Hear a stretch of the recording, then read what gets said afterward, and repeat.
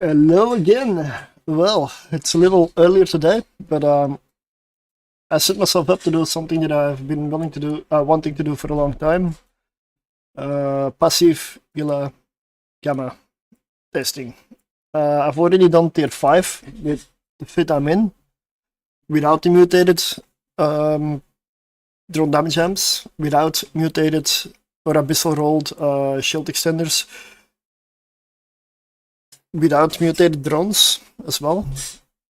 Because when I first did it, those things were not even in the game yet.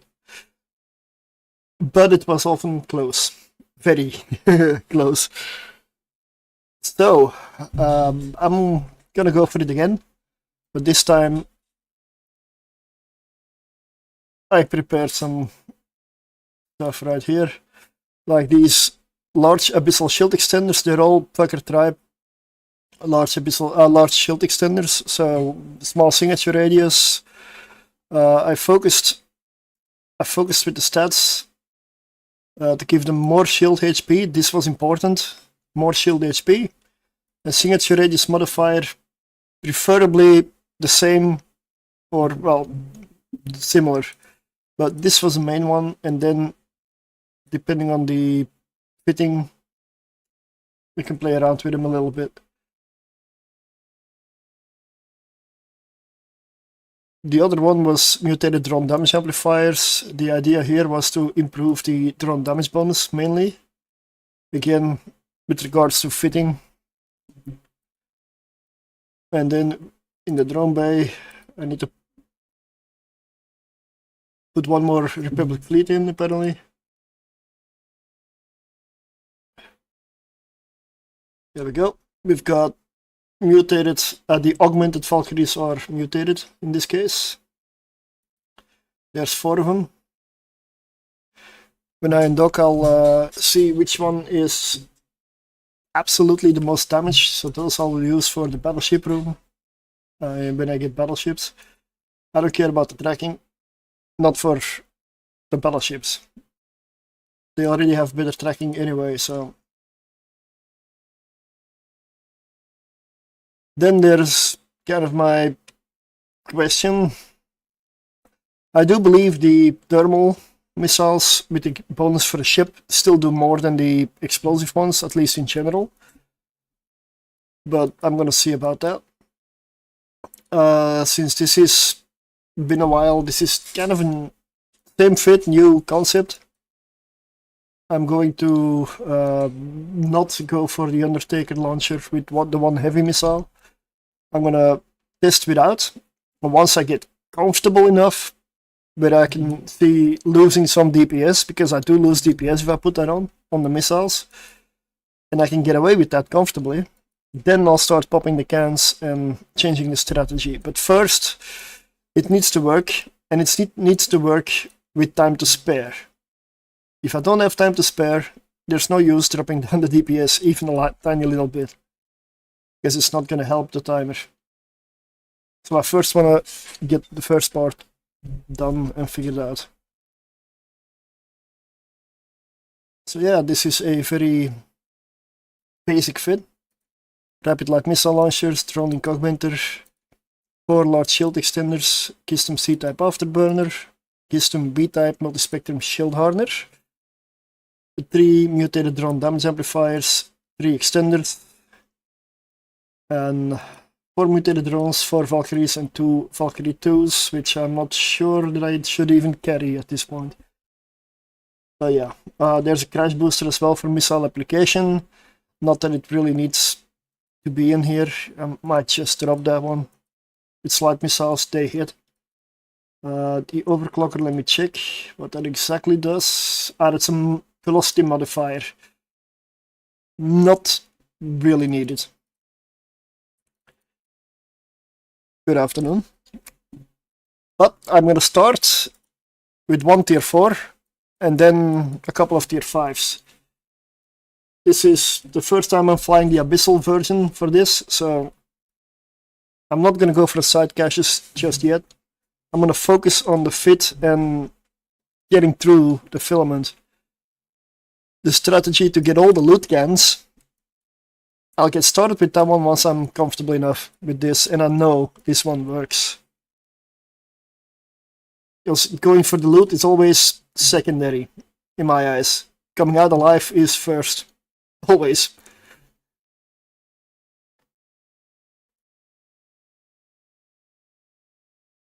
I've also got an active Gila planned for Yamas. But it's much more fun, and this is the filament to try a passive fit, so let's go for it. I'm only gonna focus on this ship for today. Unless I die, then I'll have to go for another one. And they're mining again in the system.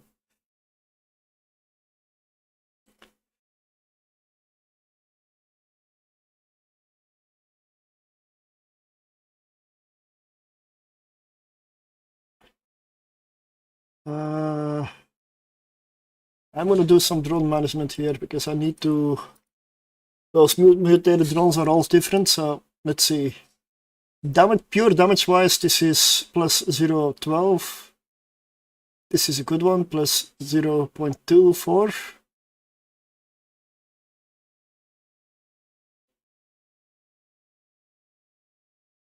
So these two are the best ones.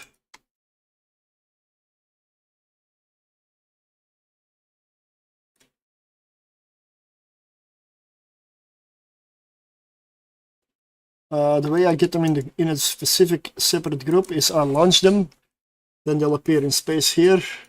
Then I can select them and get them in a group and name them. Let's see, move drone, your group. That's the anti-battleship group.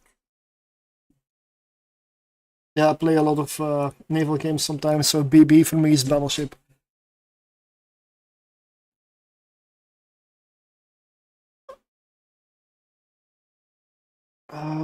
Those two I'm gonna use, and I'm gonna go. Well, let me check the stats on these. Oh, this tracking sucks.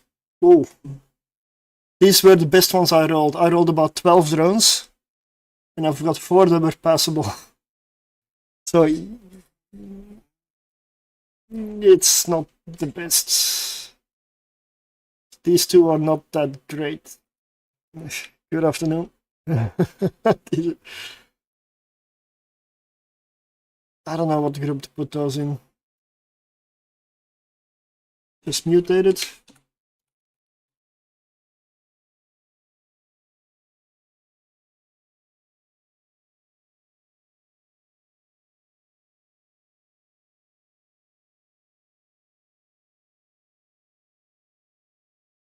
Two, four, two. Yeah, this seems okay.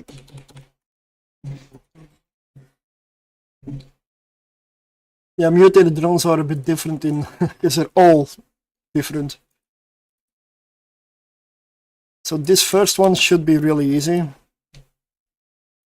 This is only a tier 4, but I want to start easy.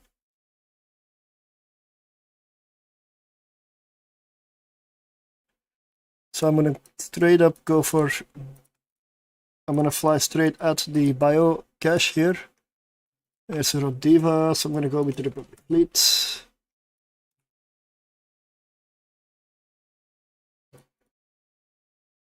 So in Yamas, I have 204,000 effective HP. Not bad. 71,562 raw shield HP. 200 HP per second in-game recharge. It is more effective, but this doesn't really calculate it properly.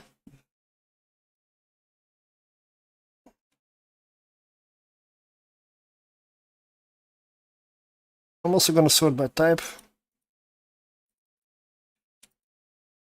I'll leave my drones to do whatever they want. 29 million, this is already a good tier 4.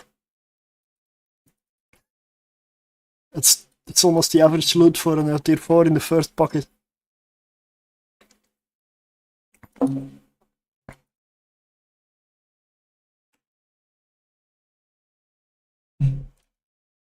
Compared to the Cerberus yesterday and the Stormbringer yesterday, this is going to be a very passive experience. There's not a lot I need to do here.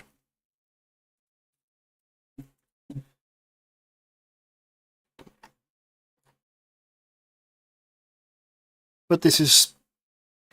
I believe the only filament where passive tanks really shine. At least in the higher tiers. Low tiers you can get away with a lot. Like the passive shield tank Jackdaw was still a big surprise. It's one of the videos I still need to make. It's just fun to fly. It's cheap as well. It's only tier 2, I know, but still.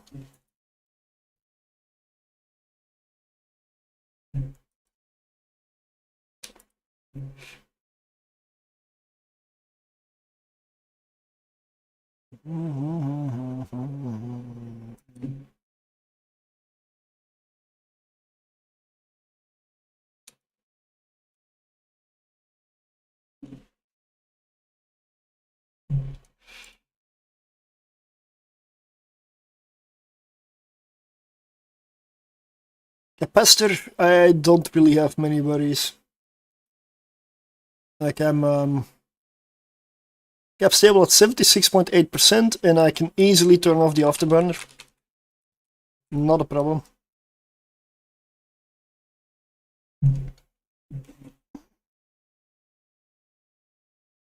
Yeah, this is gonna slice to the tier 5, I believe. Tier 6 we'll see.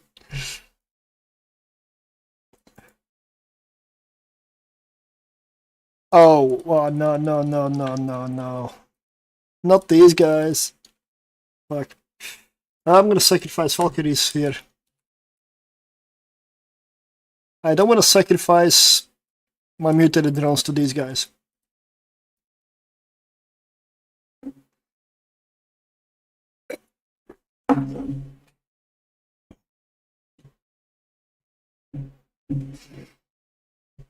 Well, it's a fair fight. Yeah, but problem is they win it.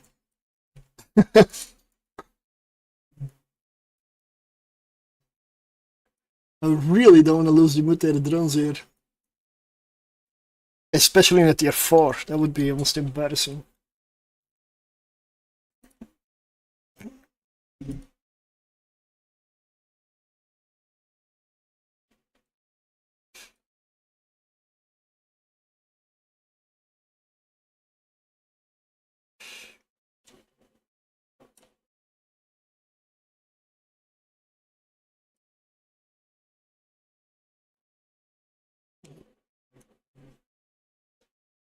Okay, pull back.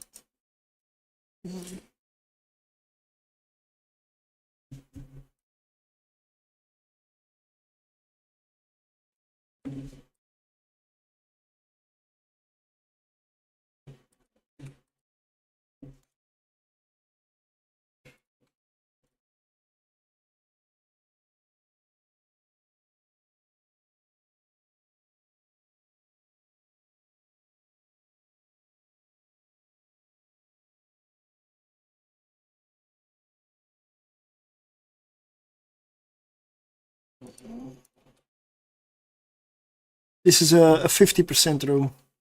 So minus 50% explosive resistance penalty.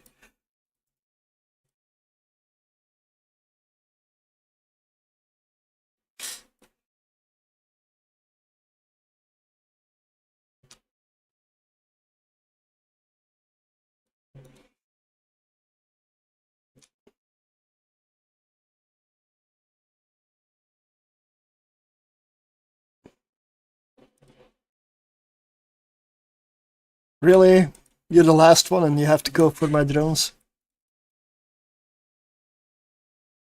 6 million?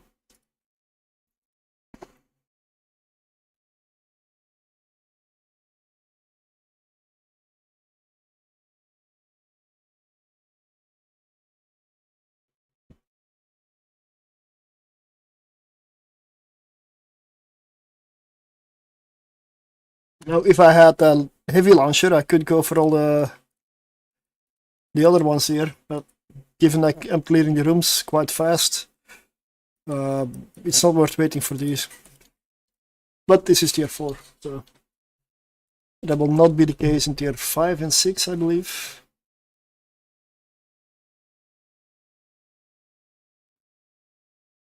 I mean, my shield tank is kind of reflecting it, it's hardly taking any damage. Yeah, but for that I need to be able to lose some DPS. So I first want to test it without, see if it really works. And then I can change to a little bit lower of DPS.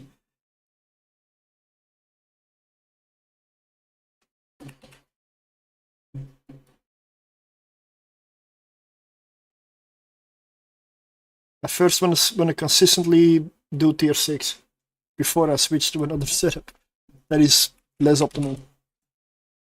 It's greedier. You get more loot, sure. But if it comes at the price of survival, that's what I want to test. I don't care about loot if I come out alive. I mean, if it's loot and die, or come out alive and no loot, I choose come out alive.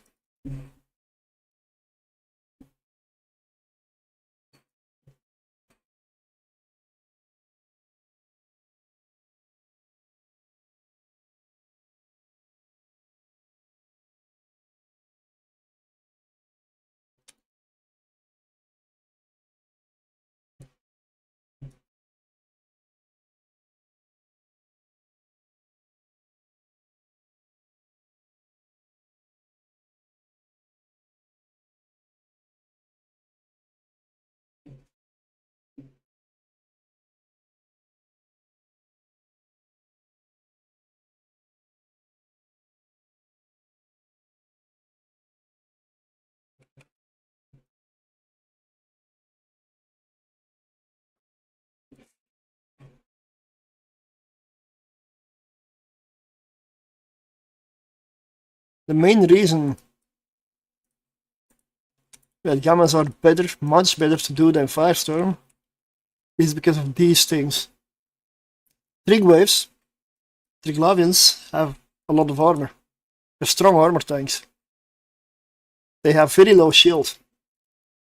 So boosting a very low amount gives a tiny little bit extra. But boosting armor, which boosts a big amount with a massive tank on them, well, that makes one hell of a difference. And it's trigs that are really responsible for Firestorms being so bad. Because trigs are, well, they're everywhere. They're probably the most common room you get in here. And therefore Firestorm is definitely, I mean, in my opinion, the hardest filament to run.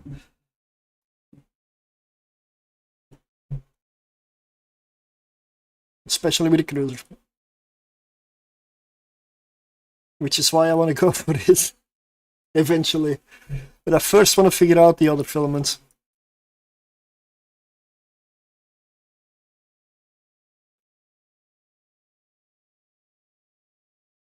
And preferably I want to do it partly by myself, as in not copying fits from others, but just arriving at some conclusion by myself, or it can be the similar conclusion. I've found that sometimes if there's only like a couple of fits that work for a certain thing, and you do your tier crafting well, you end up at the same end result. And that just means that probably there is some truth in it. At least I hope. Because it would really suck if you're then both wrong. It can happen, but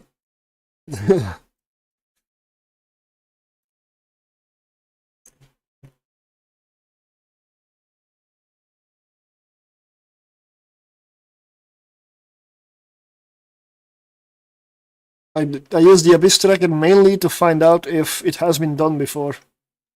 Like, for example, Firestorm cruisers or Firestorm setups, or if they release a new ship, I go check out if, like, is there somebody who's stupid enough to do it already or not. Usually, if it's new, it means no.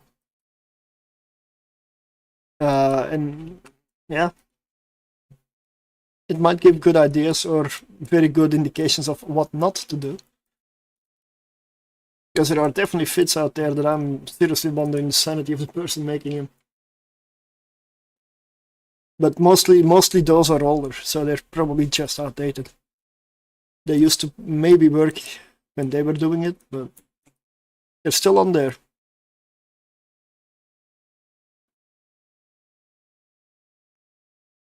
Okay, that was tier 4, number 1.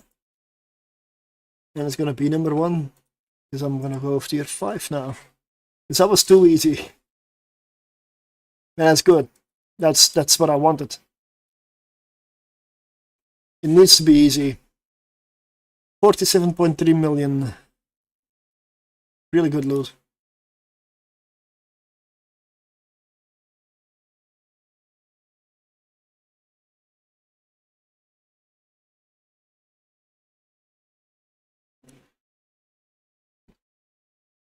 So this is tier 5.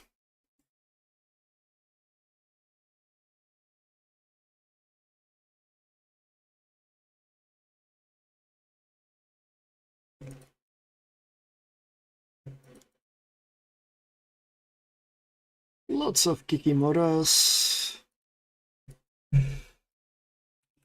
But I'm gonna go for the Rodiva first.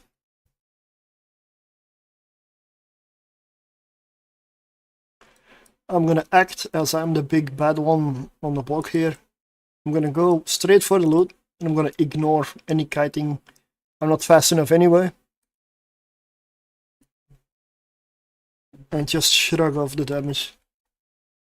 I mean, that's the idea.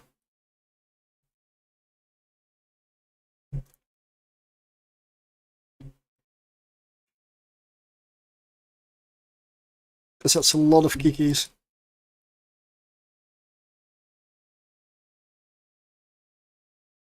But if they die fast enough.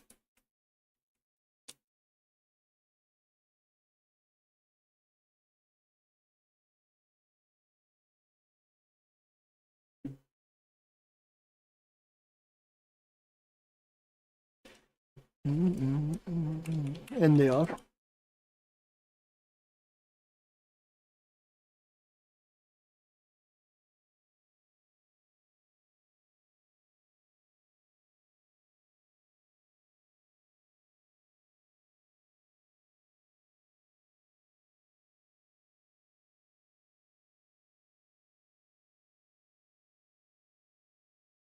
$29 million.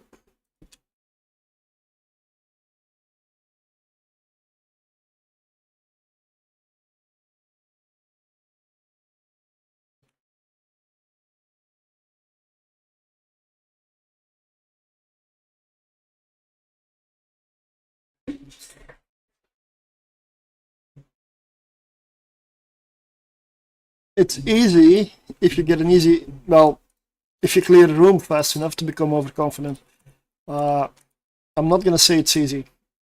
I'm gonna say this room was okay. There are definitely some hard rooms out there. I imagine Sunshine with extra shield might be a bit of a pain.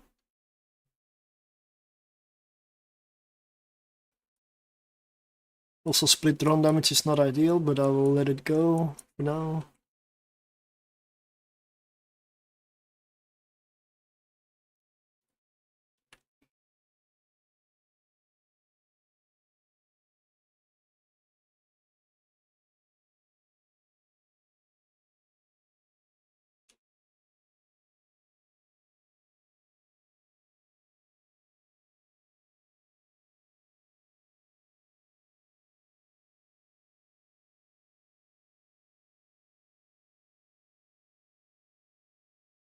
I'm gonna run a fair few tier 5s before I go tier 6.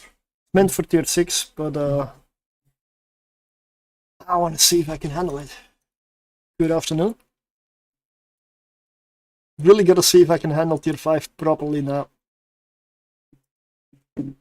I'm confident that I can. Because I've done it in this fit, this exact fit, without the abyssal rolls. And that worked. This one is improved, so it should be easy.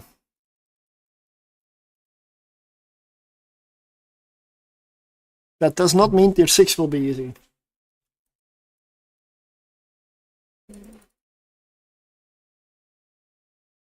The Divine Suppressor, let's go straight for it.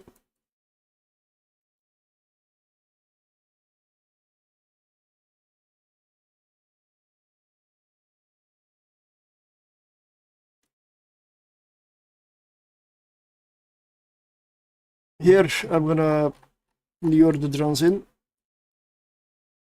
I'm gonna sit on top of this one. Nobody expects the Spanish Inquisition. I do wonder how they got in here. It must be in fleet.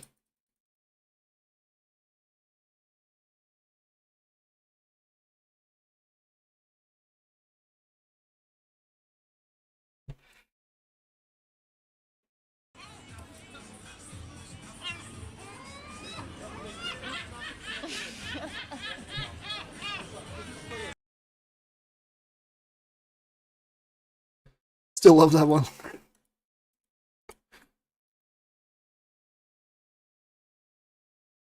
Well, they're dying already. That's why I'm sitting on top of this thing.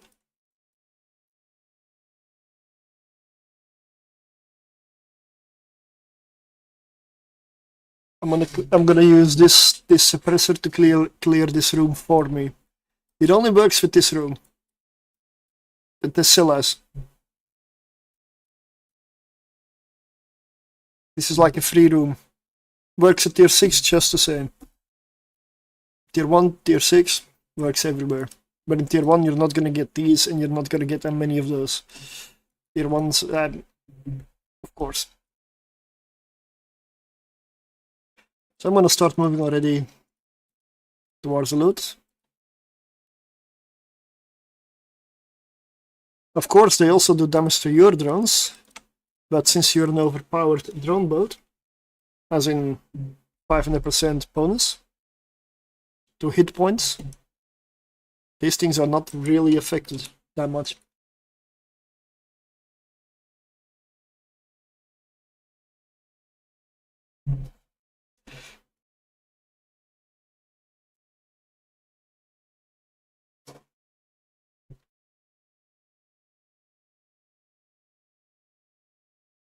The day is good.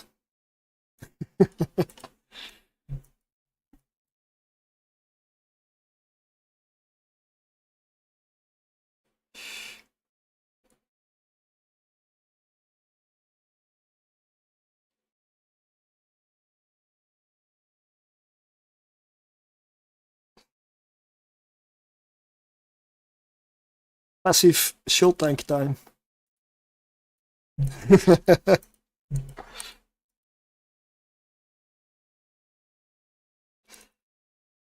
This is tier 5. I just started, I did my first tier 4 to test it out.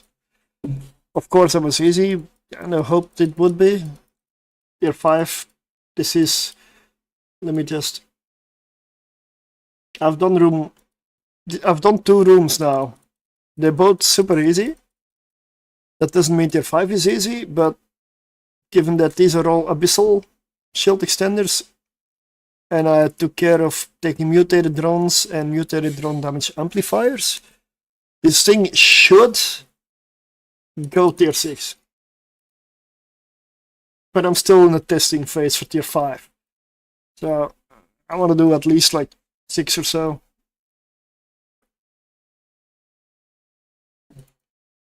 I don't want to go overconfident and just go into tier 6 and then lose the ship in the first one. No.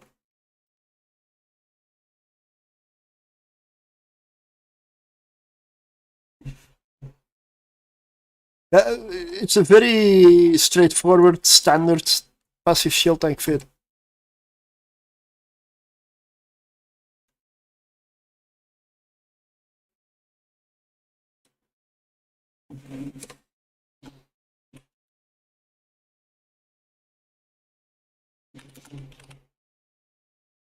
Complacency kills in the Abyss for sure. That's the biggest killer in here. Yep. And when you have a fit where you can literally don't even have to do much, it's very easy to become complacent.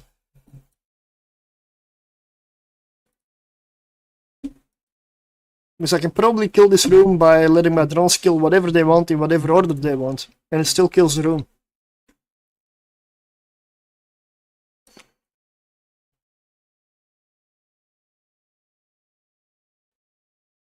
And then you get a room where that's not the case, and then you fail.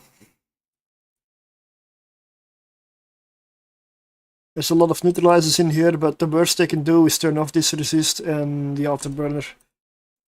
And that's not affecting me much because they're dying faster and they can reproduce. That wasn't what I was going for. I hope they don't reproduce.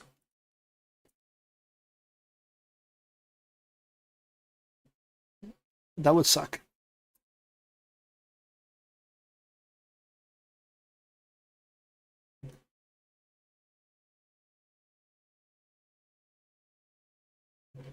I don't really care about doing webified. There's no Concord in here. I also don't 6 million, wow, really care about neutralizing that much. Since I'm passive tanked. I honestly don't even care that much about the coasting stuff because it's my drones that do the majority of the damage. What do I care about? Target painters maybe? Depending on the room.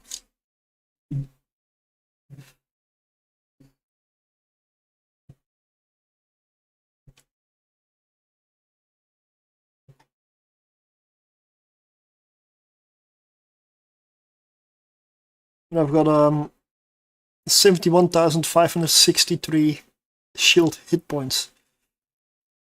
I've got over 200,000 effective shield HP. It's nice.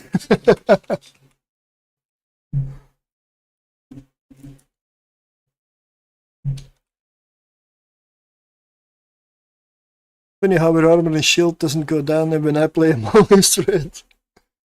I believe this cost for this fit is of course not going to reflect what pops up here. 900 million.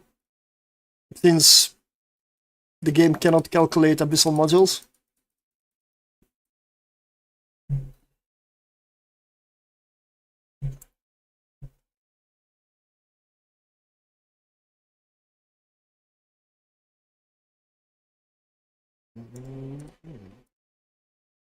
Yes, mid-grade Nirvanas, that's what I'm using.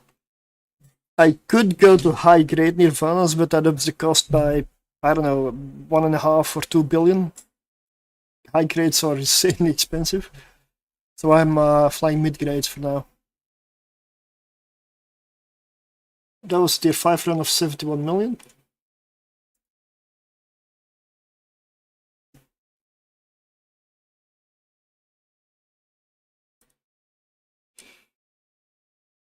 So, into the next one.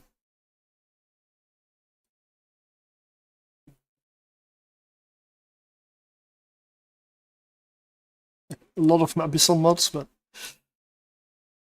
I focused on shield HP with the shield extenders and not going too large in signature while rolling the Tucker large shield extenders. And for the drone damage amps, I just focused on getting more drone damage out of them.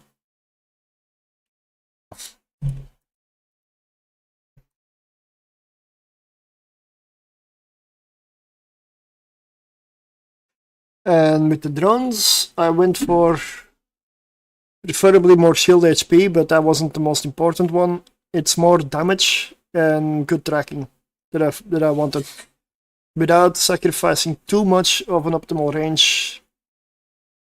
Kinda modifier.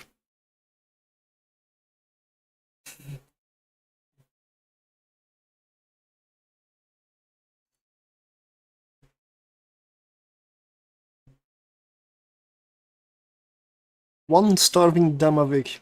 I can just leave him last, he's not gonna get me down. But I would like drones to focus on the Logi here.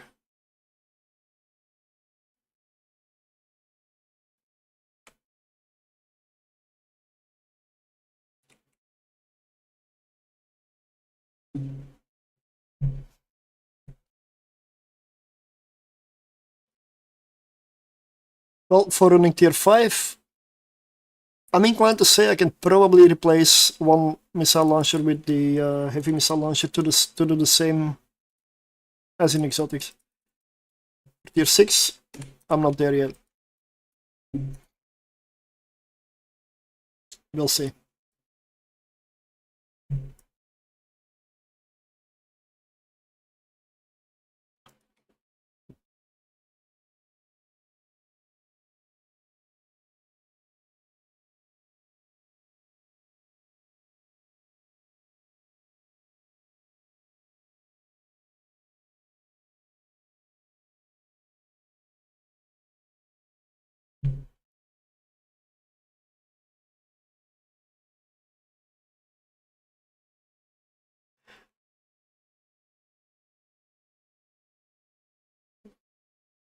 And I've already bought the mutated hammerheads to prepare for Firestorm afterwards.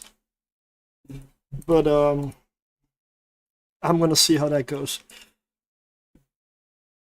Because I'm gonna use the same drone damage amplifiers unless the ship dies and I need to go for newly rolled.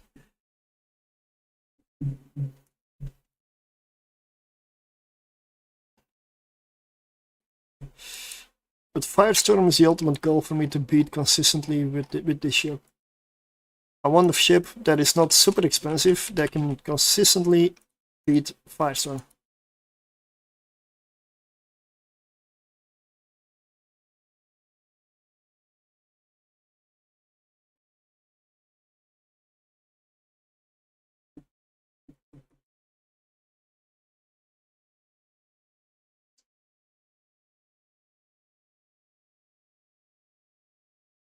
Let's go, next room.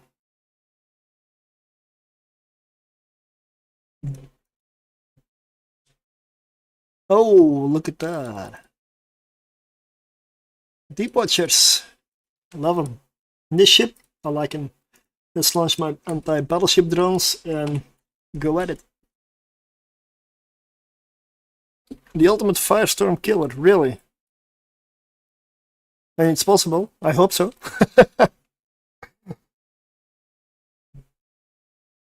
That's what I'm gonna go for eventually, yeah.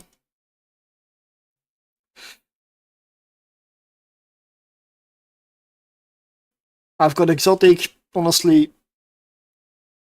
Tier 6 exotic, I've got an easy farm at the moment, like really, really easy farm. I want to do the same with gammas and then move on to like the next ones. You max out thermal and use hammerheads because others have like 10% thermal resist. You mean like tricks? Or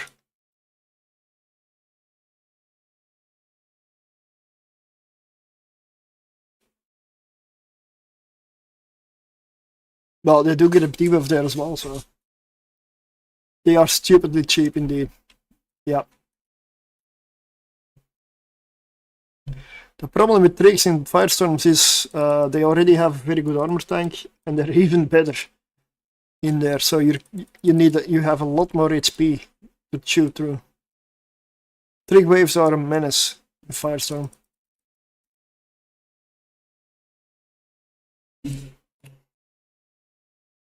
They get plus 50% armor but lose a lot of thermal resist, and hammerheads hit only thermal. They denied all that advantage. Okay. Well, I'm almost tempted to go switch and try it out, but I will leave that for later. I'm gonna properly test this one Then I'll move on to the next, and then the next, and we'll go through all of them. Now I'm gonna stick to gammas today, because that's what I'm here for today. It's not gonna be a super long stream, since I've got like max 4 hours remaining. And I definitely want to consistently get this up to tier 6 and see if I can put the heavy launcher on. To be a little greedy. Or no.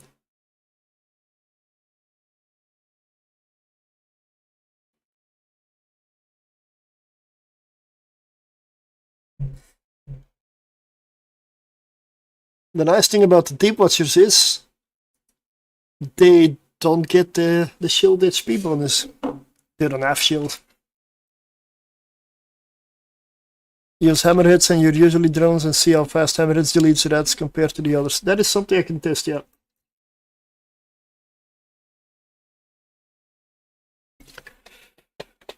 I'll take one set of, I don't know, I guess warriors in Vespas alone, so a passive shield tank is always looks easy when it's working. The problem usually is when it's not working, there's not a lot you can do.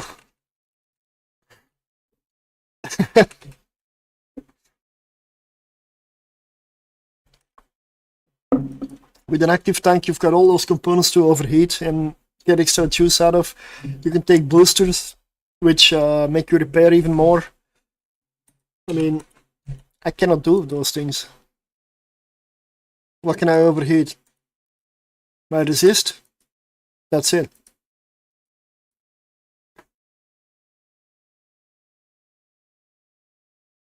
Hey, we've got a Tyrannos.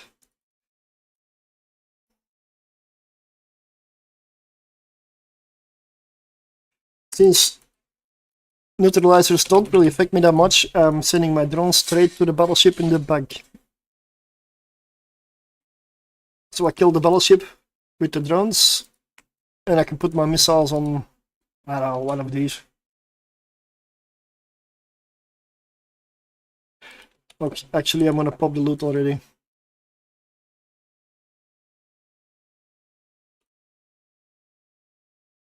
Because this filament cloud affects shield boosters. That's something I do not have.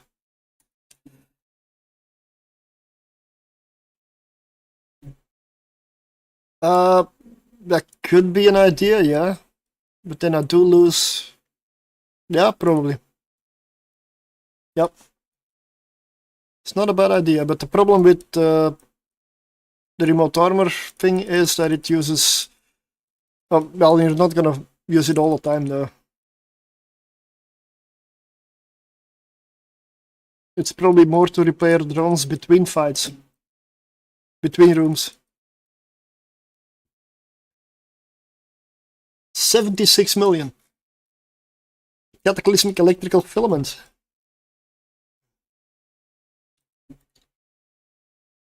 You're not gonna overuse it just on emergency, because armor don't self-repair. Indeed. I'm gonna have my fun when I get to the Firestorm stage, yeah. Hey, look, no more capacitor. I am so worried.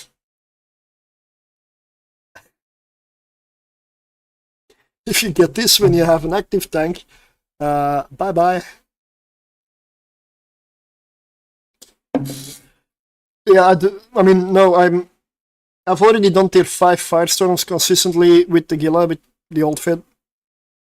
I've done tier 6 with it as well, but I was before some changes a couple of years ago, and it was close. So I will assume that given certain changes, that one will time out on occasion, and that's not something I go for. Mutated stuff did not exist back then. There were no mutated ground damage amps. There were no mutated drones. So yeah. That was done without those things. Yeah, definitely.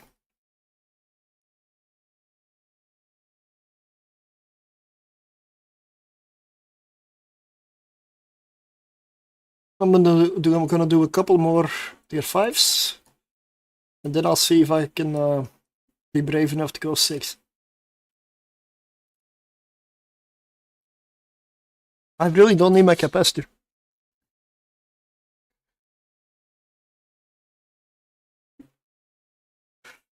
I know I've split the run damage, I honestly do not care.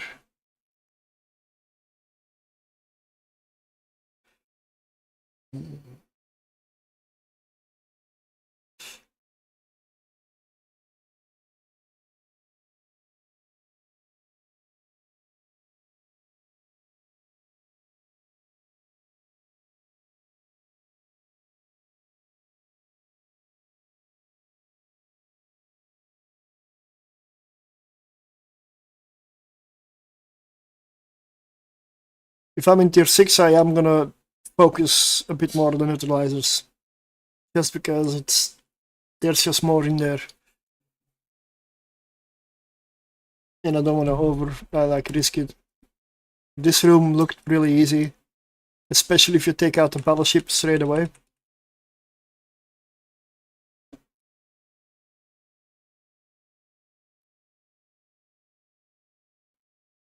Let's go. Gotta go to station, drop off loot, and then I'm gonna do 2 more. And then I'll see if I go up.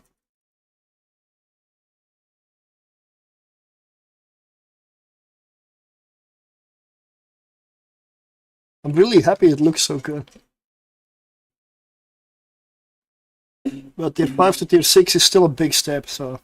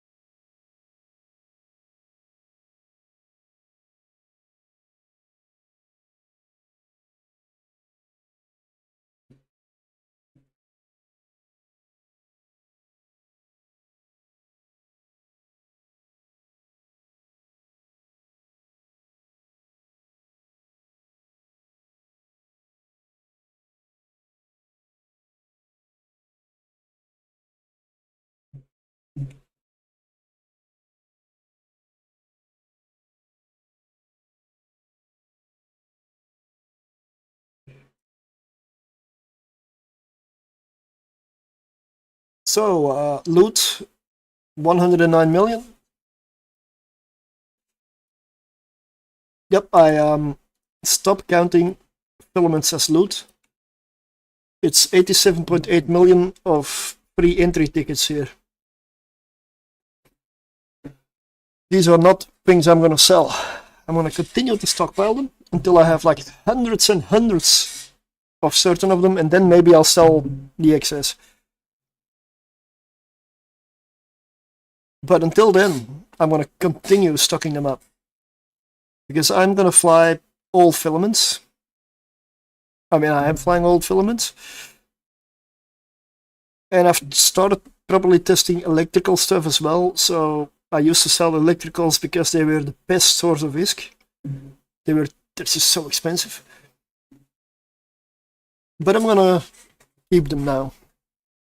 So these ones don't go in the loot container. They don't count.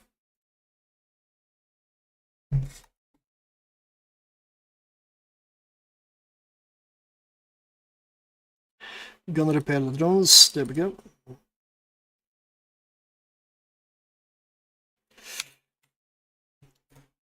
Two more runs.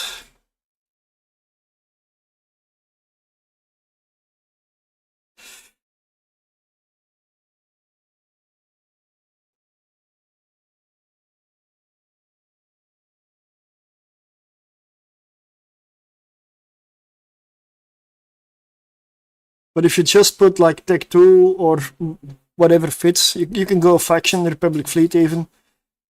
then and you get this ship, like this basic setup, you can easily do tier 4 with it. No implants needed. And it's cheap, very cheap. But only in Gammas.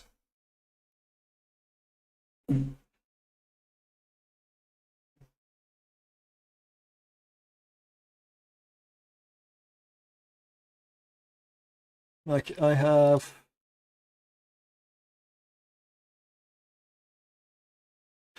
I've got a Nirvana, a mid-grade Nirvana set.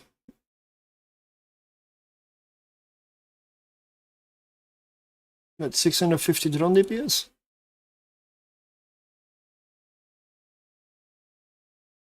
Yep, apparently. I don't know how it counts, because that's not the actual DPS.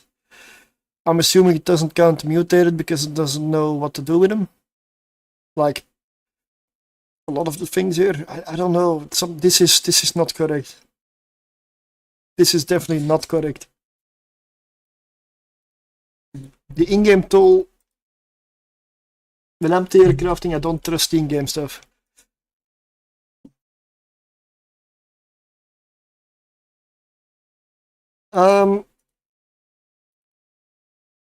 I'm using mutated drones, so if it does count them, it's still low.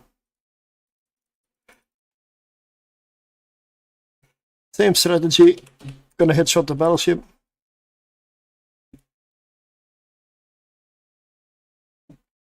It saves me from wrecking shots, and I can fly however I want.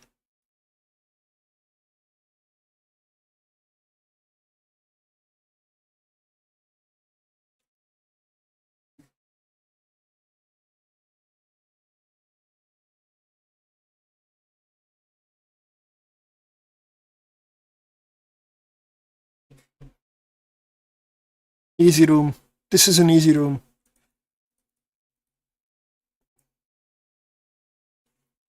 All I have to do is keep my transversal to the battleship up, but I'm on top of it, so it doesn't even matter.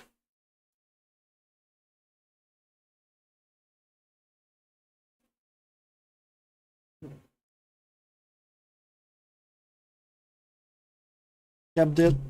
Still, doesn't matter.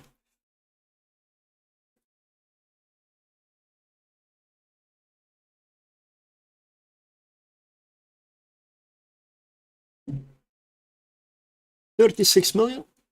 Oh, and a tier 6 gamma filament. Nice.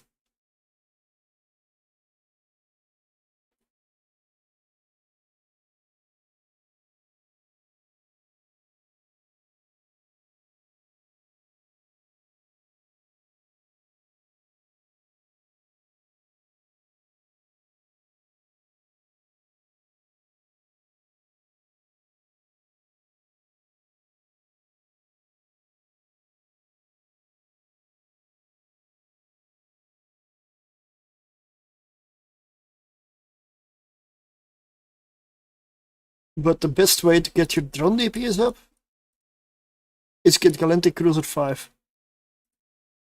That's the biggest modifier. Drone interfacing 5, drone sharpshooting, like all sharpshooting, yeah, you want all the drone skills at 5 essentially. And the specialization skills as well. If you're launching tier 2s, tech 2s.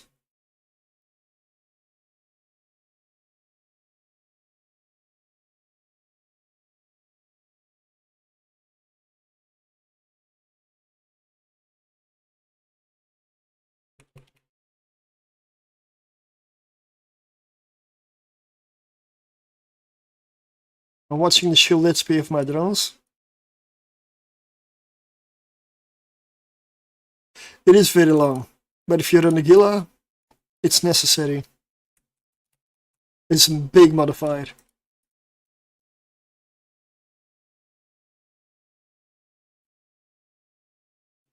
Okay, neutralizers are down. My capacity will slowly return. Pull drones in.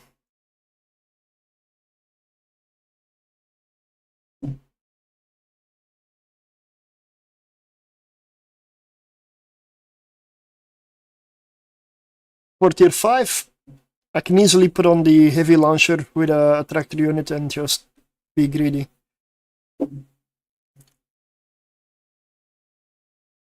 Tempted to go spend 1 billion on an LSI. What is that? A large shield extender? Or no, LSI.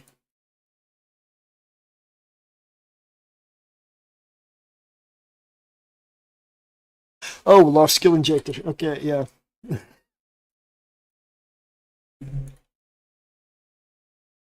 Um, that's entirely up to you.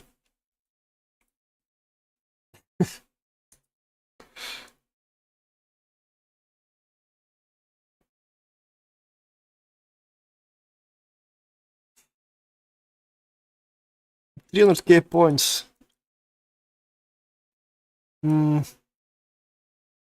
Probably not worth it, but I get long skills are annoying.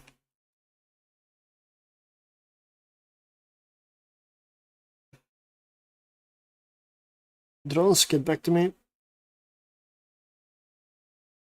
Second room.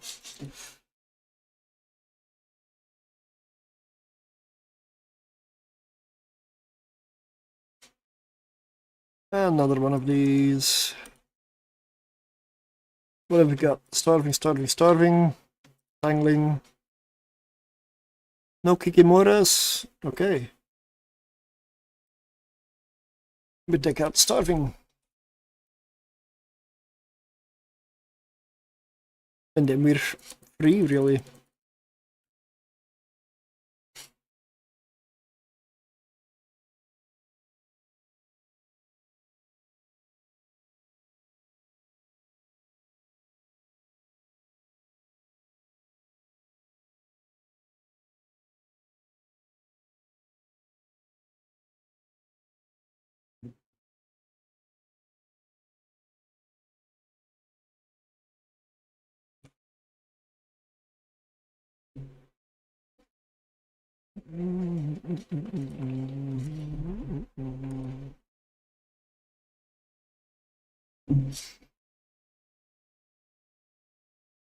Here I want to focus on taking out the Damavix since they have remote repairs.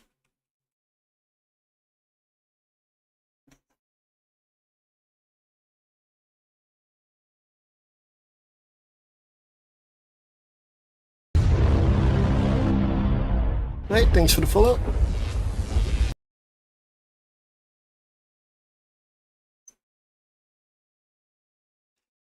Let's see what the loot brings here. 9.5 million. I definitely want to get the side nodes in as well here. All the loot. That will be a test for when I'm comfortable enough in tier 6 to pull that off. First wanna get the get everything beaten down. And then be greedy, not the other way around.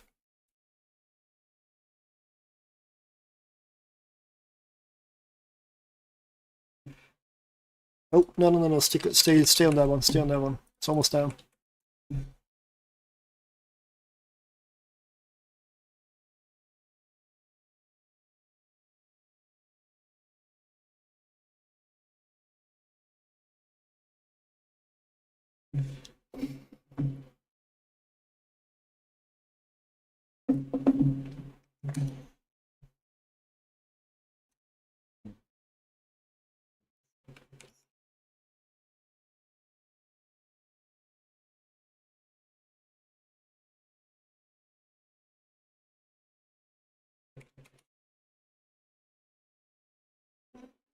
The only reason that I'm a little bit worried is because it looks so easy. It looks too easy. I don't like that. Usually when things are too easy for me, that means there's kind of a, I don't know, like a hammer coming or something. Silence before the storm. I don't know, somehow I don't like it. Even though I should, it's easy.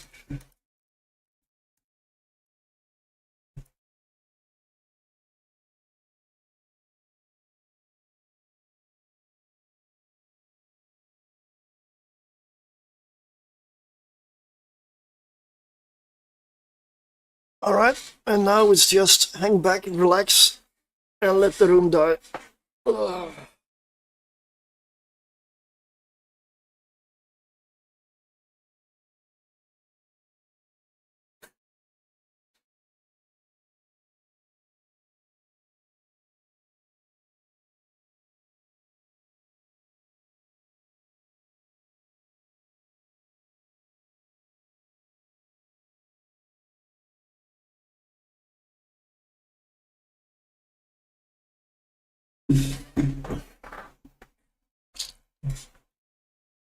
Timer is still looking healthy. We're not at 10 minutes yet, and room 2 is basically dead. So that's about 5 minutes per room. It's 15-minute runs. That's good.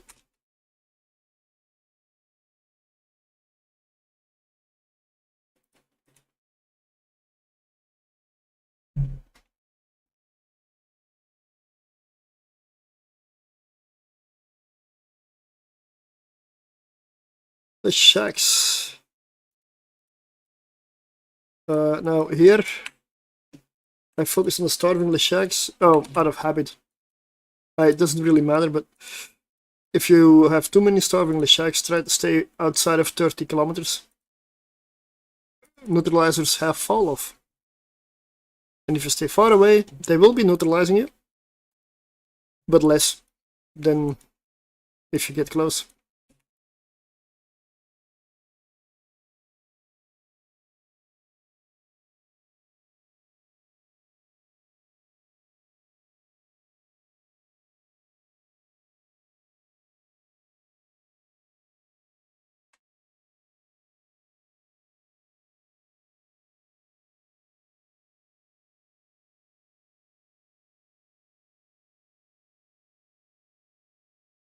There we go. Now my capacitor will return.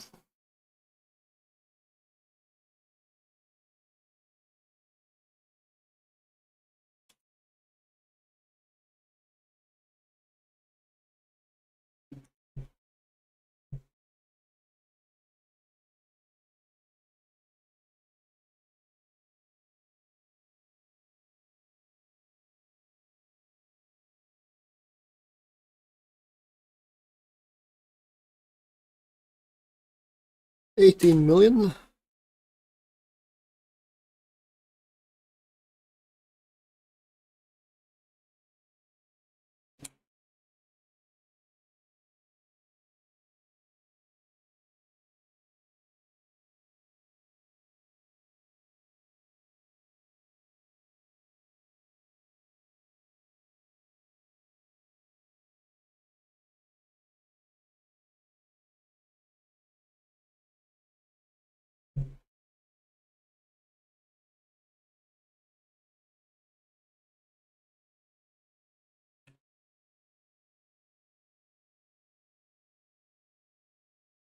Well, 15-minute run, let's just say that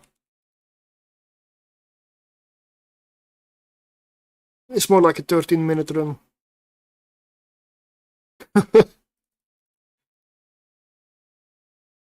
13 minutes for tier 5 gamma.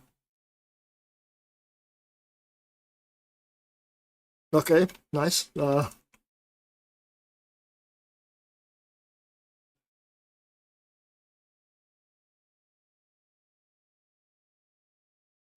64 million, that's about average. You know, if this one is just as fast, I'll go tier 6.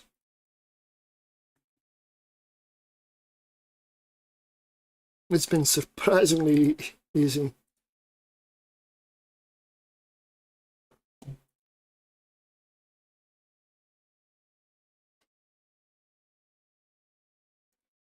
Deep Watchers. Hooray! I like this room in this ship. I love this room in this ship.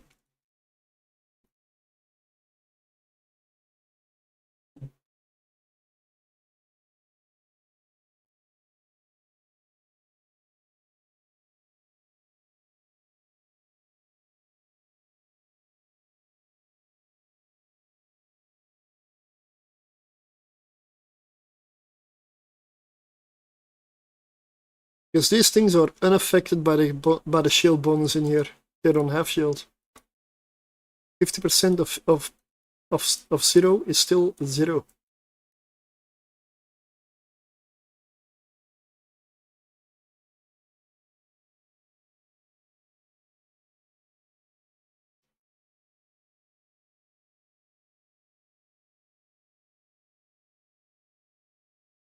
$50 million.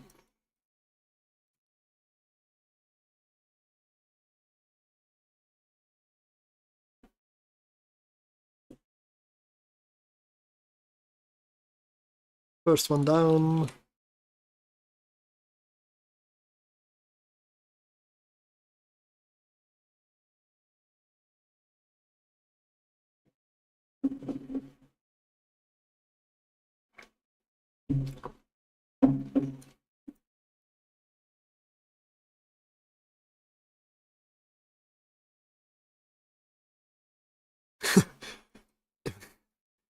I can see this being too boring. Like, there's a reason I don't like ratting.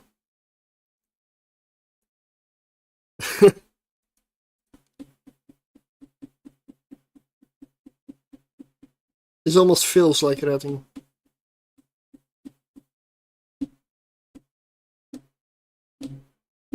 With better payout. And more investment, of course. Sure. Way more investment.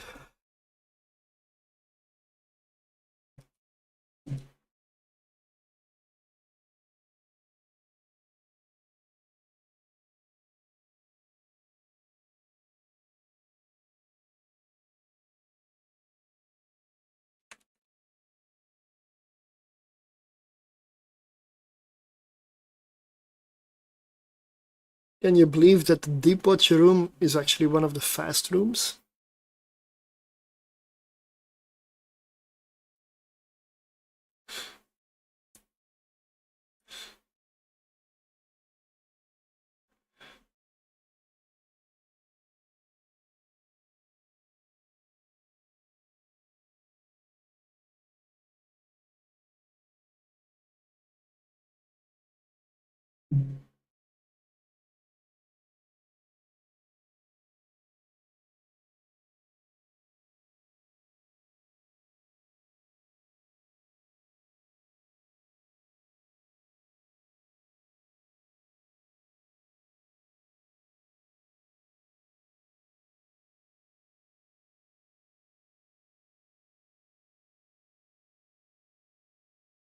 What you really don't want to do here is leave drones behind.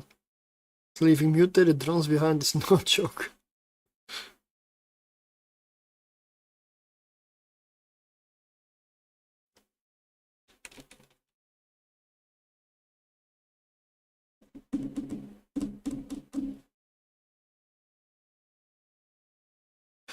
Okay, that's it. There was a room of 4 minutes for the deep watch room. 4 minutes. Hey, that's good. Afternoon. Let me see. Oh, nothing in.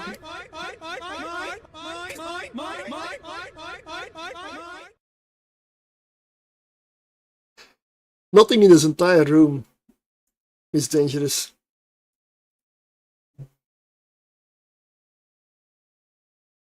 I'm just gonna launch my drones, and my drones are gonna kill shit. That's how it will go.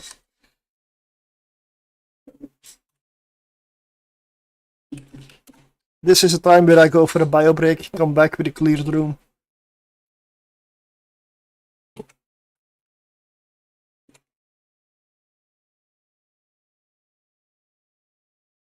That was the worst thing I ever heard. It was terrible. Horrendous. Well, it wasn't that bad. Oh, yeah? Actually, there are parts of it I liked. to prove that I liked point, a lot of it. Yeah, it was good. It was great. let me just Wonderful. Oh, bravo. More.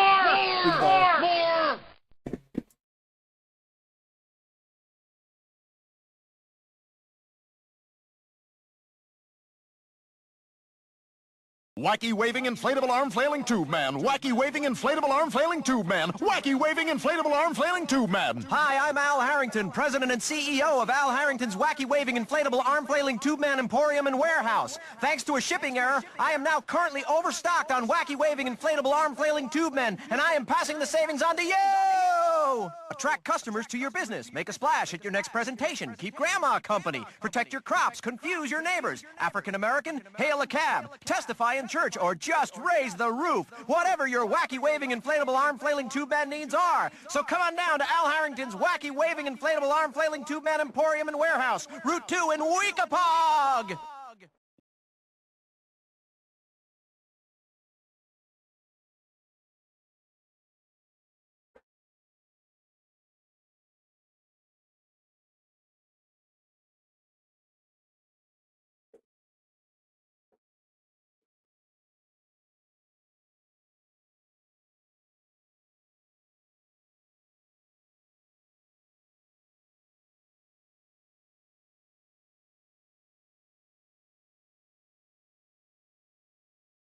No, I don't have this fit listed. Because this is still something I'm trying out. But it's, honestly, it is like a cookie cutter standard fit. This... let me see. Yeah, this is the fit without the implants. It's just mutated drones, drone amplifiers with mutated drones right here. 4 shield extenders, an afterburner, shield hardener, drone link, 4 lights, extenders, mutated drones. Disregard this, the crash is not needed, the overclocker. I don't know why it's in there. It's basically a little speed boost, but I don't really need it. And the implants, well, these are the implants.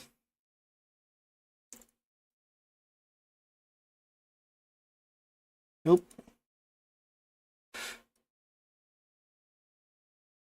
The answer is just in case. Yeah.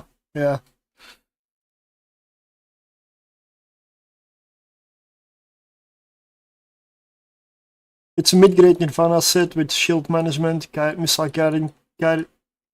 missile precision, shield operation, and rapid launch. Although I'm missing a light missile in here, but yeah. I will post a fit if it ends up passing my test. If it passes everything, I'm probably making a guide about it as well. But that's long term.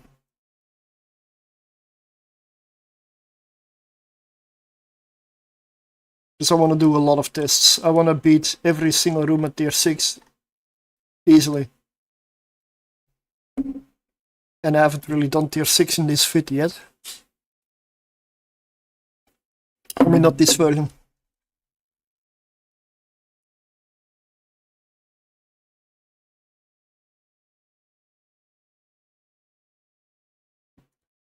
But this fit works for tier 5 without mutated drones, without the abyssal roll stuff. If you don't abyssal roll anything, it still works for tier 5. You can get away with tier 6. I've done a few tier 6s in this. But it's not going to be comfortable, and yeah, it's going to be hard in some rooms.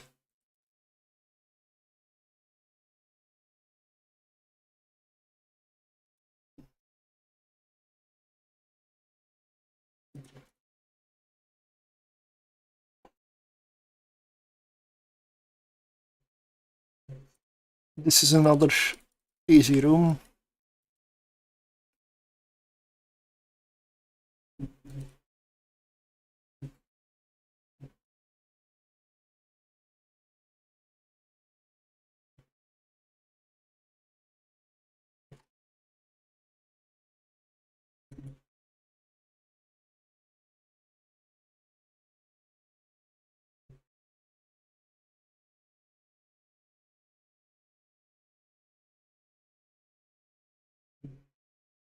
I really believe I don't even need to use my missiles. In tier 5.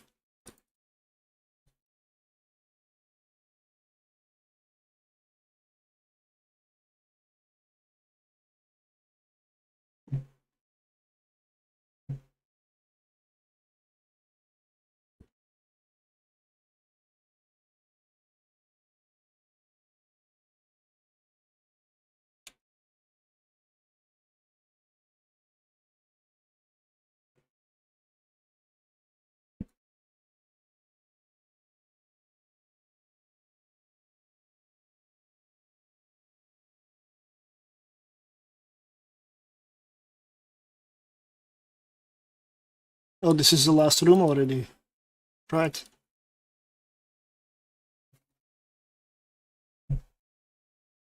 I have a feeling this one's gonna earn its cost back.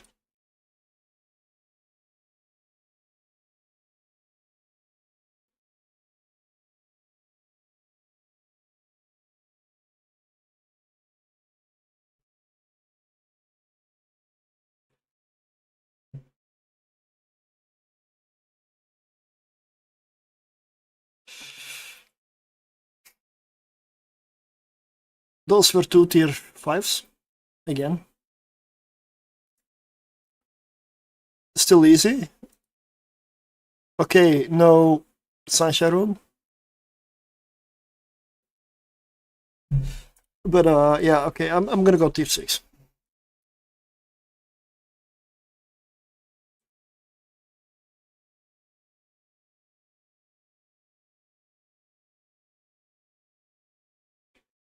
Let's go tier 6.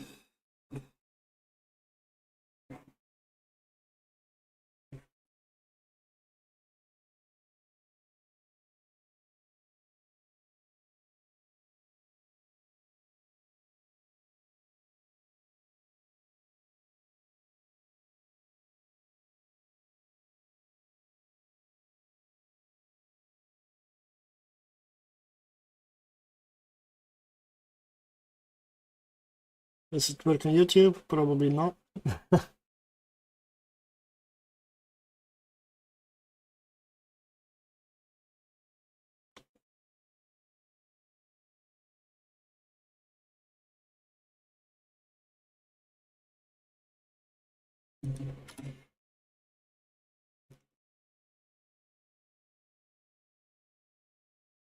Let's spin it on kick as well.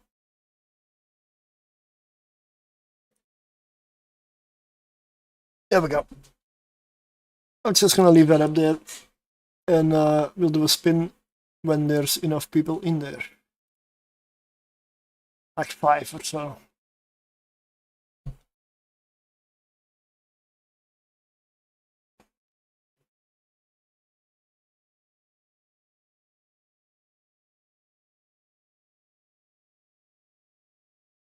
So 114 million worth of loot.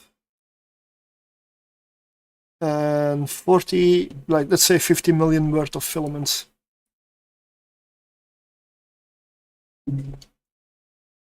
So, cataclysmic yamas. Explosion radius on the missiles. Stint crash. I don't need you. Squirts Fury Lights. Why?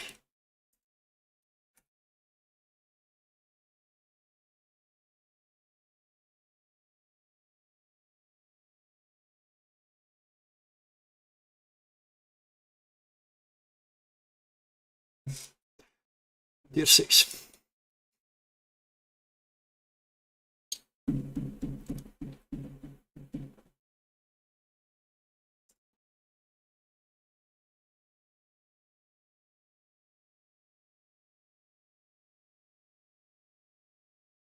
Yeah, it is. It has been good to me, honestly. Oh, in short, no. When you have confidence, you don't need to insure. I mean, if I insured my exotic tier 6 Gila, I would have lost money. Are you about to find out why nobody really runs tier 6 lately? Wait, why does nobody run tier 6 lately? Because I do run tier 6 a lot. I see zero reason to not run it constantly.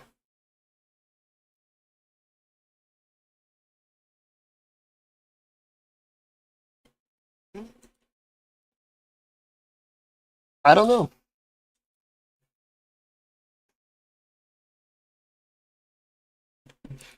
I believe it's definitely good to run tier 6. The only reason could be gankers if you're in high sec. But that doesn't really have anything to do with the Abyss.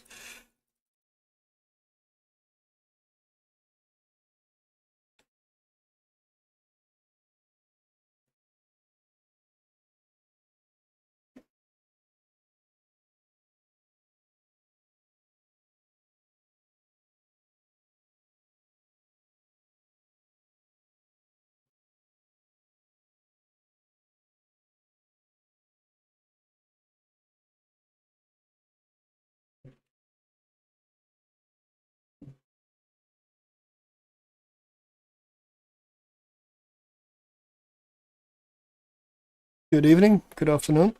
Afternoon still here. Yeah, put my drones on the battleship again.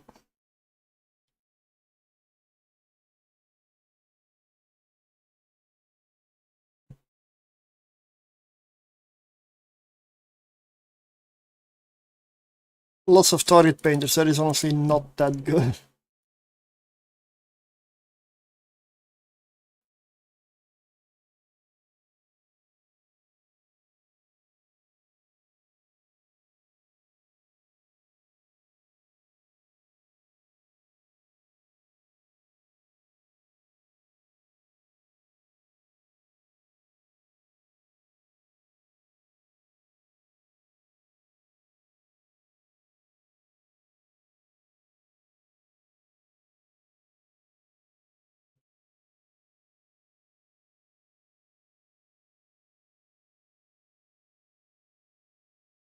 Once battleship goes through armor, to armor, it will die fast, so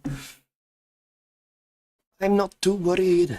The battleship is the main source of the damage. Oh, I forgot to do something. Let me check.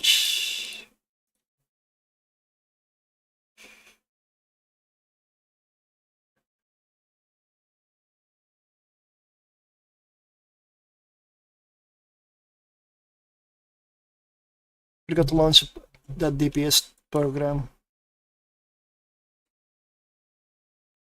Why are you so far away?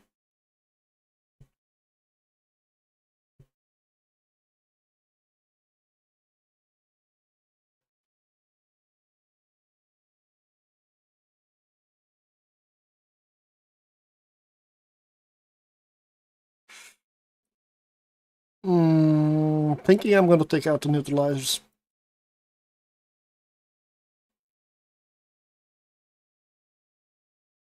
Then I get my resist back.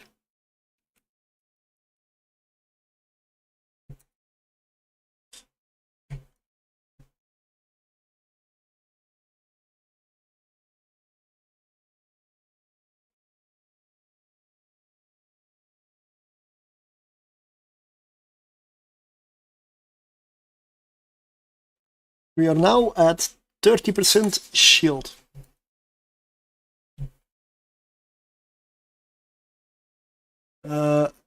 Let me get that sorted. Get the right character there. There we go. Now it should track.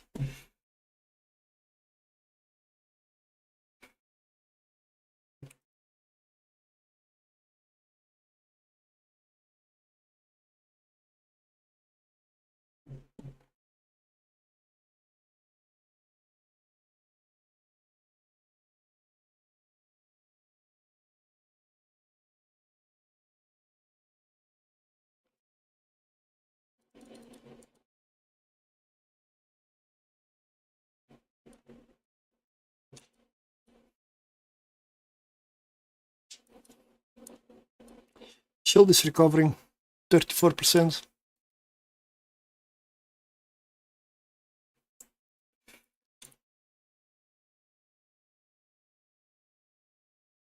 The other option would be to kill off a lot of the target painters, the notarizers, and then go for the battleship. Could be a better option. Next time I'll do that one.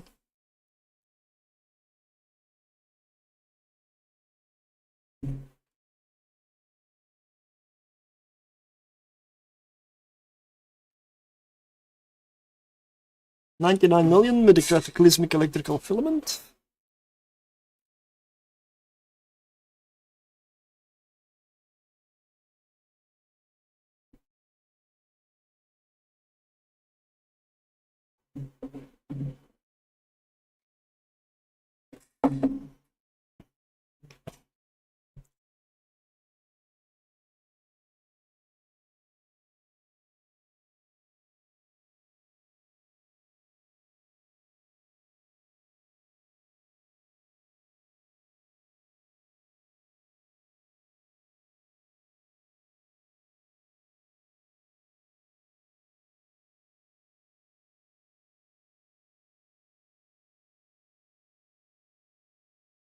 Timer's at almost 6 minutes.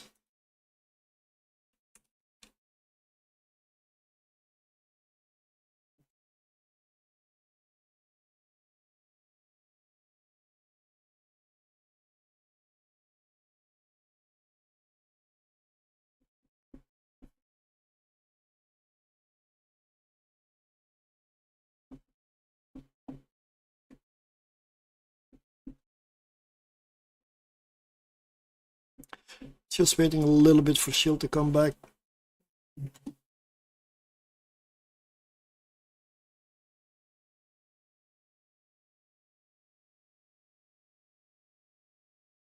Yeah, this should be good. Let's go.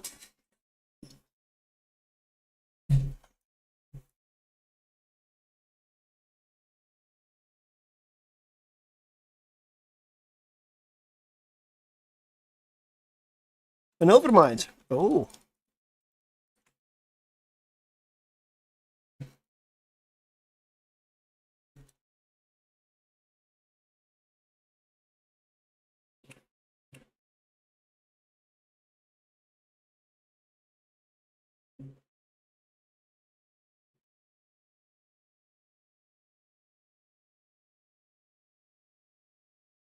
Drones on the battleship in the background.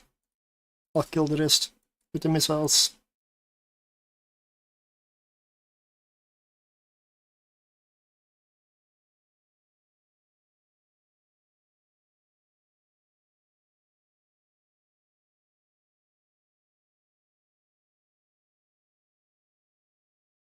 Oh, there's enough in the giveaway. If I come out alive, I'll spin.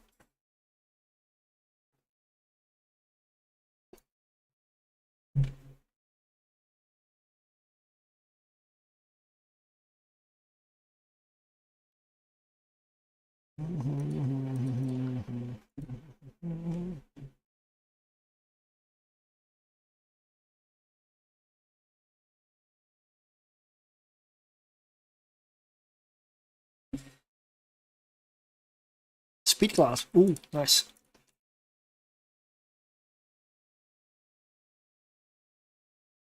$30 million. Cataclysmic Firestorm, that's why it's so cheap. If that was an electrical, the loot would have been much, much better. At least 2 times higher.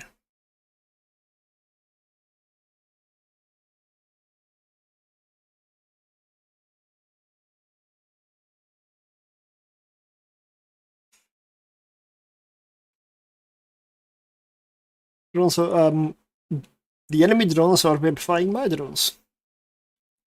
This one. But it's dying. Will be gone soon.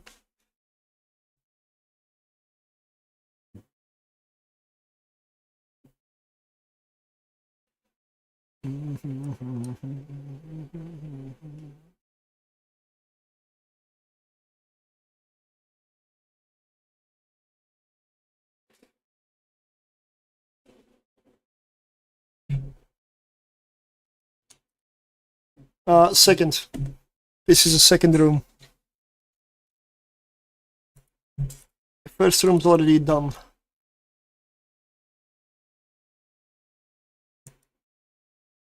If this was the first room, I would be in serious trouble. At almost 10 minutes in. That would be bad.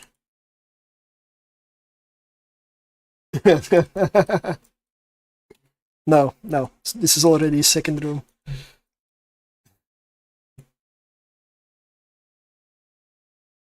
And it's not going to be much longer.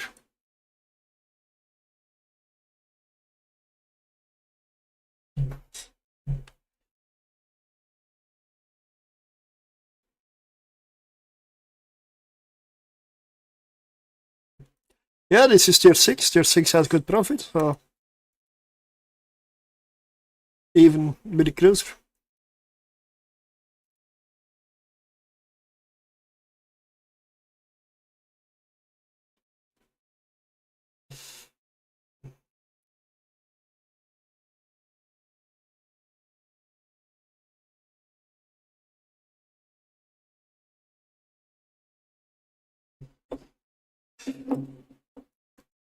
Well, 150 million would be my daily income if I went mining.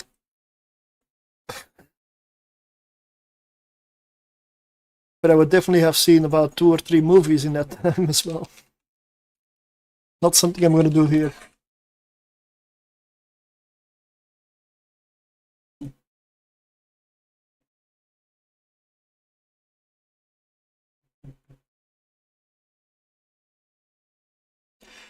Tier 6 average with the cruisers around 123 million per run. That's the average. So that's, well, if you go bad runs, then it's 123 million every 20 minutes. You would, no.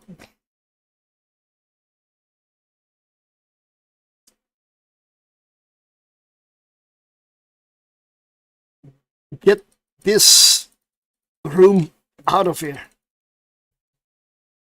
Now.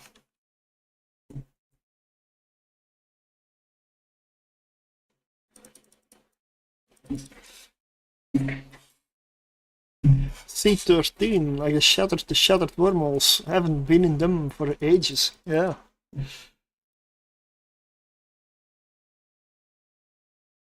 They can be good. Sometimes good gas sites in there as well. Tier 6, class 6 gas sites, right? Vital, instrumental. I don't know how good they are these days, but they used to be really, really profitable.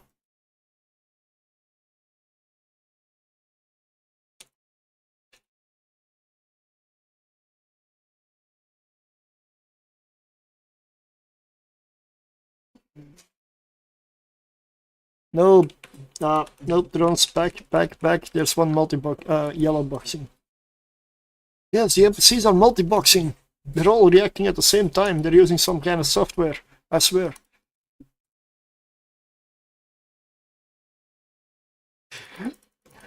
CCP, they're all bots. Ban them and give me my loot. Yeah, that would be a boring game, right?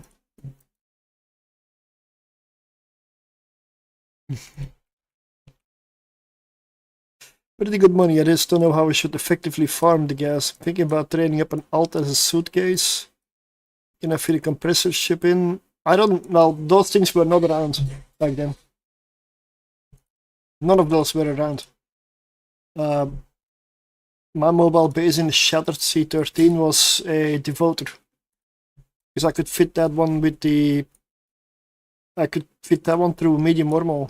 Or through a small wormhole.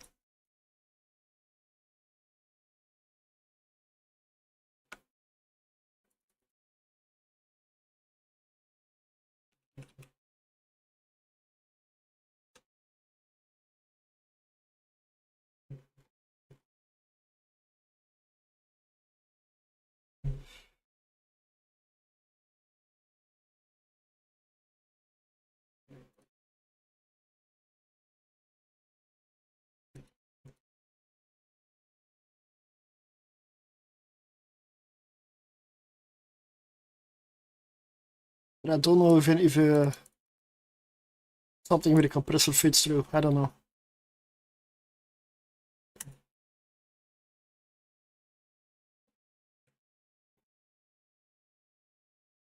If you can fit it on a destroyer hull, probably.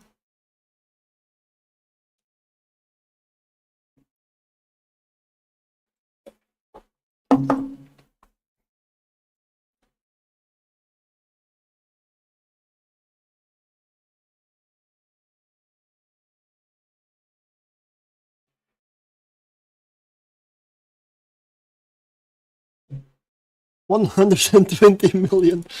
That's a cataclysmic electrical filament.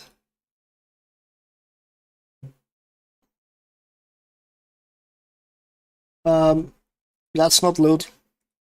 Not for me.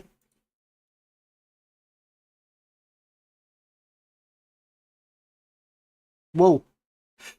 You're going back inside, mate.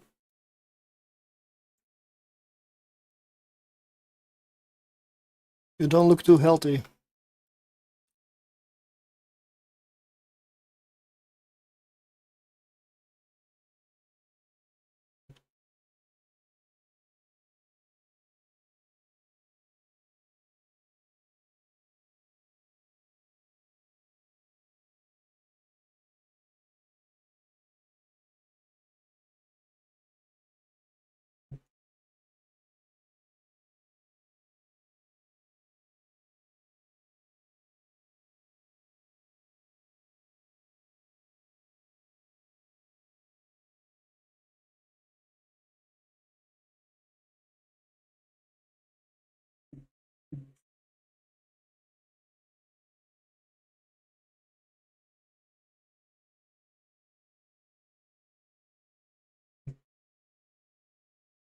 Three more and then we're done. 3 minutes 30 on the clock.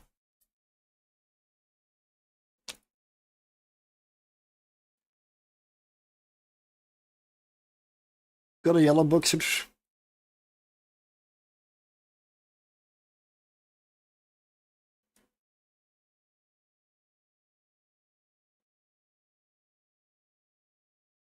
Okay, gotta pull the drones in again.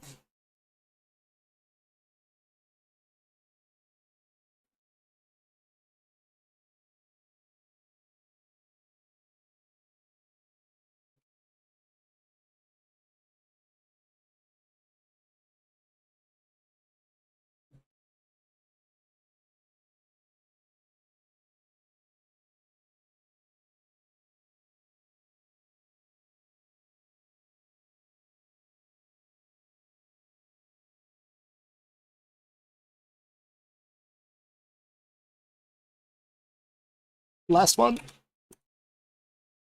Well, 2 minutes 20 on the timer. The timer is still looking rather bad, to be honest. So we'll see.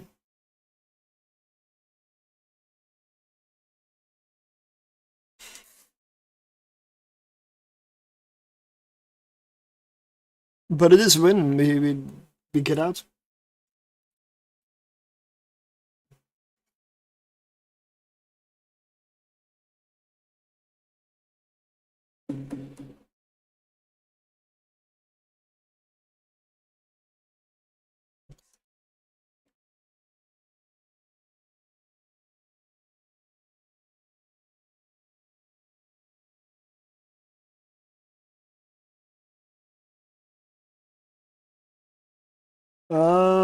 Wow. 250 million. But 116 million is just the cataclysmic electrical filament, so yeah.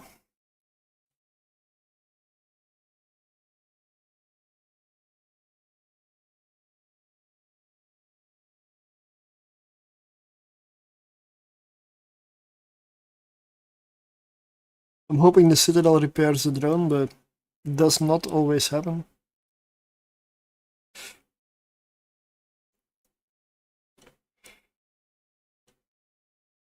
Sometimes it's bugged, I think.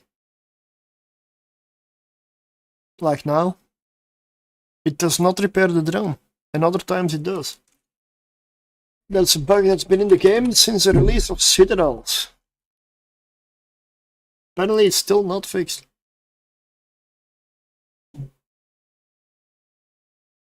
Nope, no repairs for my drone. Wow. And other times that they're even repairing in the drone bay. Like, okay. Thank you for the follow. Like, it's a feature. It's not broken. It's always meant to be broken. So it's a feature.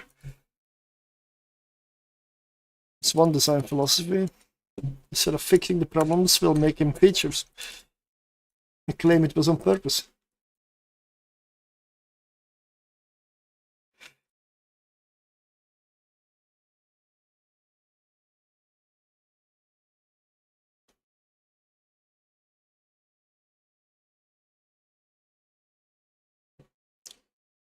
Oh, yeah. That is not correct. These things are not loot. The loot for today, 325 million so far. Plus a fair amount on filaments. So these things are stacking up. The cataclysmics and the other ones. So it's good. Those are things I do not need to buy.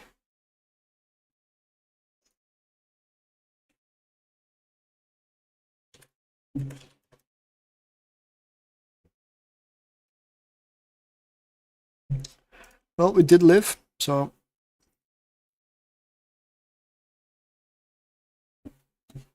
let's roll. If ships are ammo, then filaments are loot. My drones are ammo, my ship is not. Because if I treat my ship like ammo, then I'm gonna be broke today.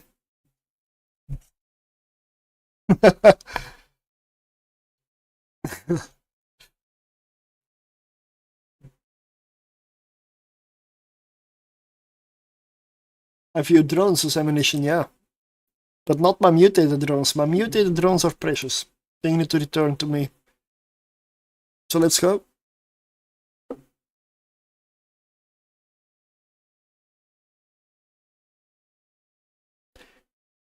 Reigns Rerox. Congratulations. Congratulations. There we go. Gonna clear this out.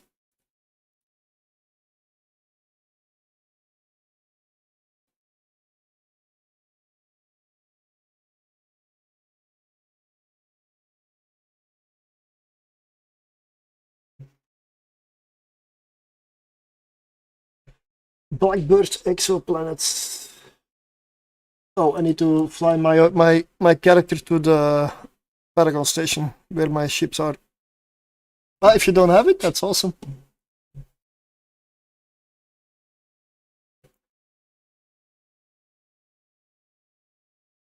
I need to dock in the Paragon station.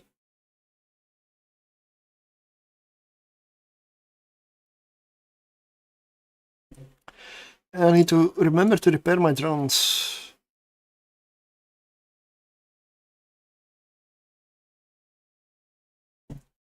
Blackbird exoplanets. I'll take a look if I have one or more.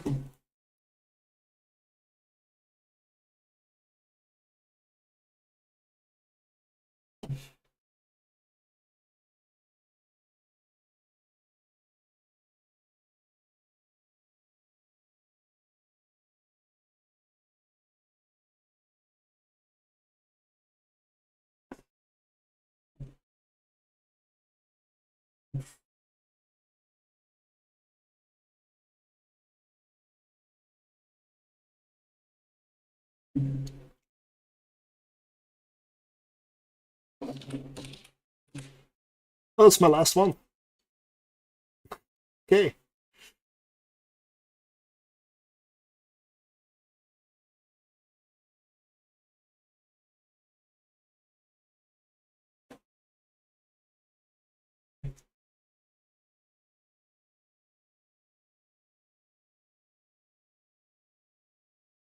There we go, contract is up. And that would be this skin.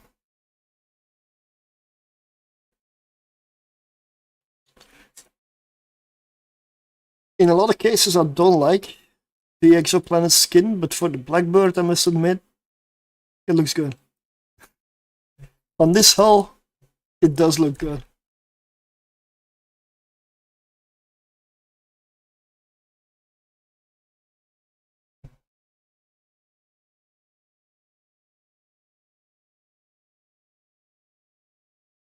All right.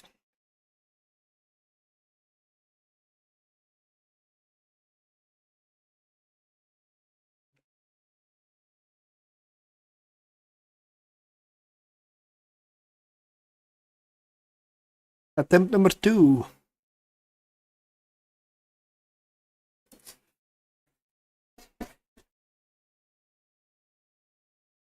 Marshal room.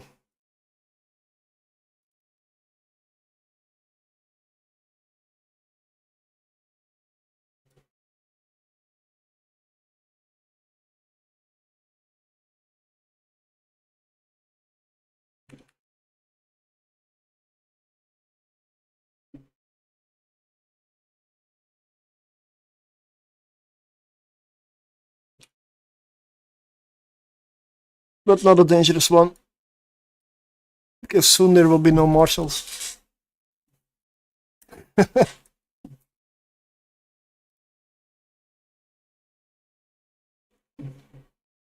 One down.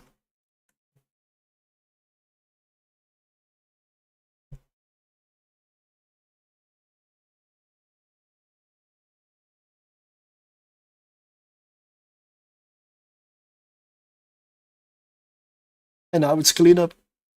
That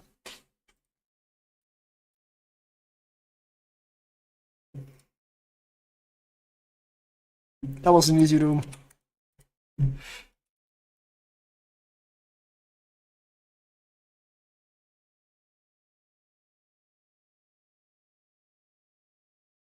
$53 million.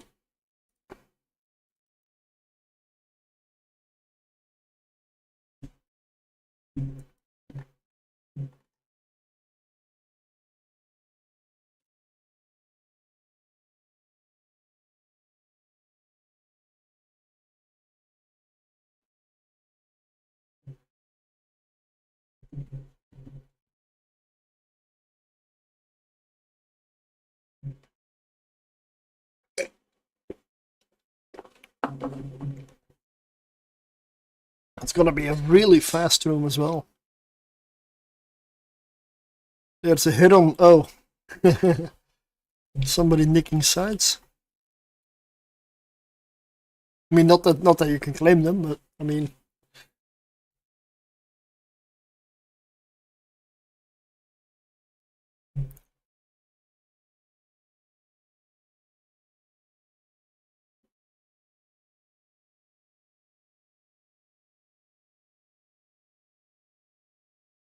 I don't want to pull up a PvP ship in while I have 400 million in my cargo. Oh yeah, of course. First get loot safe.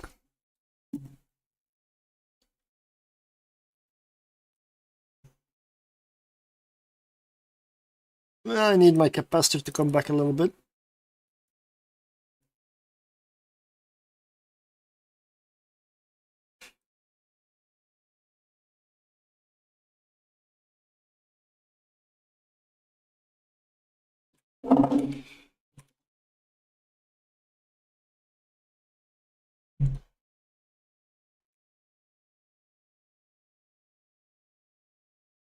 Feel like I'm okay to risk it.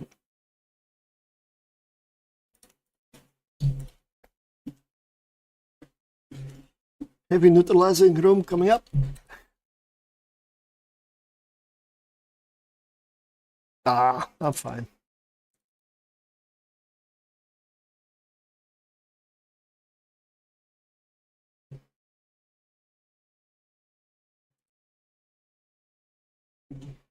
This is gonna be one of those rooms when you go to the store, you come back, but only if the store is next door. Don't go too far, it's still 20-minute time.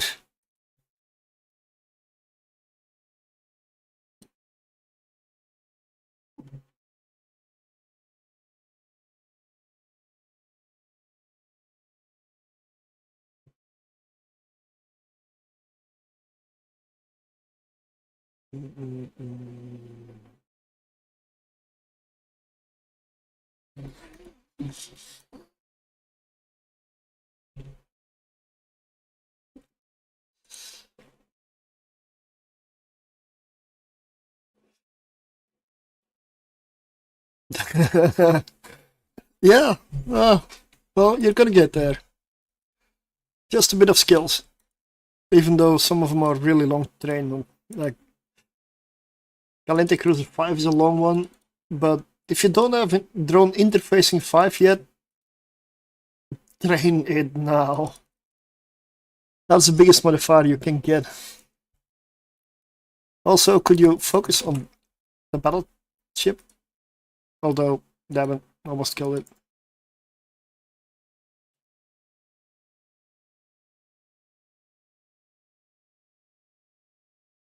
Wait, this is already room 2.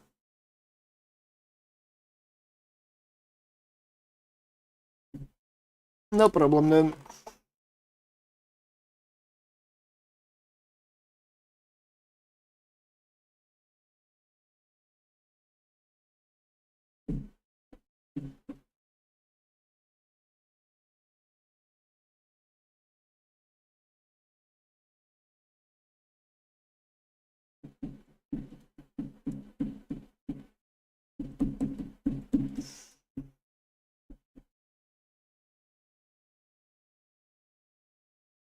Gas cloud, harvester, mutaplasmid, okay. Shield extender, gas cloud, ice mining laser, ice mining laser.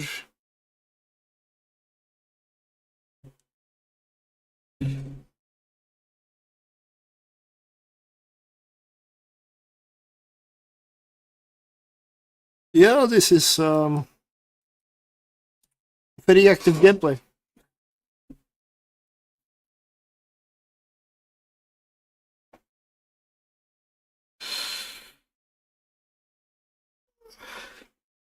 And the timer is looking really healthy.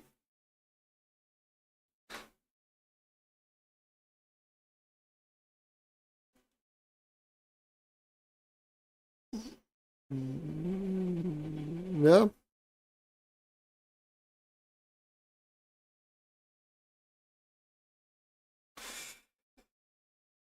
Well, if this works properly, I'm gonna import one in Nalsik as well.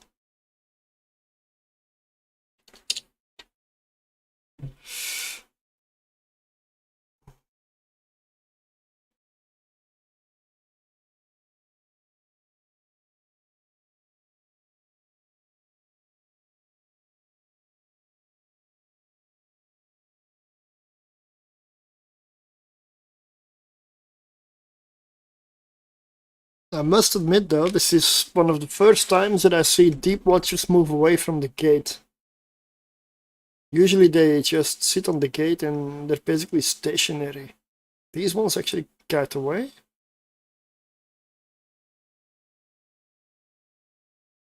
I don't remember these guys ever kiting away. Overminds kite away, but not these guys. That's strange.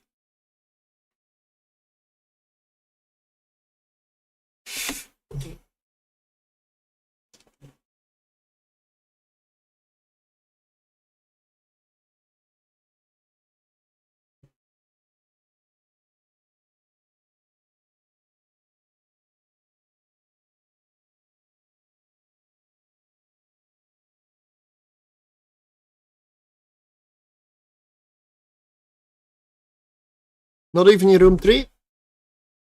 And we're at 8 minutes 30. With full shields and full capacitor.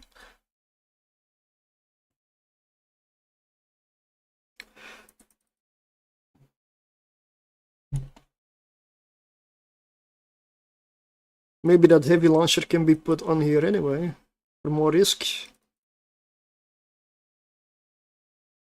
Starving, starving, starving, starving, tangling, tangling, tangling. Don't care about ghosting that much, but yeah, one Vidmac only.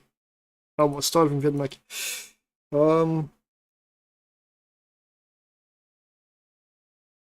Yep, go for the starving. Good call. Feel free to delete it, exactly.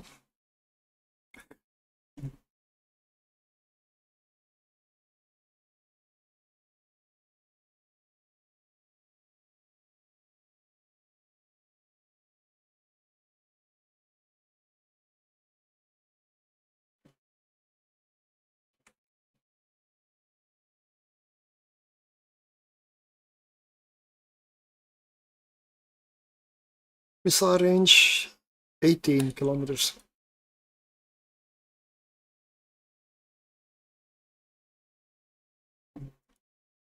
Yeah, I'm inclined to go try the strategy with the heavy launcher on here. 103 days skill queue until I'm satisfied with my main skills for Covops and Gila. Honestly, that's not that long. It's 3 months, but I know, but that's okay, really.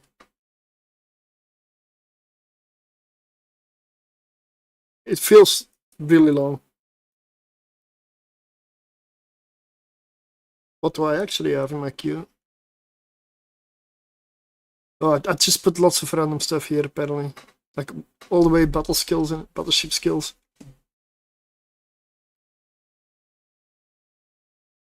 Oh.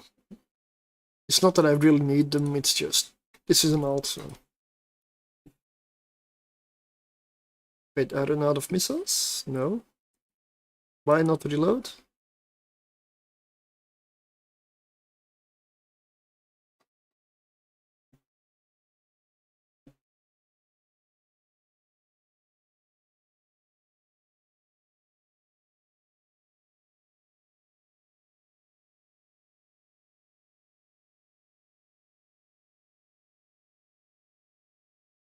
I'm liking this gamma fit.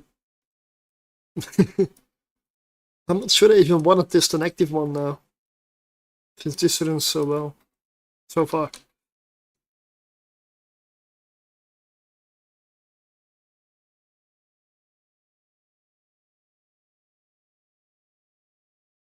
And if you want to take out all the damage in the room, you take out the Fedmag. I should probably go for it.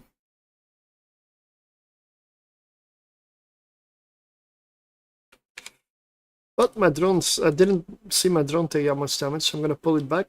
Because those drones are good. I need them.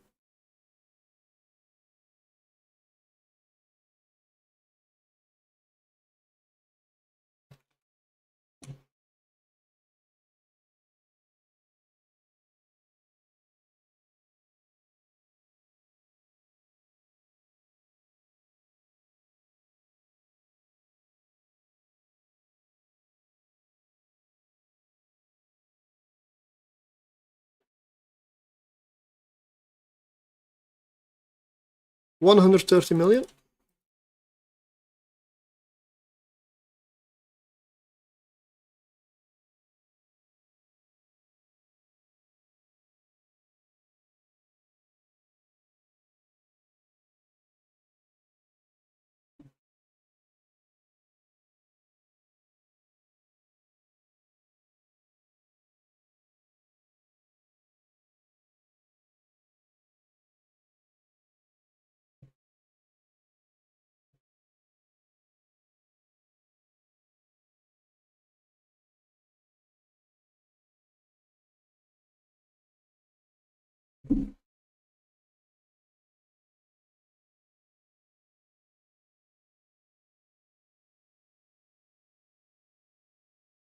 Yeah, this one is well,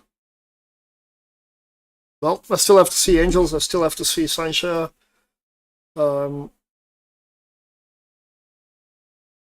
Income can suck for drone ships. The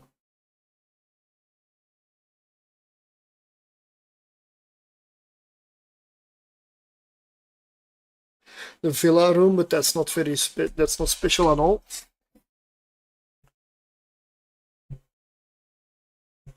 So Sancha Income Angel is what I wanna definitely have.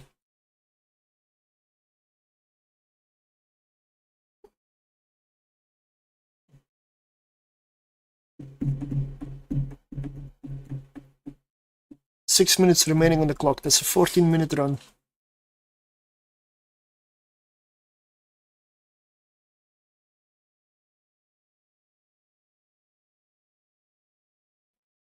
And I'm starting to think I'm gonna hang a cloaked ship here with remote armor and hull rips for my drones.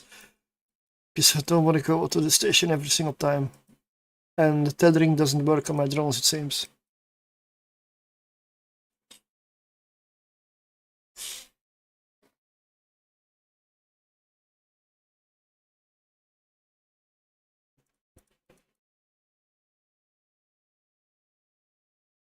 $216 million.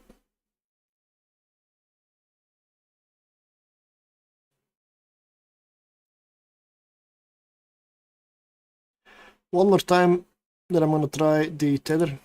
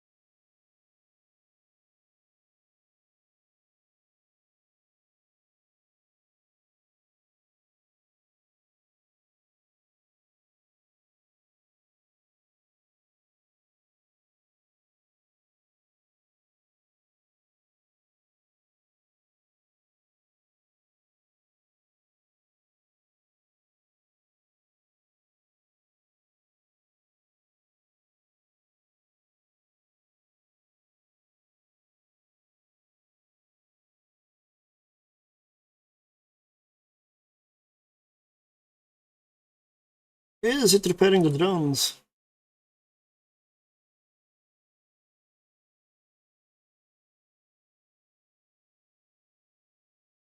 Now it is!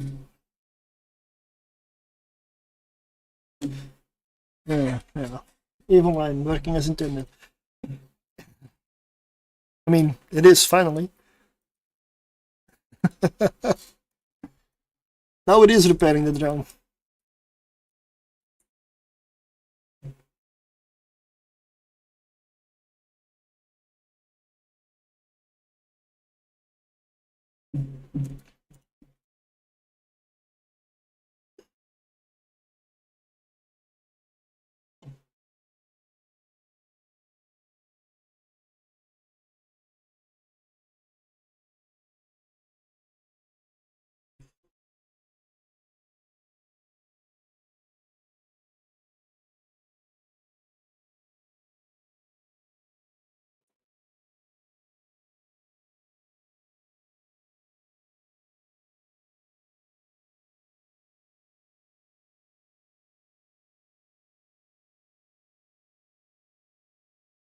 Alright, we're all done, let's go. I am gonna get a Logi ship out here, or at least a ship cloaked with a remote repair on it. Maybe an Orca. If I have one around. Should be one nearby.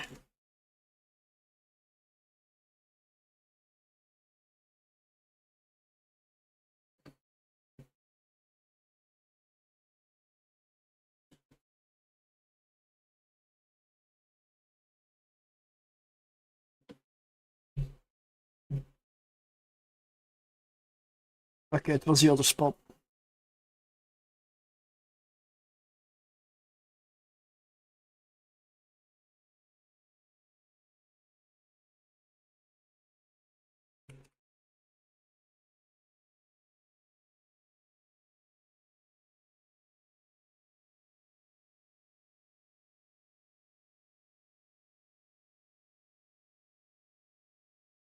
Fresh drop for evil line detected.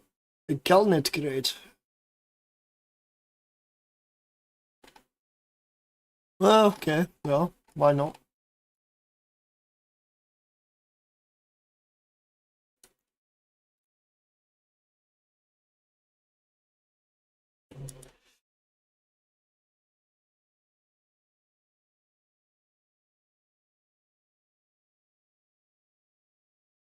Okay, another run. I gotta do a lot of these runs. I'm so happy it works so far. Charybdis.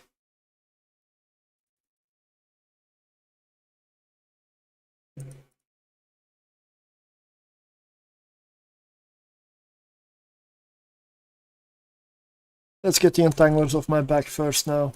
Let's try the different strategy.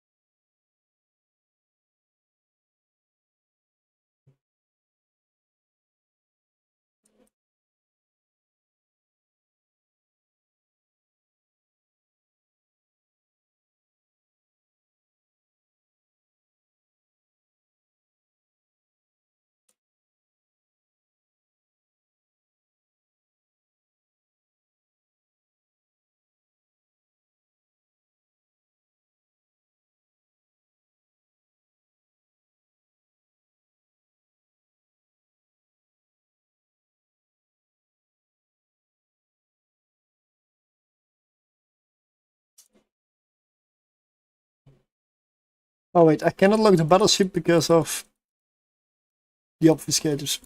My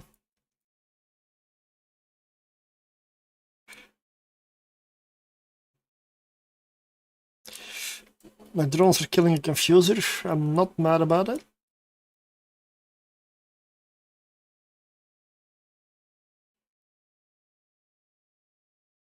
Missile range 21. Okay.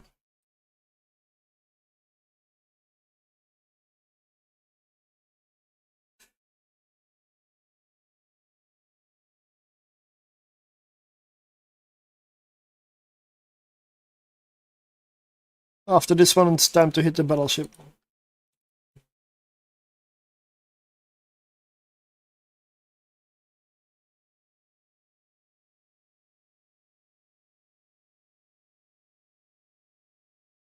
$19 million.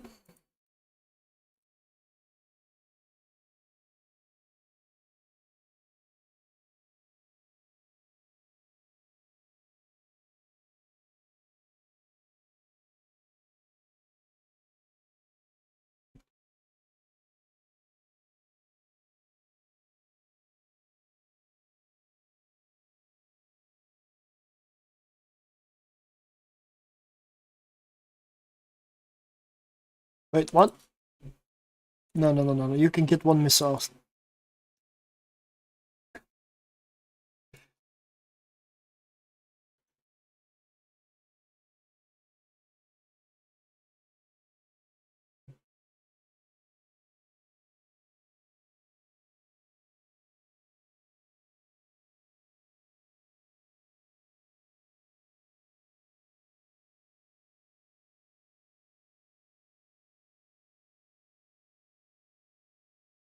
I do like this song. I'm gonna add it to the list.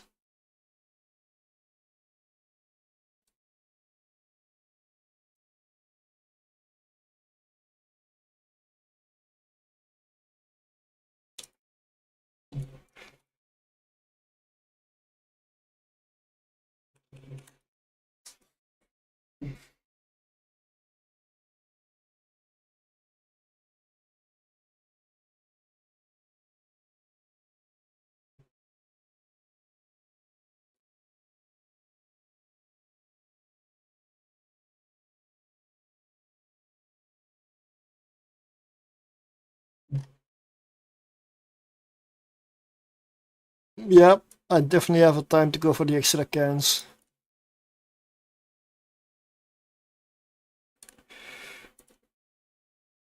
since I have something on the way to a trade hub, I'll go check if I can pick up a spare Undertaker launcher somewhere. It should fit with the rest of the ship. And then we can try that out. See if we can also afford to be greedy at the same time.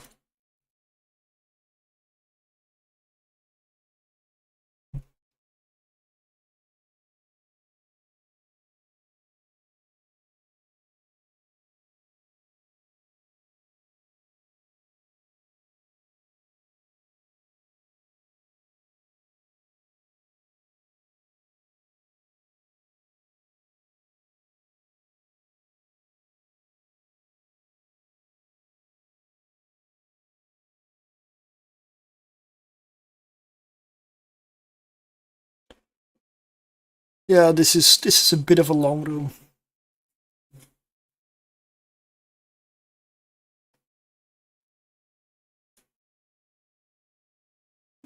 Six minutes in.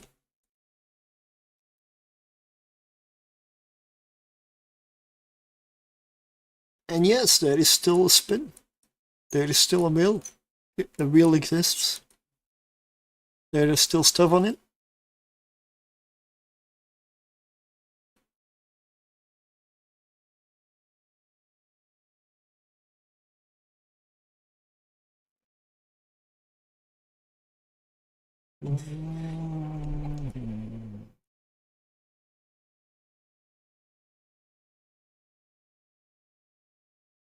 Drones in.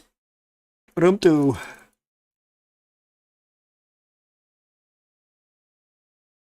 Let's go.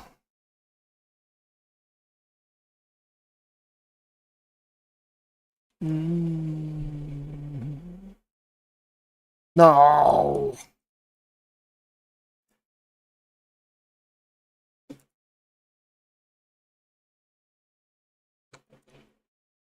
Not again.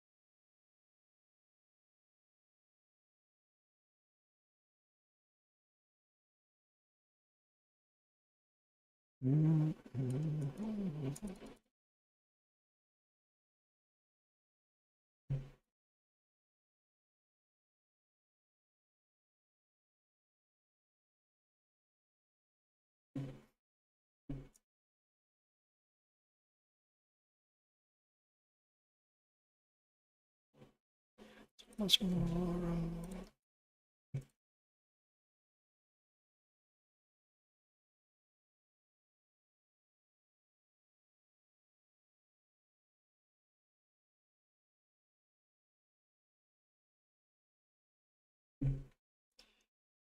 Let's see if I can manage to kill both of them before I lose a drone.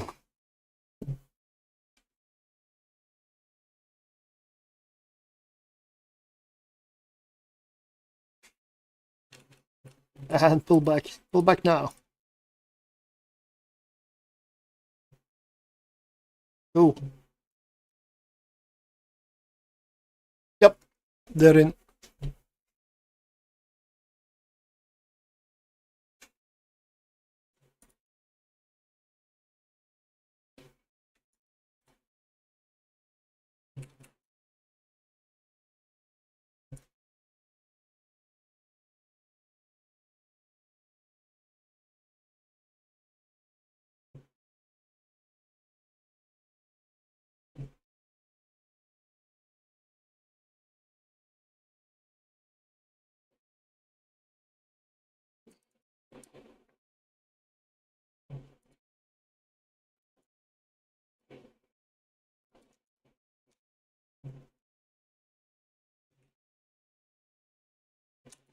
Really?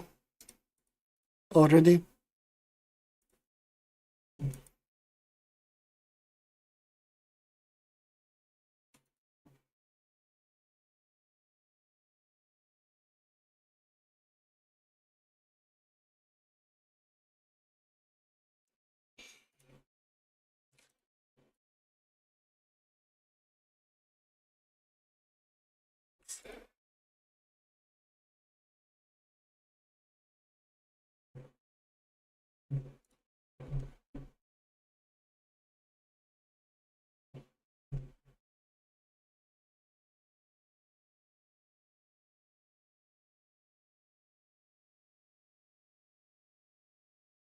Cataclysmic electrical filament again, 106 million.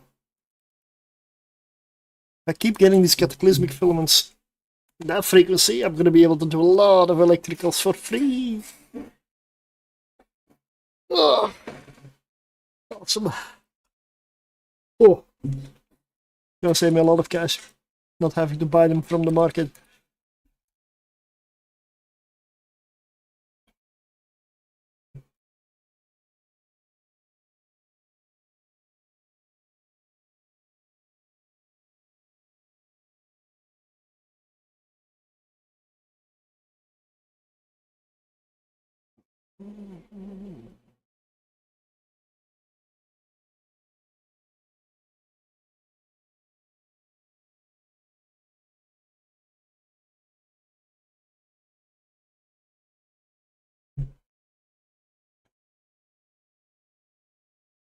Drones in.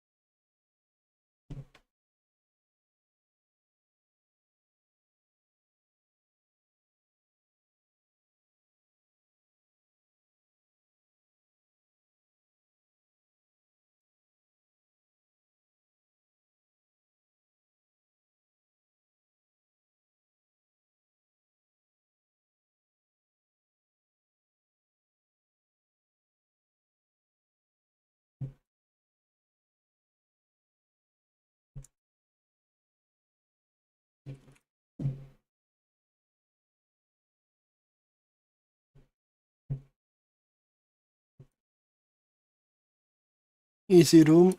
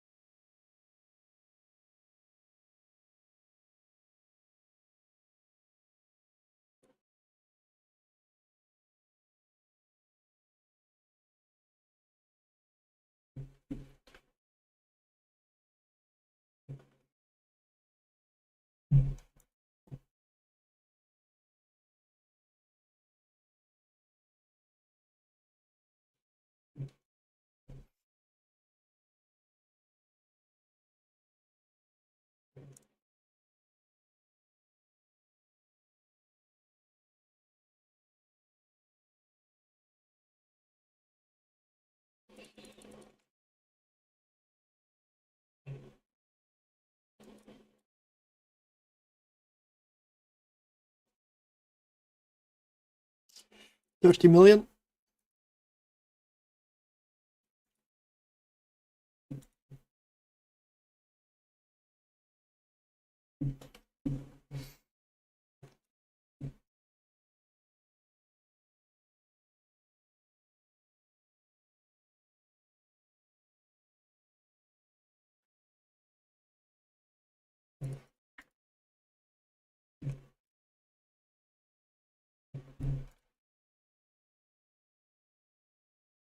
Timer's above 5 minutes. About 5 minutes.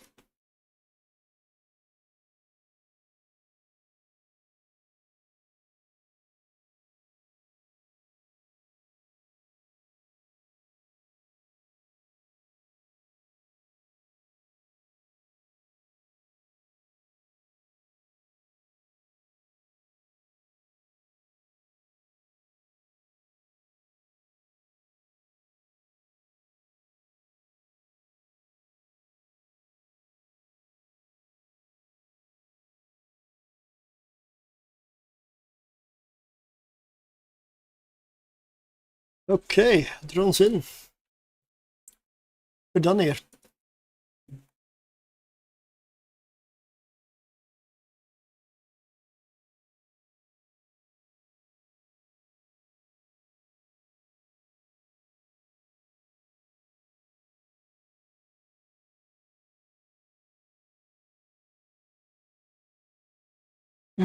What would be a good ship for some easy armor reps and hull reps?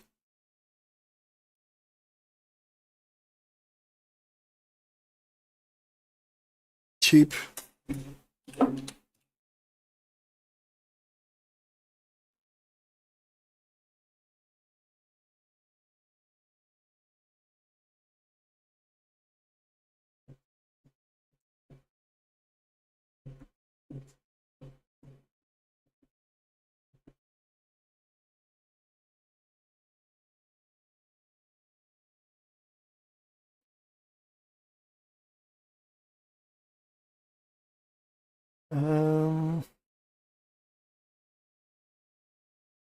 I've got an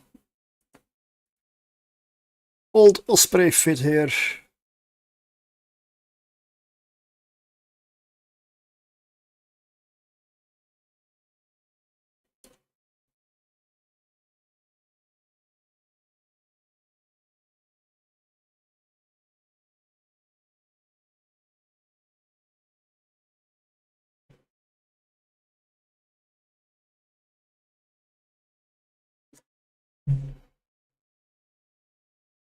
I'll bring that one back.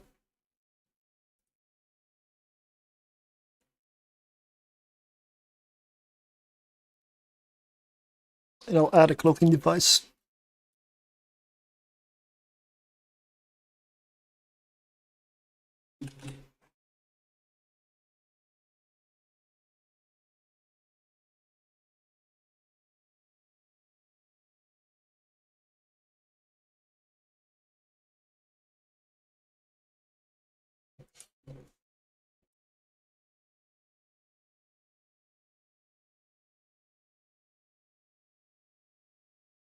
And a medium shield extender.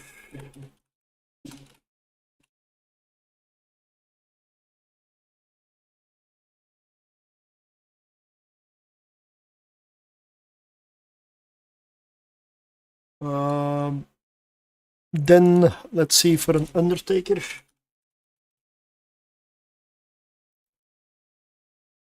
On the market, not a fit.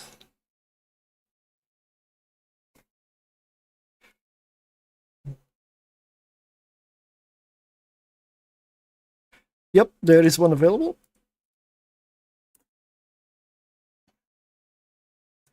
Let's bring that with me. There we go. Port ship on the way. In case the game bugs out again.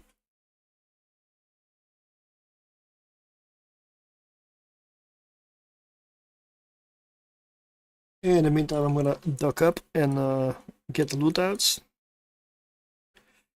Got 10 jumps to do. On the other one.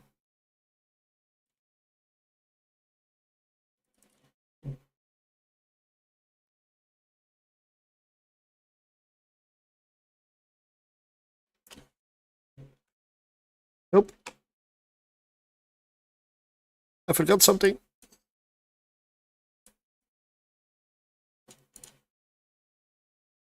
The armor reps.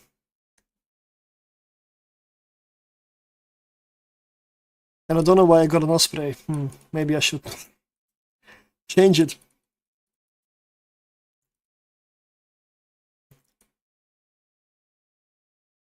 To an Oneros. What is the other one? Executor.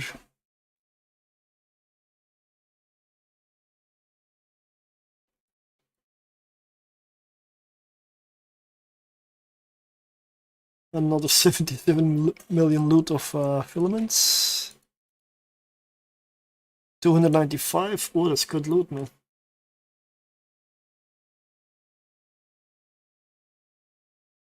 So far for today, we're at 620 million, little more, without any filaments. They're not counted in here.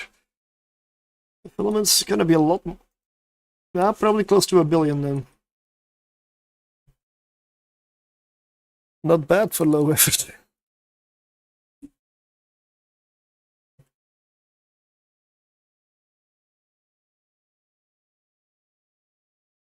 Uh,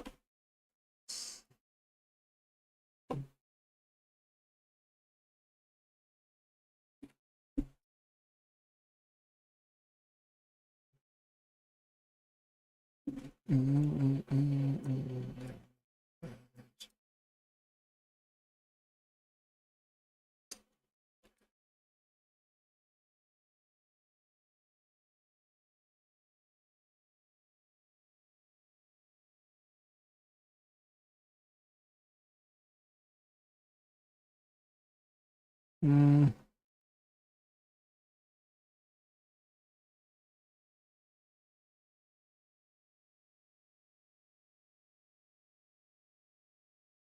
Just gonna fit this one.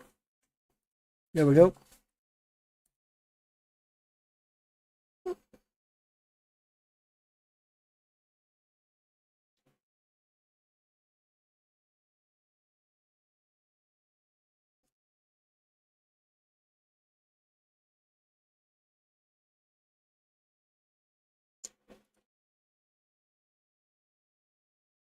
Okay, we got a cap stable launcher on the way. Not that I need it, but it was in my fits, so used it.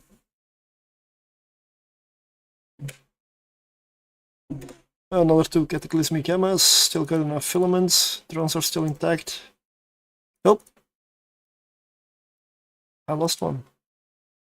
Hey, Valkyrie 2. Yeah, it's restocked.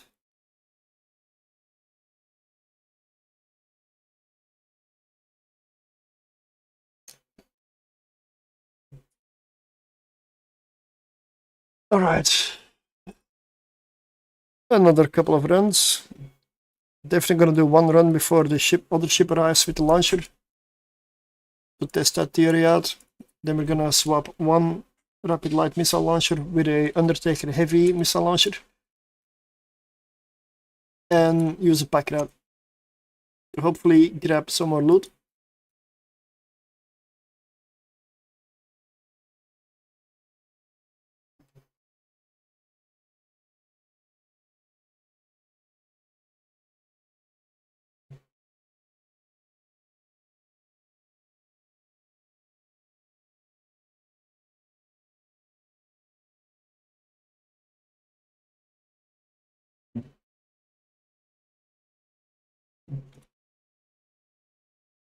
That was a long mark.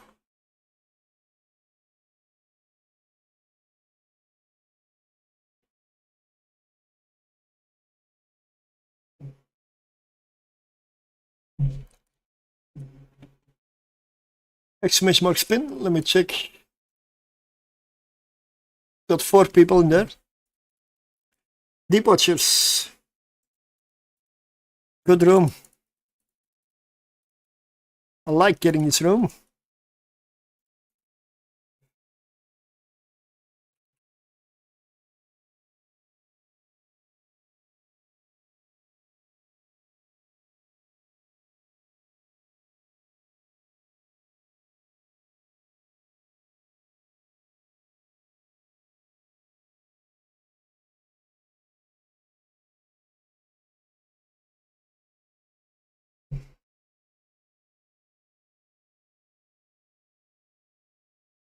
Now, if I had that heavy launcher, I could already pop this side node and this one soon. If I fly a bit to the side, I can pop the last one as well. And then we go in, drop the tractor, and while killing these, the loot comes to me. That's the idea.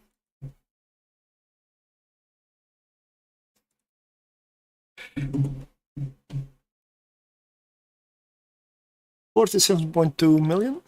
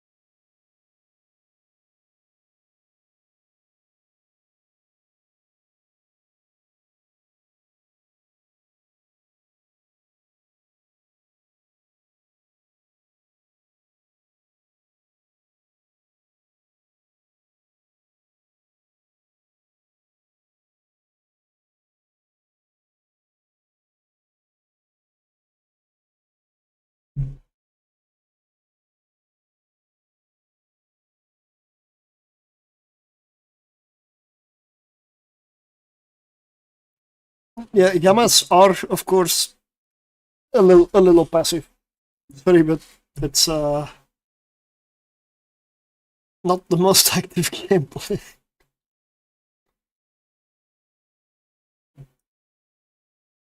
But I guess that's also the beauty of it.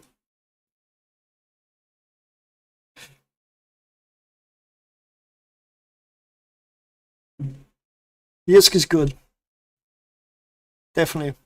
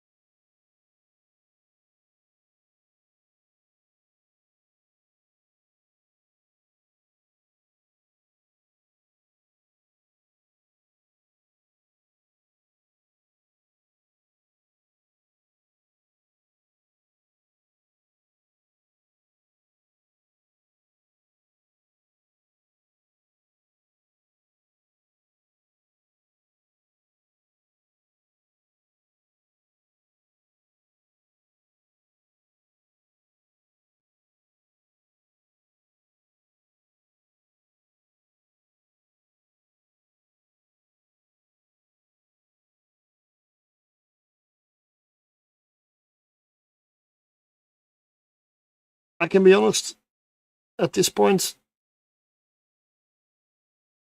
I believe it's okay to watch a movie on the side.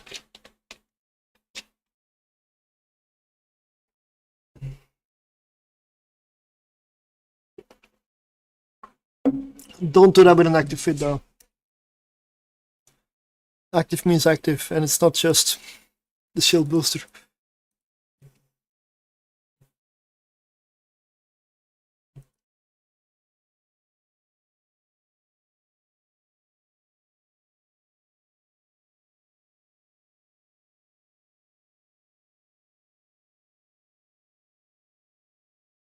Decent time.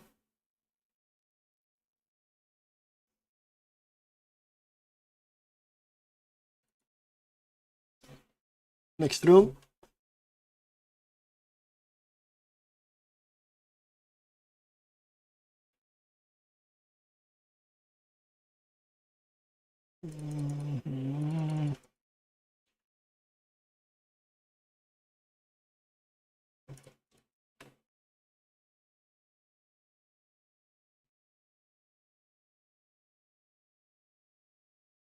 Yep, okay. Going for the Starving straight away is nice, we sure, yeah.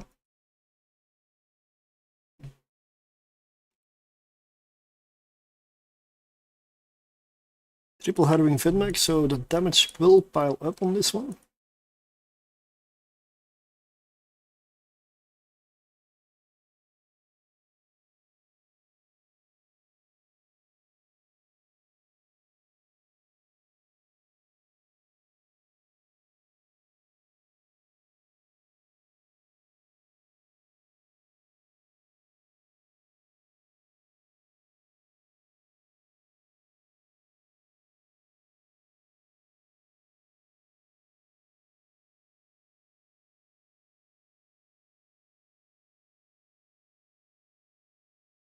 I'm gonna take out one of the Harrowing Vidmax already.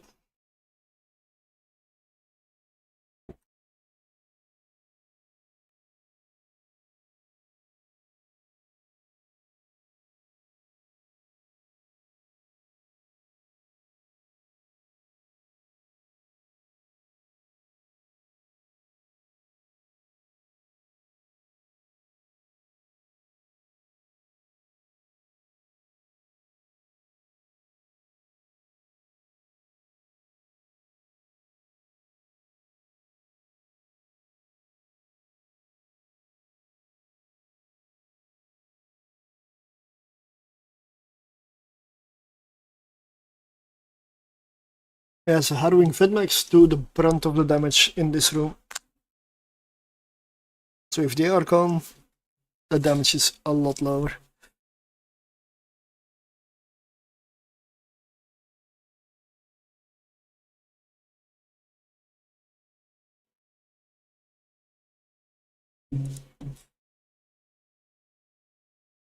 $41.8 million.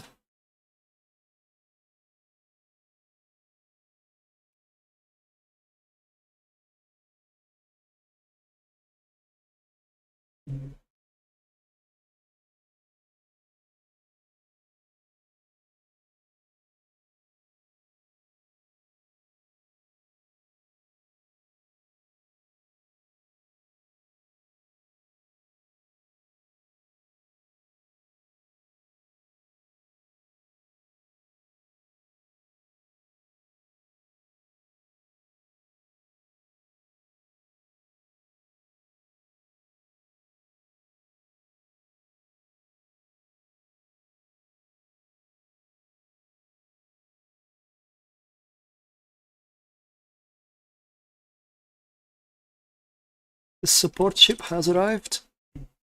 I can repair the armor of my drones in space now, without bugged tethering.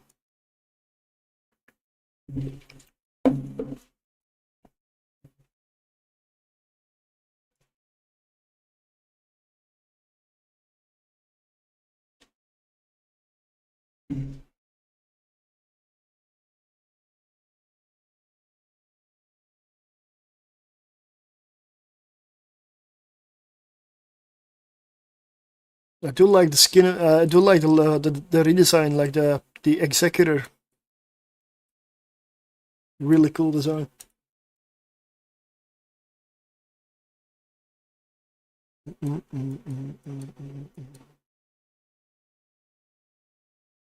So after this run, I'm gonna head to the station and fit the Undertaker heavy launcher.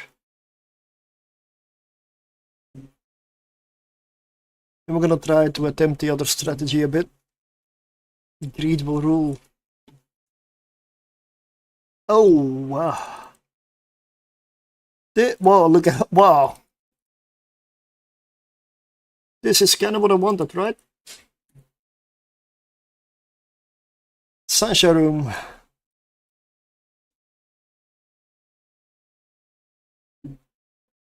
This is one of the rooms I need to beat.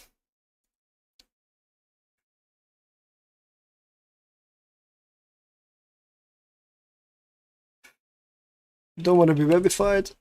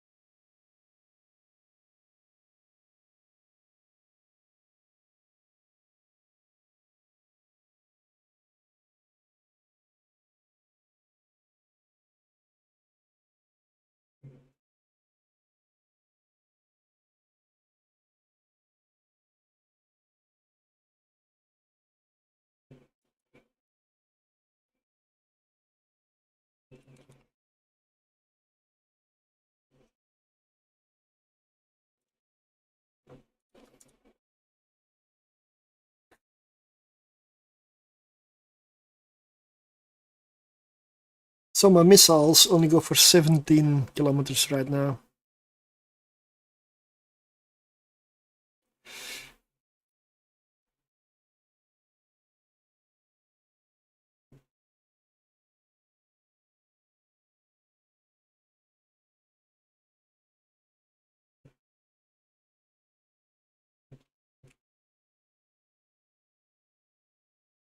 No, really? Oh, finally, last volley was in the air.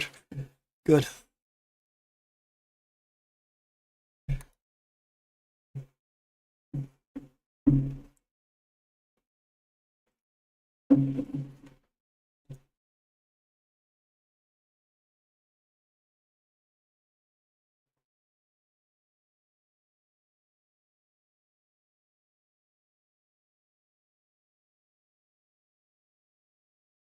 All right, now it doesn't matter. This room is done. They just don't know it yet.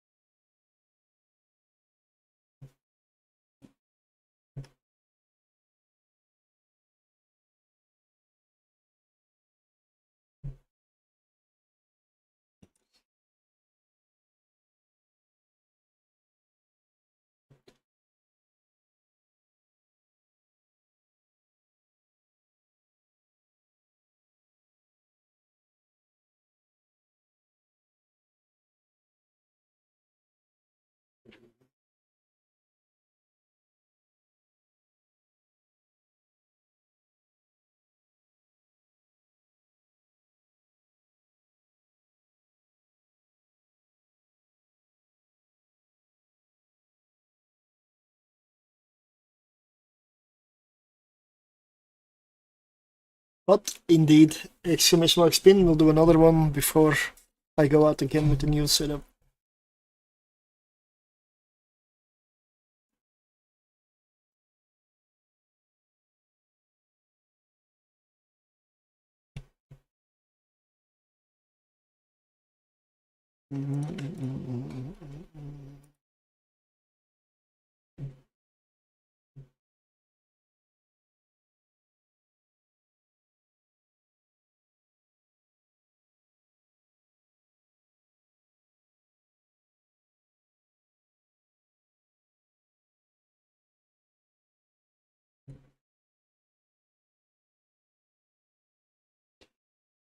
$17.4.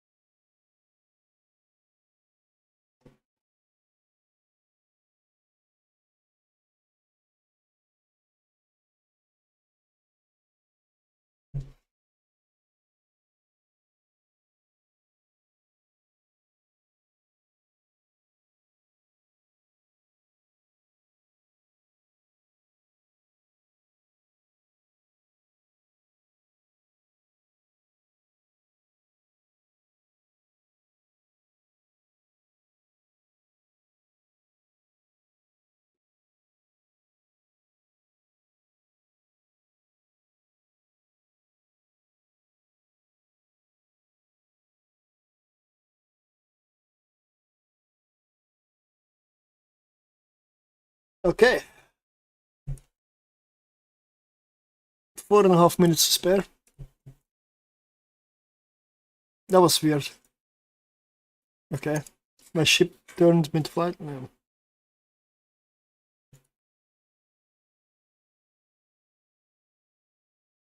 Okay.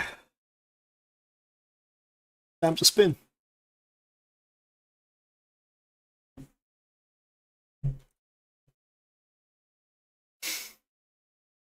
Alpha Lixo.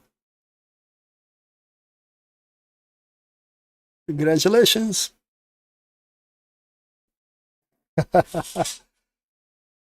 Yeah. Oh, sorry if I missed a comment. Yeah, this setup is incredibly chill. Absolutely. Oh yeah. The danger is that it's so chill. I see that as a danger because complacency creeps in pretty easily. And that's when they jump you.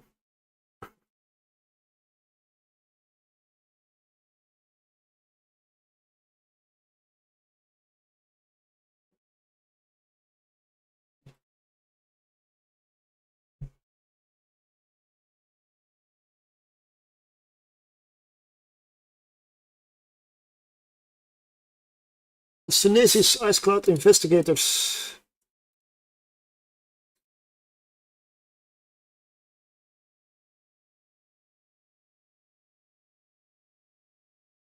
How do I still have 21 of those? Where did they come from? Ice Cloud, is that a skin from an event? I believe it is.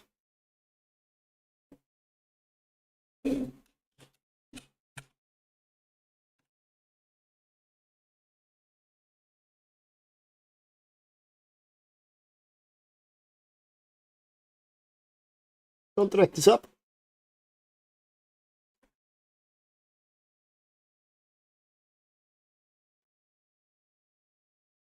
This is the skin.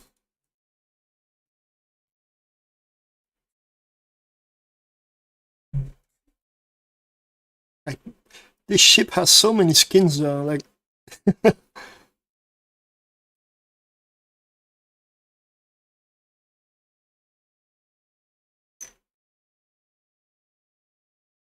yeah. I always find that this makes sense with these banners here. Of course.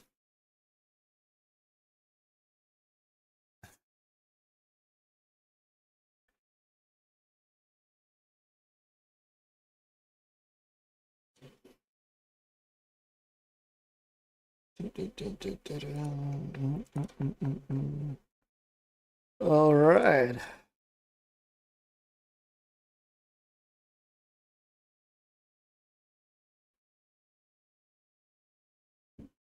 Let's see if it fits. I have not tried fitting this before, so it's possible that it doesn't fit. And then I'll have to adjust some stuff here and there. 106 million from the last run.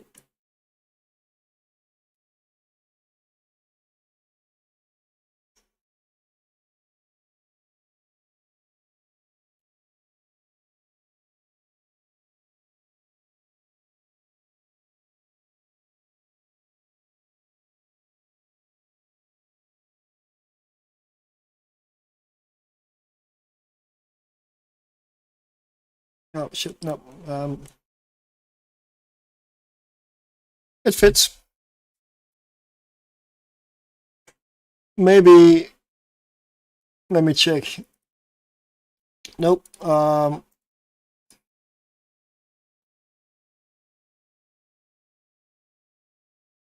Variations, let's see. This one uses 32.2 and 81.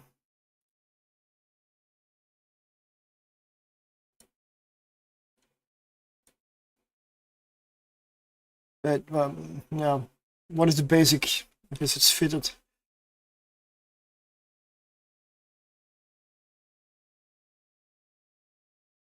Let me check what the basic one is. 43 and 90. So that gives me 20. No, sorry, 12 CPU. That's not gonna fit. And 15 power grid. Nope. I need to fit the Undertaker. Okay.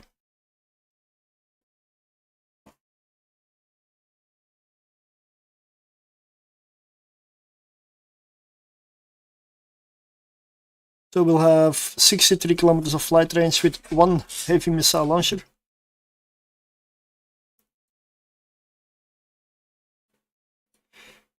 And then we can drop a pack rat in.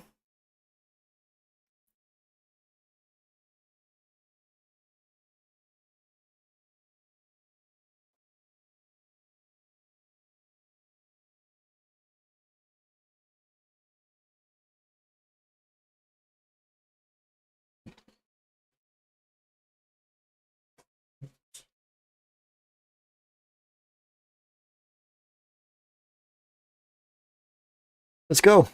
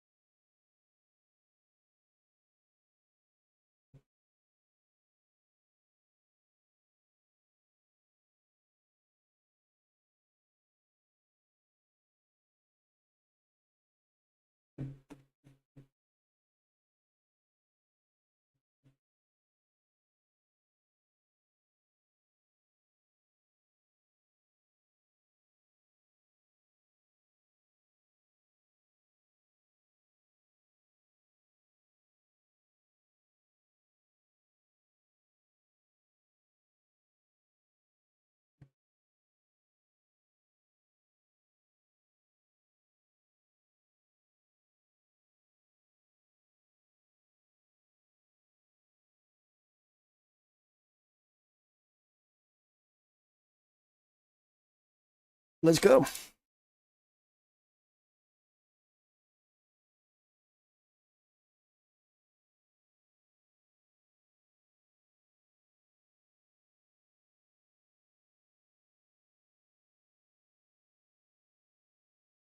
People watchers. All right. All right.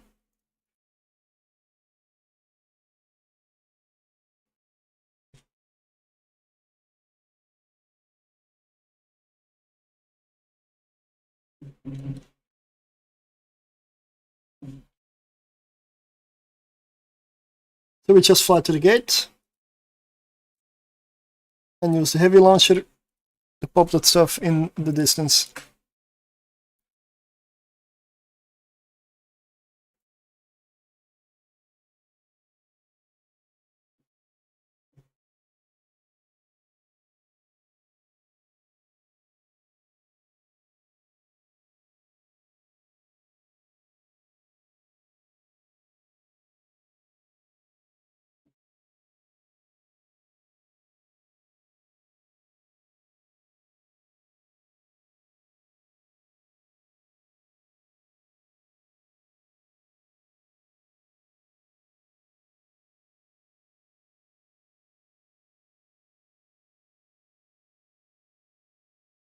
Set up a tractor and the loot will come to me.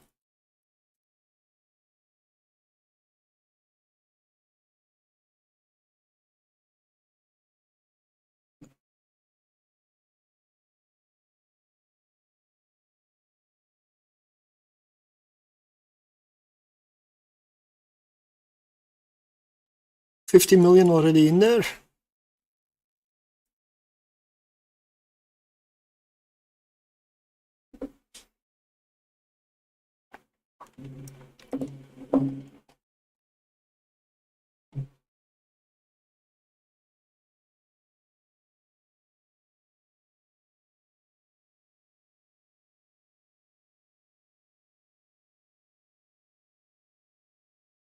$62. It is worth going for the extra loot in tier 6. It is worth it.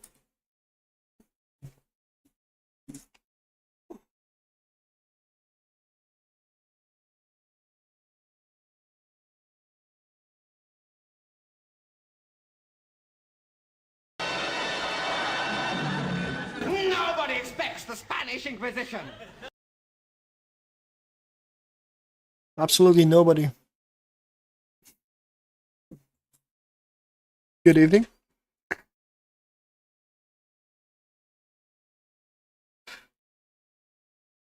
Well, yesterday was a great success. Today is so far the same.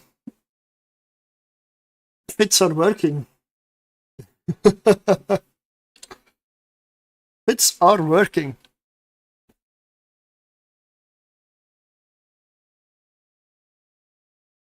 We're up to 71.6. Yeah, no ship losses. That's unusual.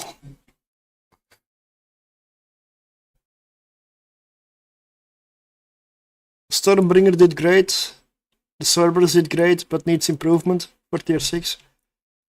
And this thing, honestly, it's going fantastic.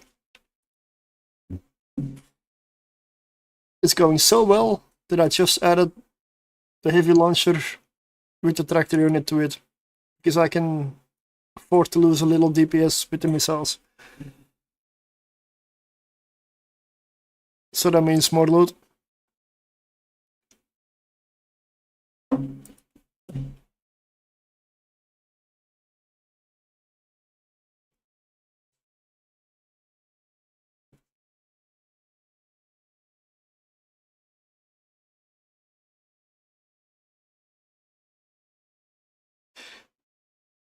It is still weird how ships fly through those hitboxes, like as if they're not there. Yep, fully passive. I mean, no, not fully. It has one resist and an afterburner. Yeah, passive Gila. And since it's tier 6, I mutated this one. So it has Abyssal Shield Extenders, Abyssal Drone Damage Amplifiers, and 4 mutated drones on board.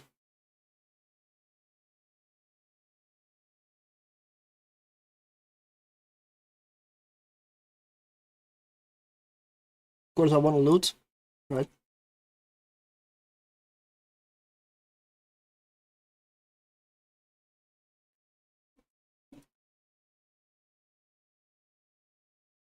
But the fact that this works means that I have hope for Firestorm. Not with a passive fit, but with an active fit, but still. The fact that the timer and the DPS is okay. Whoa.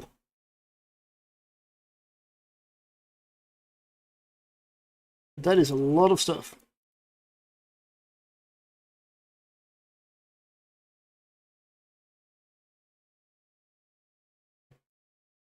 Is there a battleship in here? Nope. They forgot to put Karen in here. I guess she's off complaining to the manager. Good for me.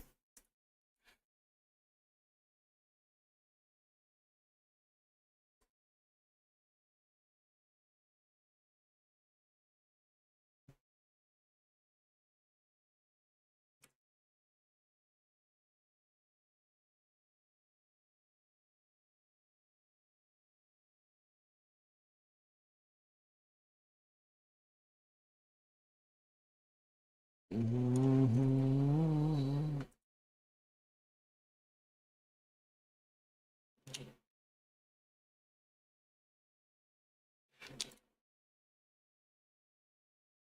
Let's drop a tractor.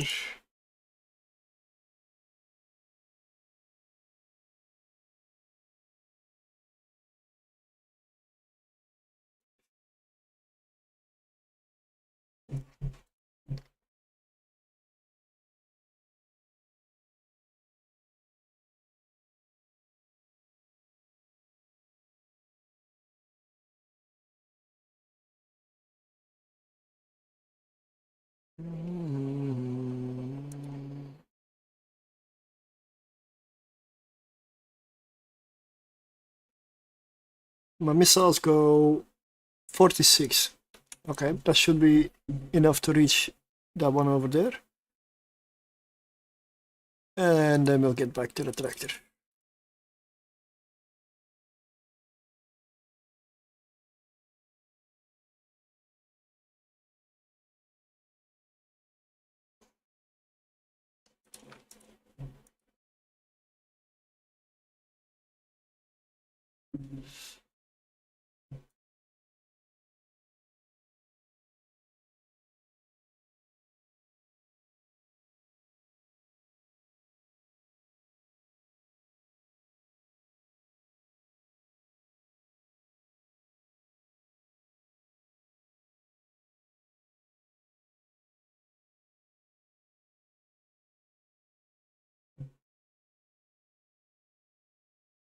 Let's see.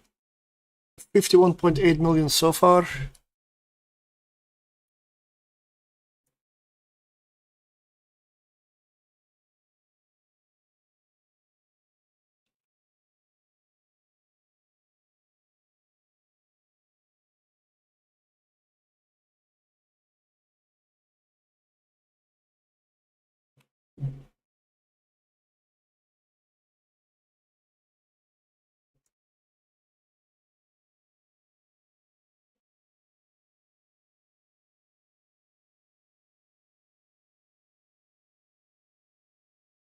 Yeah, these illuminators are not dangerous at all without the battleship here, without Charybdis Tyrannus. Because these things can be a real pain if your signature is big, like with a passive tank. Because that means the battleship can hit you much, much better. So taking these out, that's why I looked for Karen. If there would have been a Karen in here, these things would have probably, I would have killed half of them by now, for sure. But since there is none, I really don't care about them.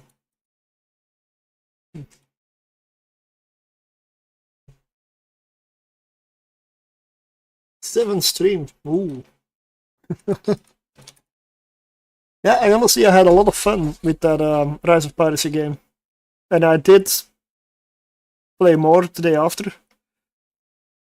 And I figured some of the mechanics out. And now I want to see whether I can take on some of the empires. And then do another playthrough with a different style or a different approach. And go maybe... Because I've been going with ships of the line, like in big gun battleships, and I want to see if I can go like a pirate next time. Go small, fast troop carrying ships and just board everything instead of that's like a high risk gameplay, but not sure if that's a good strategy or if it's intended or working. But yeah, if you don't try, I don't know.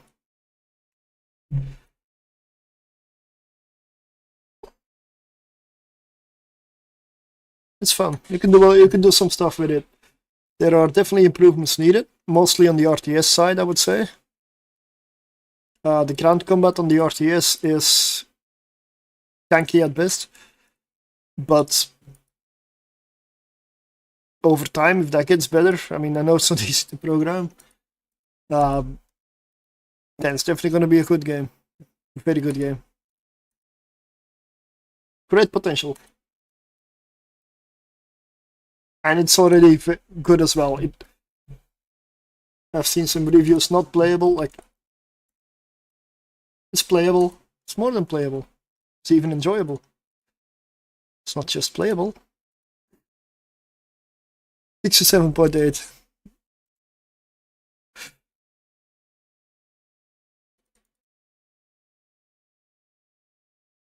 Right, let's get to the gates. Get drones in. One more room to go.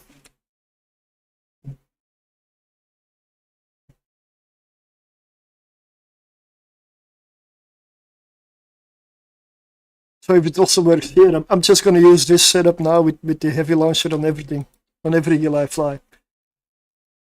Definitely seems to work.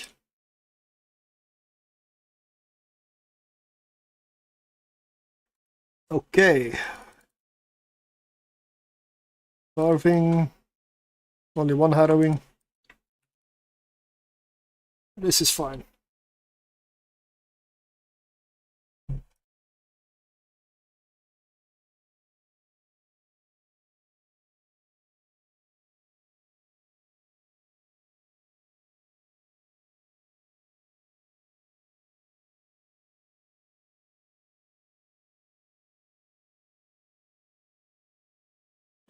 Range 37 on the missiles.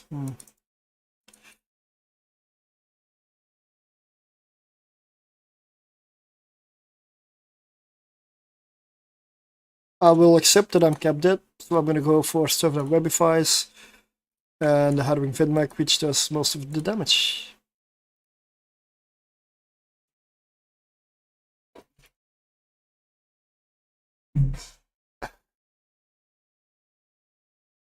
Oh, welcome to the discotheque. What did I miss?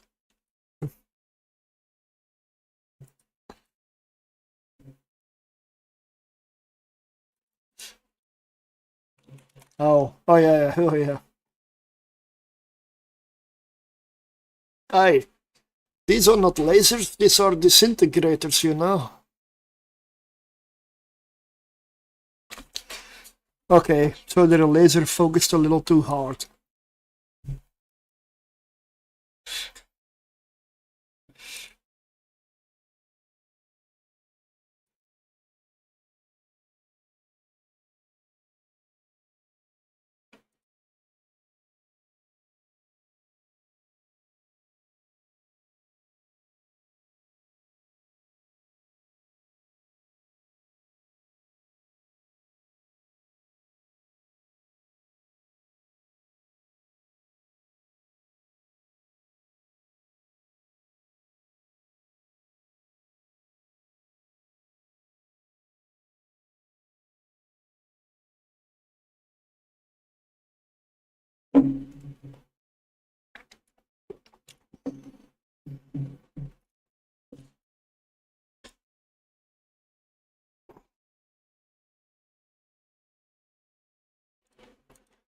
Mm.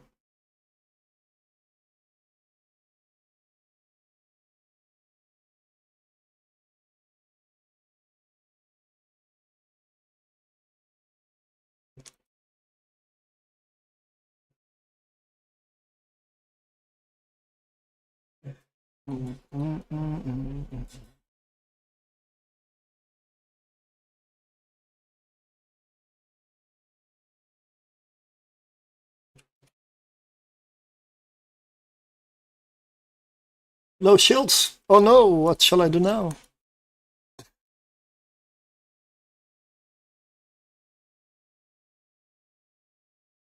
Let's see, missiles are 41. Okay.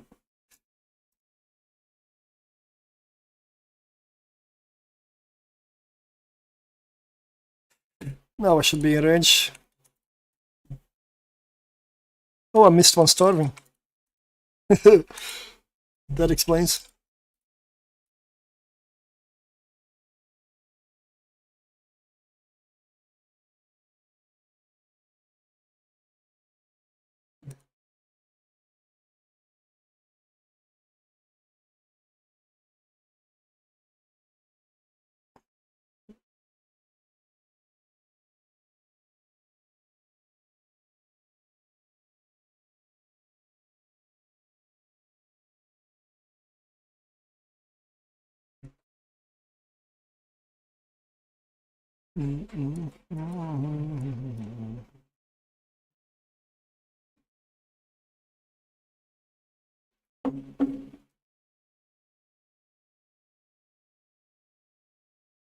We're good.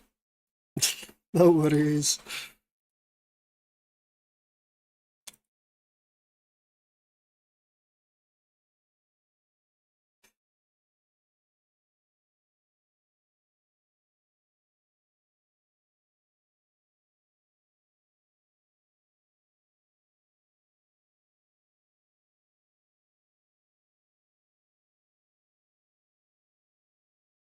And now it's just oh. I went all the way out here to pop this loot, and there's nothing in it. Thank you, awesome.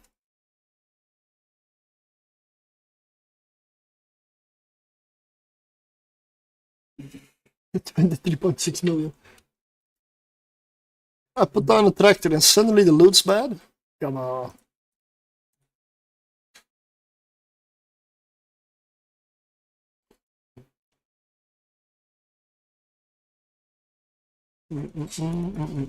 I mean, bad is one word, but it's not actually terrible.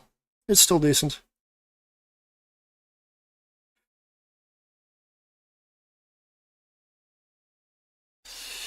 Let me see.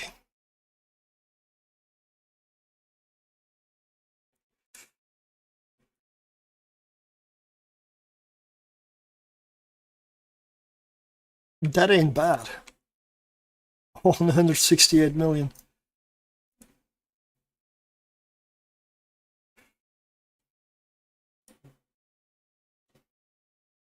Drones have damage.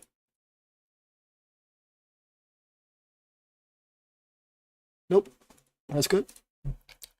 I'll let the shield recharge for a moment.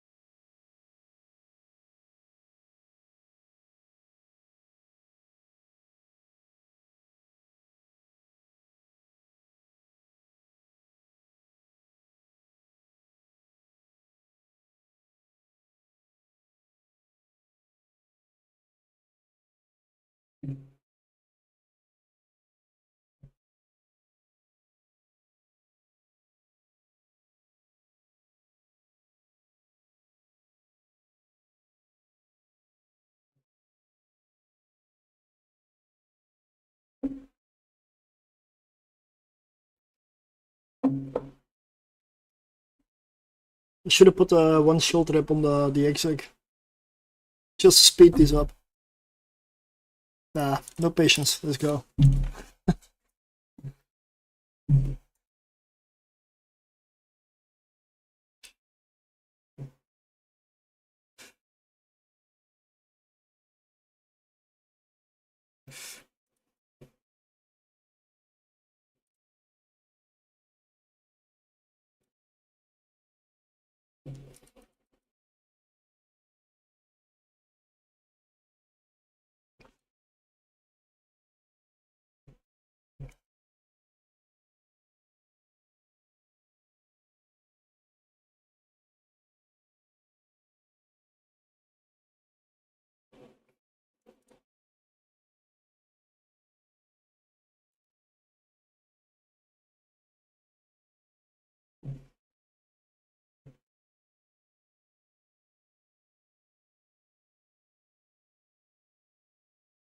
Got 41 on the launcher.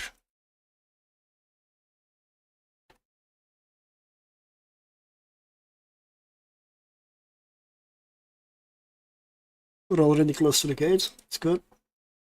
No weapon fires.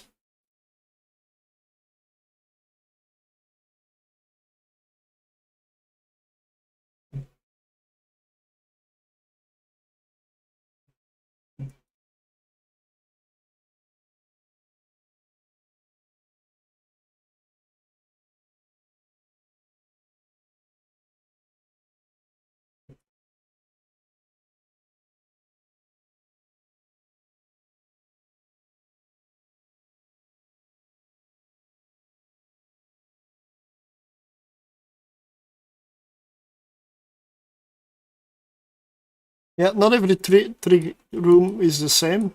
This is like one of the easier ones.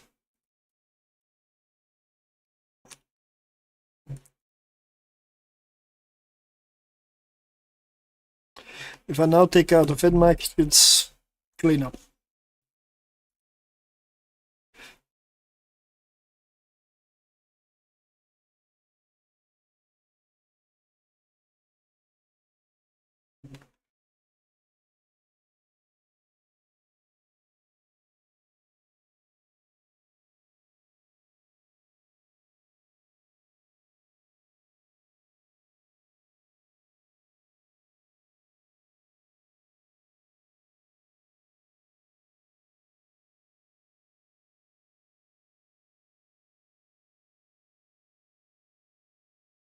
$50 kilometers. That should get this one.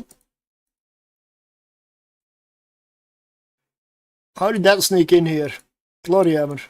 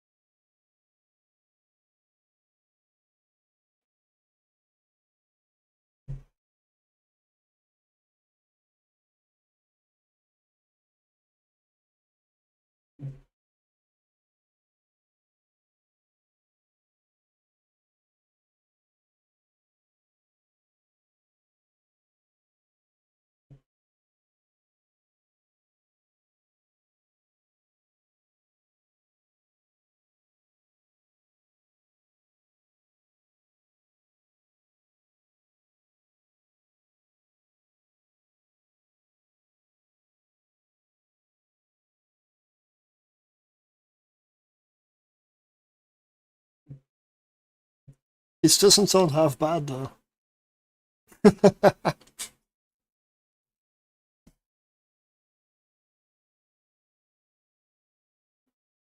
You know what?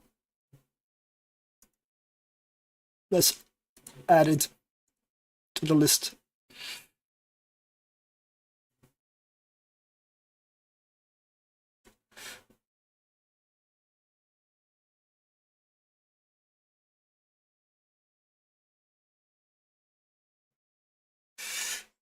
$45.7 million. Scoop tractor. And let's go. Let's go.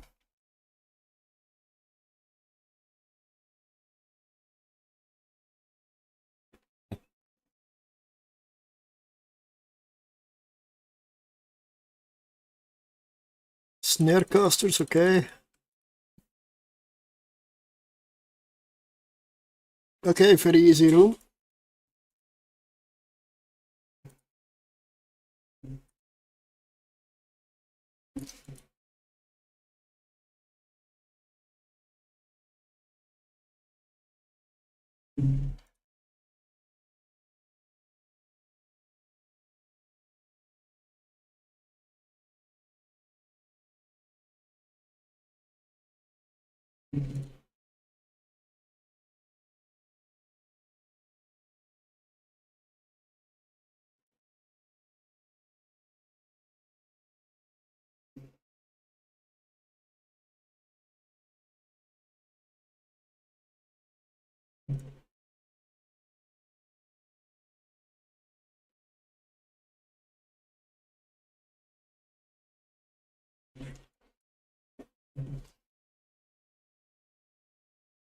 Okay, let's rub the tractor. Oh. This is one of the first songs I ever heard of Korn. I mean, this was the first album I heard.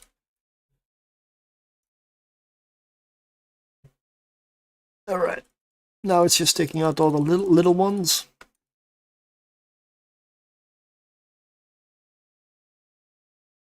$27.9 million. I really feel like the loot's gone down since I started with the tractor.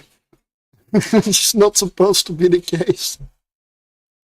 I mean, still okay, but it's funny how that works.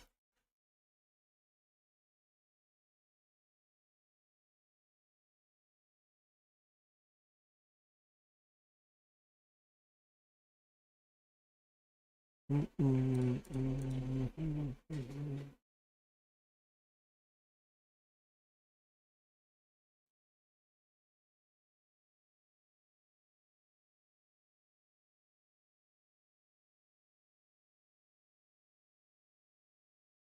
I misread this one. For me, this said Grand Ice Harvester. Like, what? It's graphite. Yeah.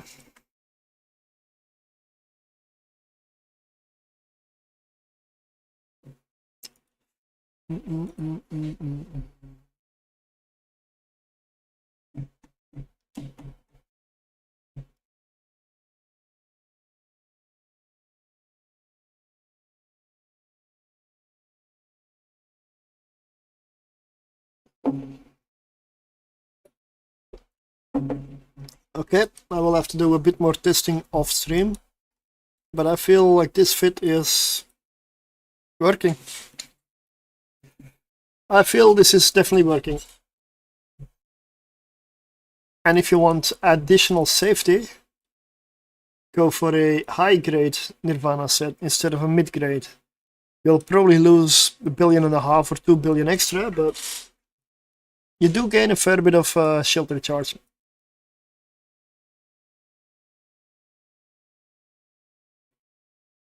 But you shouldn't need it.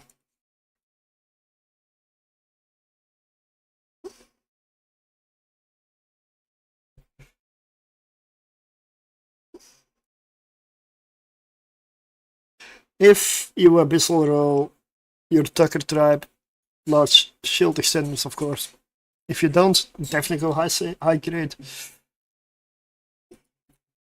So it's cheaper to just abyssal roll your shield extenders. Much, much cheaper.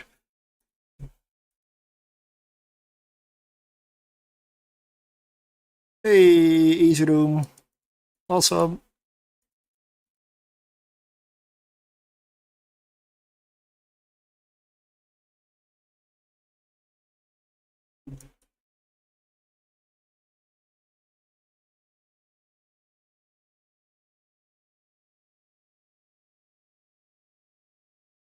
Abyssal faction shield extender, yes.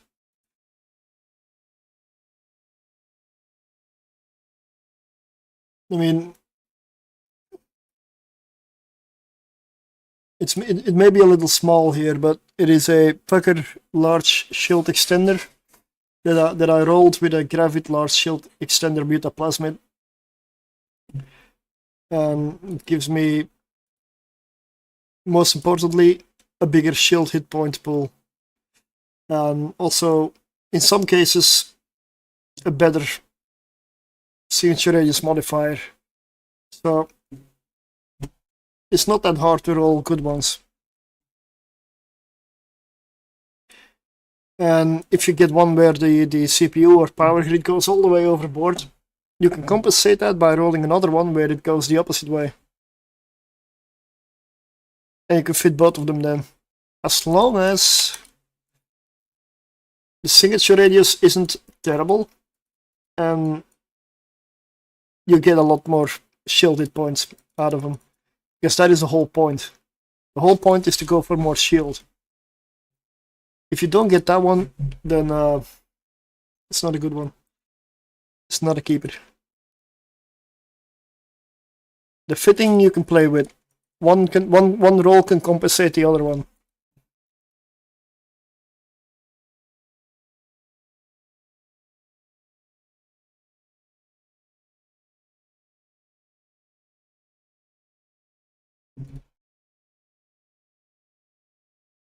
$16 million so far.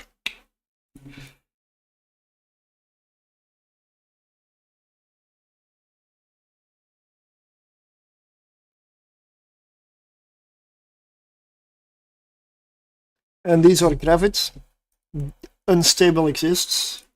They have a bigger range, you can get more out of them, but the unstable ones, honestly, they're a lot more expensive, so that's up to you. Again, you don't have to do the unstable one. Or then there's glorified, which is even better. those are even more expensive. If you want to go that far, you can. But I try to keep it relatively cheap. So Nirvana set is already the big expense, even the mid-grade. So I'm definitely not inclined to go for full Monty on all of this. Nope. Especially, I don't need it.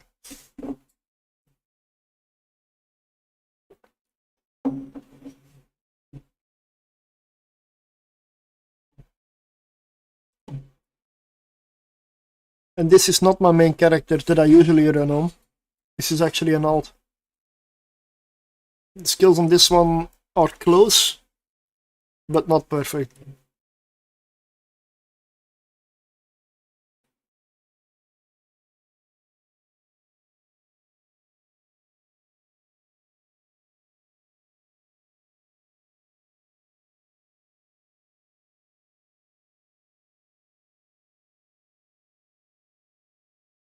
No, I'm not gonna fire Gilas out of my launchers, that would be epic.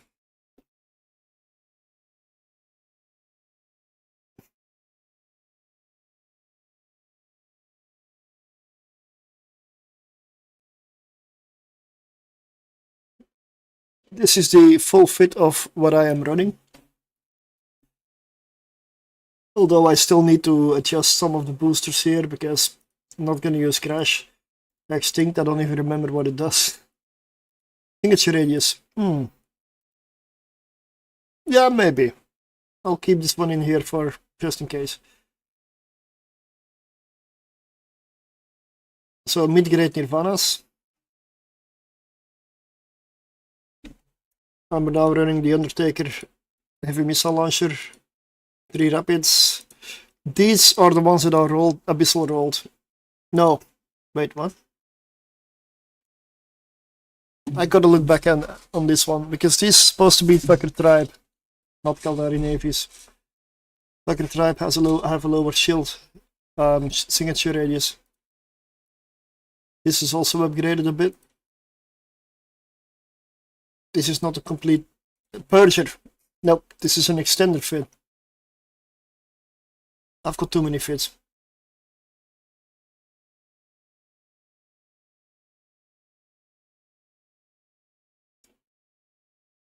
This one will be deleted. But the room is done, so I'll do it outside, safer. 35 million.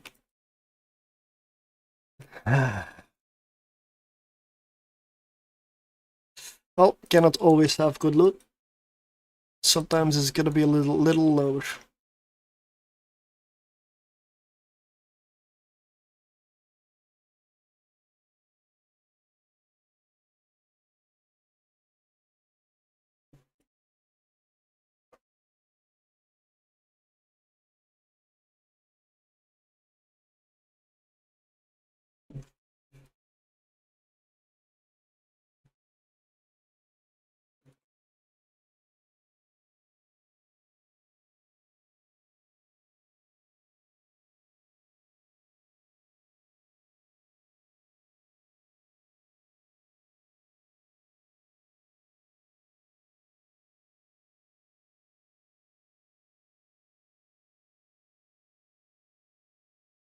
I mean, a little lower is 117 million, so like, that's still okay.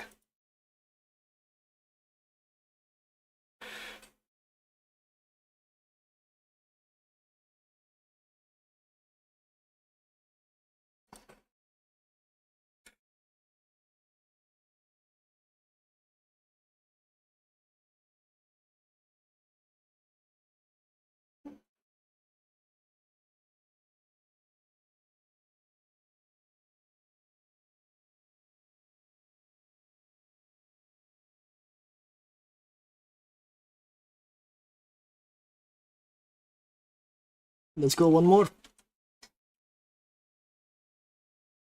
3 people in the raffle, 3 people in the spin.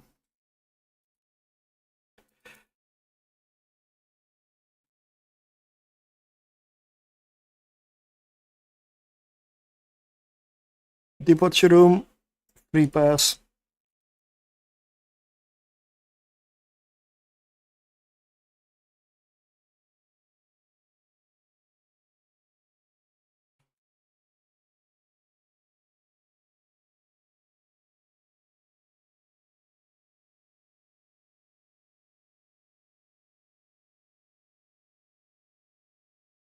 Yeah, the reason I'm gonna focus on the Gila for a while is because I want to reduce the clutter of fits that I have in Corp. I've got so many Gila fits that I lose track of what works and what's an old one. I need to properly check and update all of them because they're a mess right now. Anyone that I haven't flown or tested or whatever is recent will go. It's too many.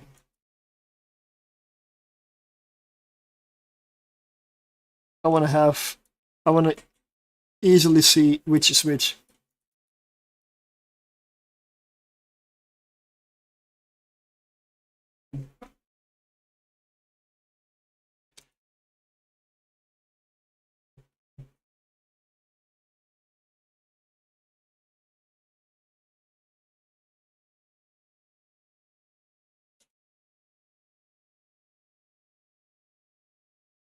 But when I'm really done with trying this out, I'm gonna definitely post this fit. But it will have the abyssal shield extenders in there, so I'm probably gonna have to specify in the comments what I mean with them, because fitting tools and such, they don't really capture abyssal stuff very well. I cannot usually calculate because every item is different.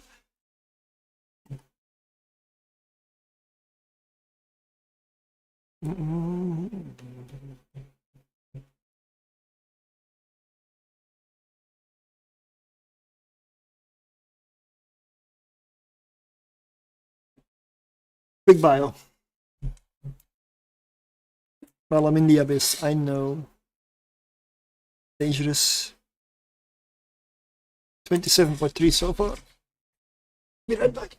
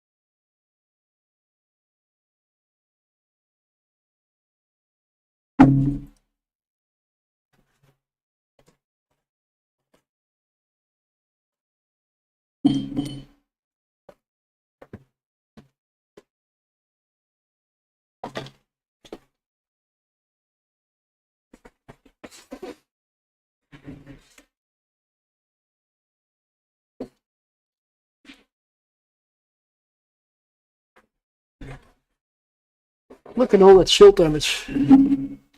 Absolute insane. How did it do so much damage to me?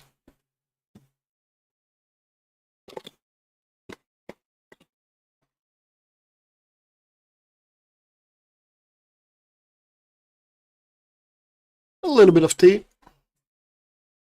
Never hurts. 27.3 really is all the loot.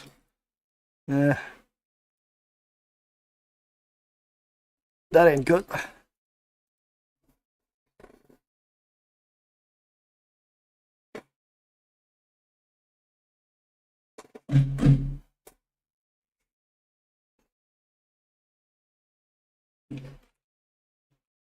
Drones in, let's go.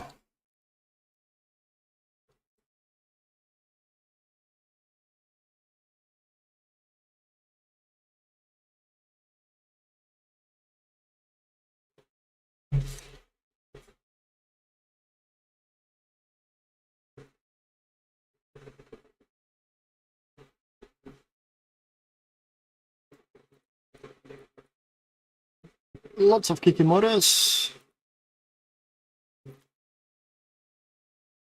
Well, look at all the ghosting. Wow.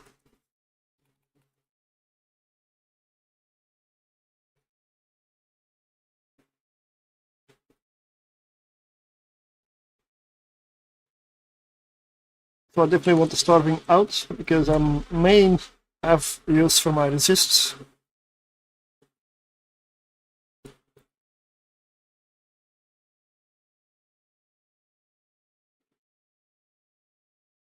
Missile range 17, 33. Okay.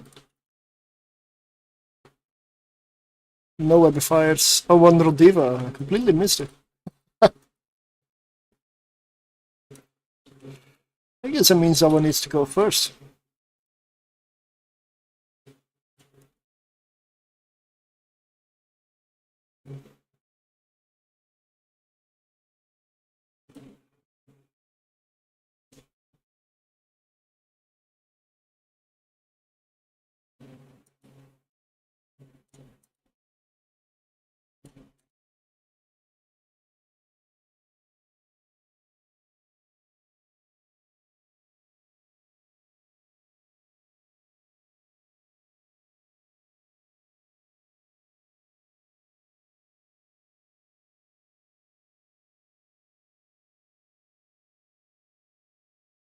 What the hell? Like, CCP risk reward a very bad low sec, and the data size it's about 2 million.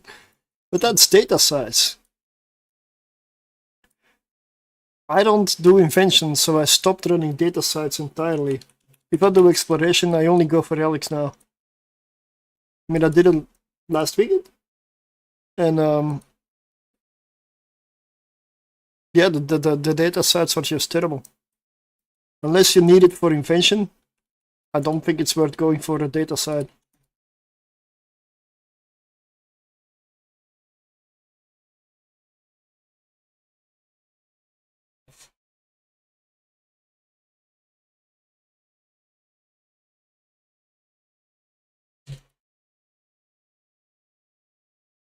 So that has not changed. Why are you attacking my drone? Seriously.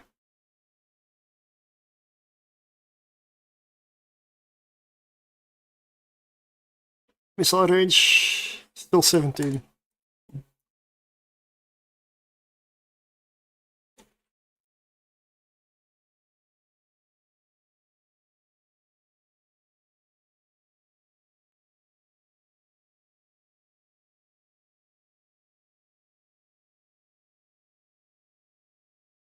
I love kikis when I'm in a cruiser.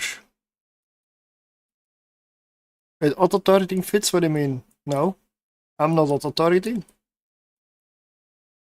I have a drone link augmenter, 3 lights, and a heavy launcher. But an auto-targeter does fit on here, yeah, but then you have to lose the drone link augmenter. Auto-targeting fits when? Oh, you mean missiles? They're so bad, man, because they never finish, they hardly finish their target. They are low DPS, and they often go for the wrong target. And then you die because the E-ward doesn't get killed. Like, cannot handle webs. You're webbed the whole time, and your auto-targeting missile just goes for everything else in the room. You don't want to do that in the abyss. Really. maybe someday for you know what? Let me check. April Fools. What date is it? Is that a Wednesday?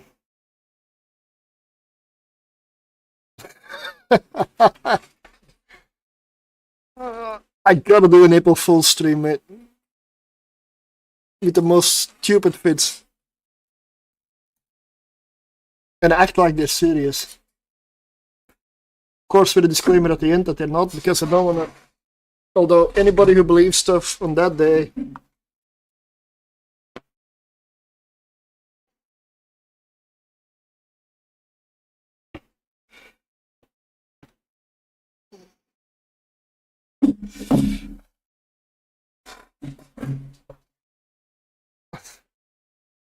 Auto-targeting codex.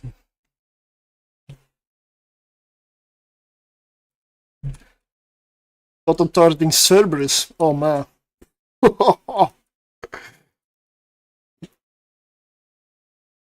It's gotta be heavy missiles as well, so you can enter the site, fly wherever the hell you want, and on the other side somebody's got like, who was that? So the range with those things is stupid.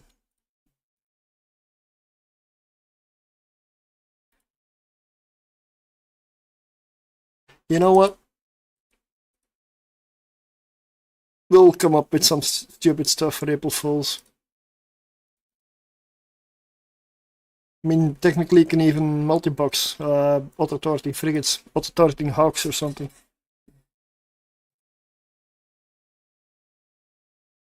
Right. So many harrowing fitmax.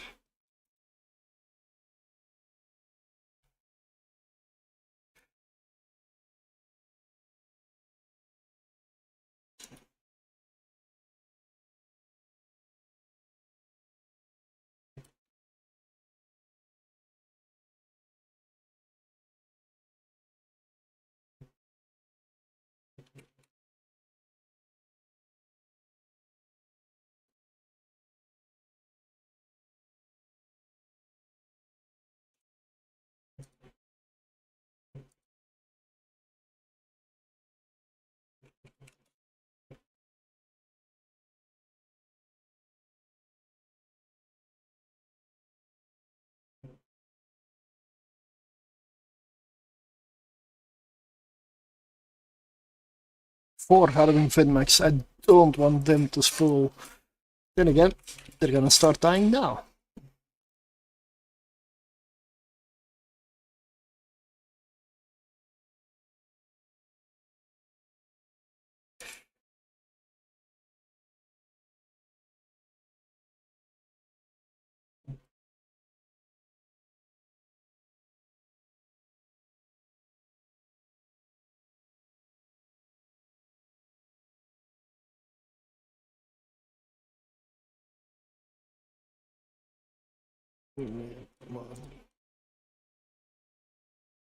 Nope, I didn't want to bloody lock my tractor unit.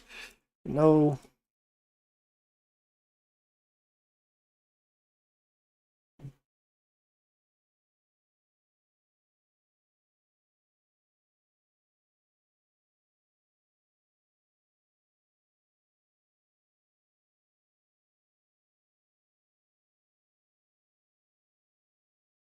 But April Fools. Maybe, yeah, I want to do something with that now.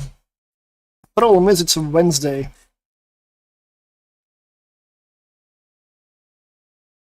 And I gotta see what shift I have.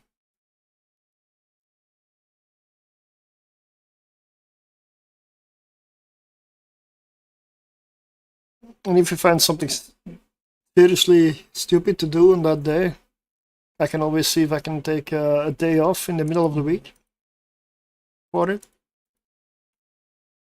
I really want to go for that.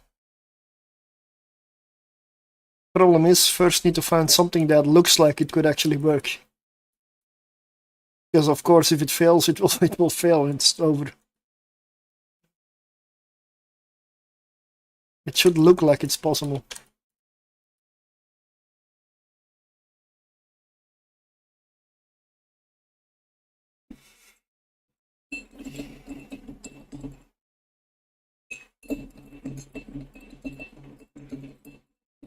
Auto-targeting heavy missile Cerberus.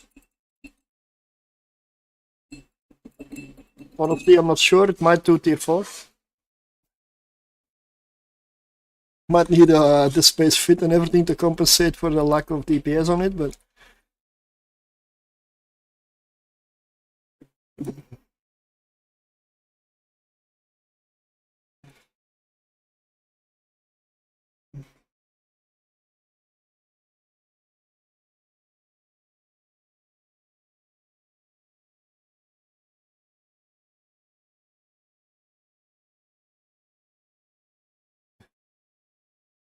what a joke. I jumped the wormhole, I got 4 battleship next to me that did react.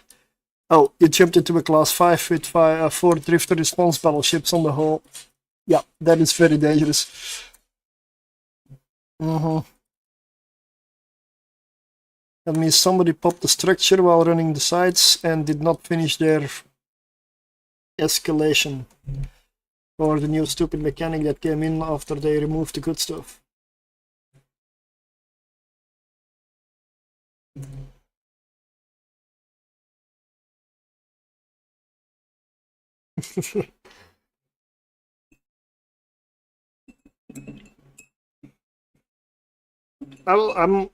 If they ever bring back the old escalations, honestly, consider Abyss a side note. I'll be in wormhole space. Forget Abyss existed. That's where I had the really good times in, like, so fun, man. The old escalations with the double carrier, 4 Dread, triple Loki, Abaddon. It's just nice.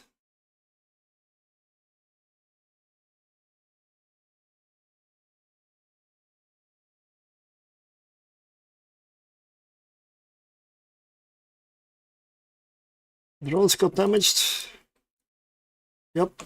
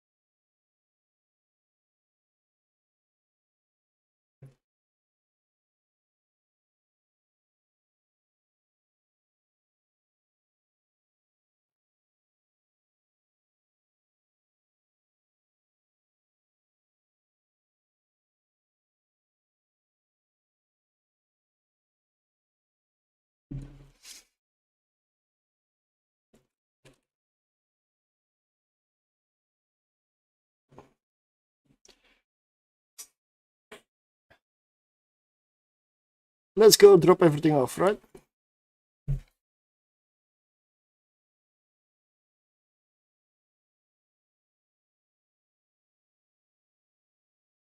Why did you not try to go back to wormholes instead of nullsec? Very easy. What is there wormholes for me? Besides planetary interaction, the best in the game.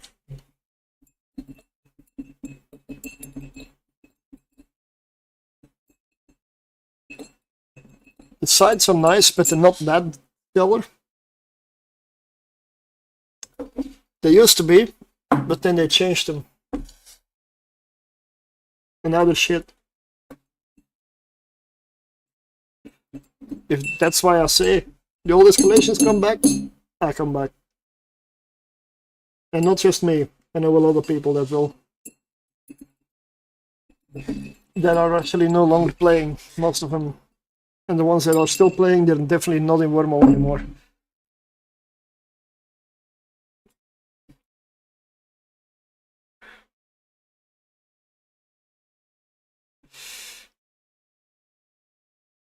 Plus you need all the extra alts and scouts and stuff on the side.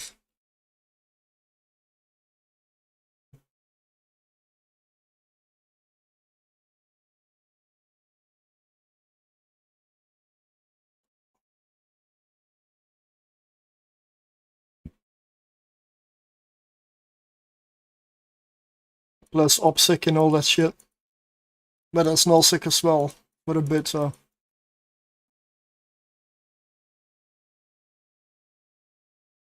And there's the other stuff. In nullsec, you're basically, I mean, a lot safer. I mean, PvP alternative, you have to defend. The requirement will be only to be sure that the home wormhole is always scanned. I mean, it can be something. And besides that, you're running abyssals in wormhole. Could be a nice baiting mechanic, sure. But not like I'm doing here. I don't want to do that in wormhole. I don't even want to try or consider doing that in wormhole. Nullsec, sure. Nullsec, the main limiting factor is just logistics. In wormhole, it is logistics, safety, security, yeah, a whole bunch of other stuff. And the fact that signatures need to be scanned and all that. It's, yeah, no. I don't want Eve to become a proper job again, on top of everything else that I'm doing. And yes, if you're in a big alliance or corporation, it can be done for you, really. But even then, that means I would have to join one of the wormhole blue blocks, and then I'd basically be a nullsec without soft. So, no. No. Wormholes have had their time. The decline, in my eyes, for me personally, has set in many years ago. I hope it changes, but it seems TCP is not really caring about it too much, so.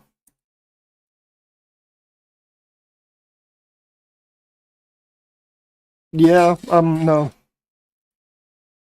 If I'm running abyssals, I'm gonna do it in a wormhole with only one static. Not in a metro line. They nerfed the drifter again? Even more? So what if that's also nerfed? Then there's nothing left really. Then there's really nothing left. I mean, if you want to do good PvP, you gotta have the good PvE to support it. The reason wormholes used to be so epic that nullsec was in a lot of cases crying about it was because the high-end PvPers all flew fully dead space, like maxed out blinged stuff that a whole nullsec fleet couldn't kill. That's why they started whining.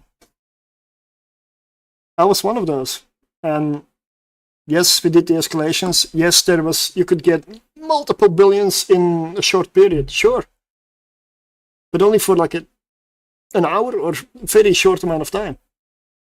And in that window, that was the cash you're gonna make, unless you're gonna go gas huffing or like. And that's what they didn't get. They just see like, oh, so much ISK in an hour. That's ISK per hour because that's how nullsec calculates. Not the same. Nope. So it got nerfed to the ground, and at that point, a lot of wormhole PvE alliances disappeared, backed up, went to null, highsec, or wherever, stopped playing, and suddenly wormhole was half empty. Were half empty, which led to it's like an ecosystem.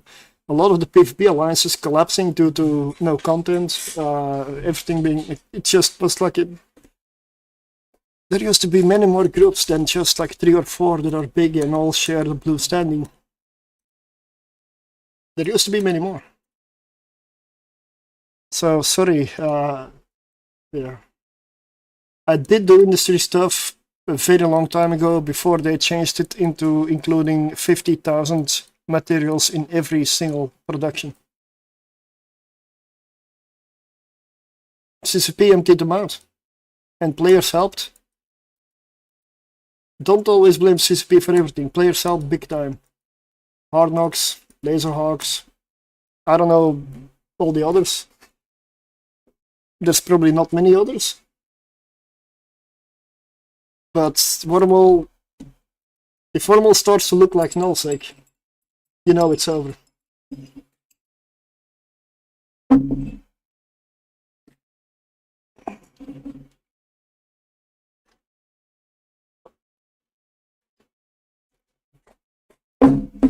So no, I'm not interested in wormholes anymore, sadly.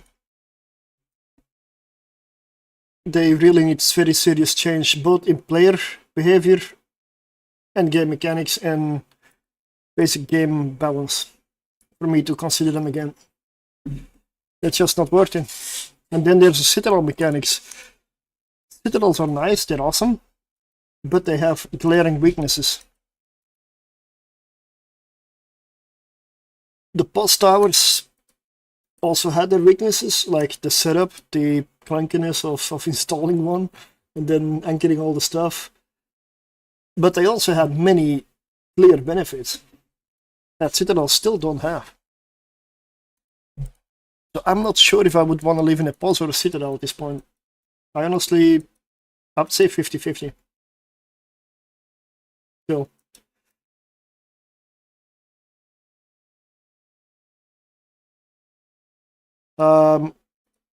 You know what? We are past 8 p.m. So one last run. This is going to be the last run I do, because I need to wrap up.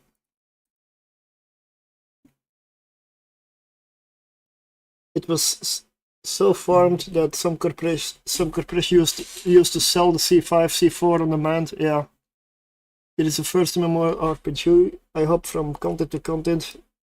Abyss, then mine, explore, abyss, then explore. Yeah. Even Line can do it. You can do a lot of stuff. And it changes as well depending on how they balance it. Let's take a C3 and push a pause and relive the wormhole adventures. I've been in class 3s a lot because of the high sec static and the easy logistics through it. Plus, you can camp the high sec static if you get an entrance near Cheetah and get free kill mails. But the problem is all the scanning and all the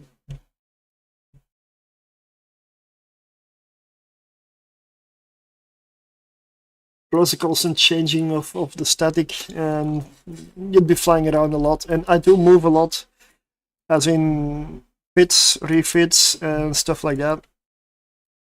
So if I had a wormhole, I would do my abyss in high sec, not in the wormhole.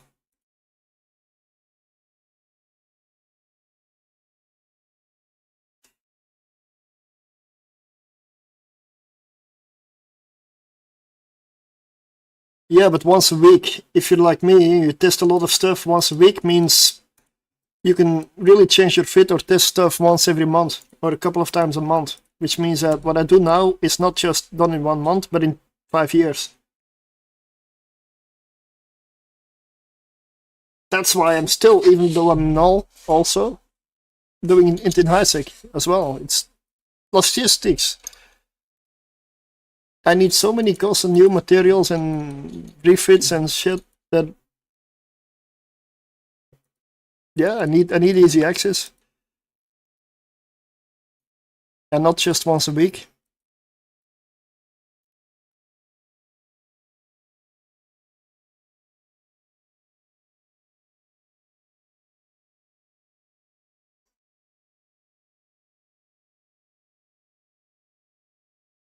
That is true, but no, I have not tried Firestorm. It's not for today or tomorrow. I want this to work properly and properly test first. If I push out a fit, I'm gonna test it rigorously, not just a couple of runs. Because a couple of runs and claiming it works is easy. And then it fails when you're not looking. So I will get to Firestorm. Because that's a filament I really want to go for. Because I want to get Firestorms on farm. Because that is what I really want to do.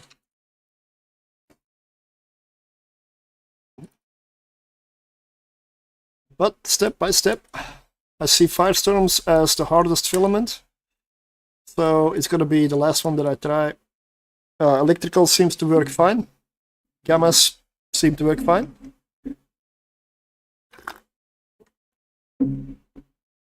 So Firestorm probably next, but that will be in a while.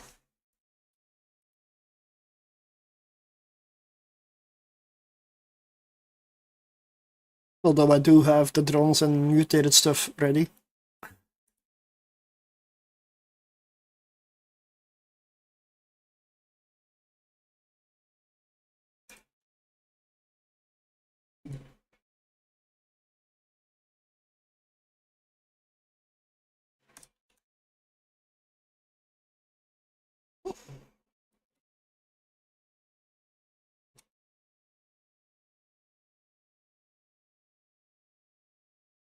Damn, this is a fast. Did I enter the tier 6?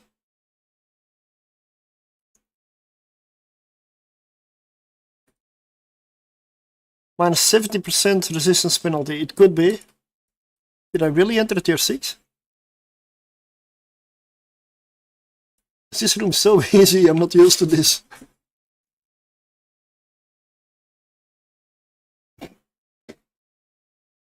I guess we'll find out in the other two rooms.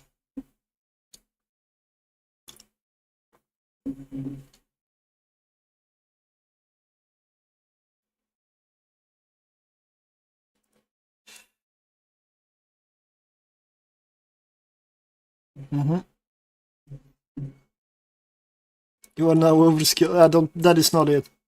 That is not it. You mean overconfident? Because that's the result, and that's getting you killed.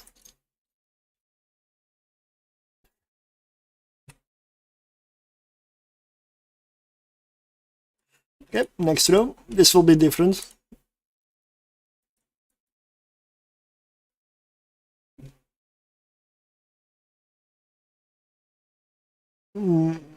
Yeah, okay. Probably tier 6.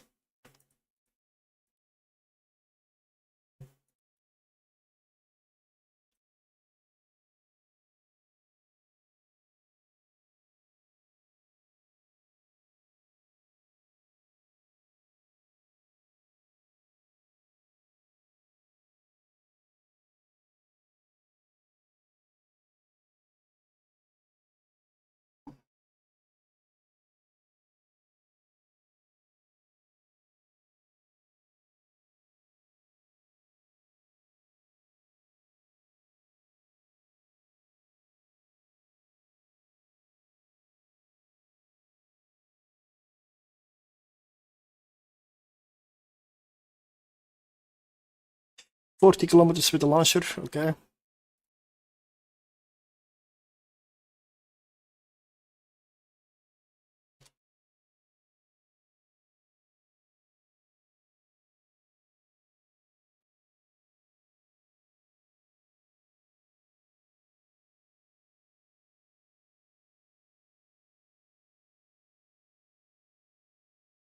$42, okay, that's in range.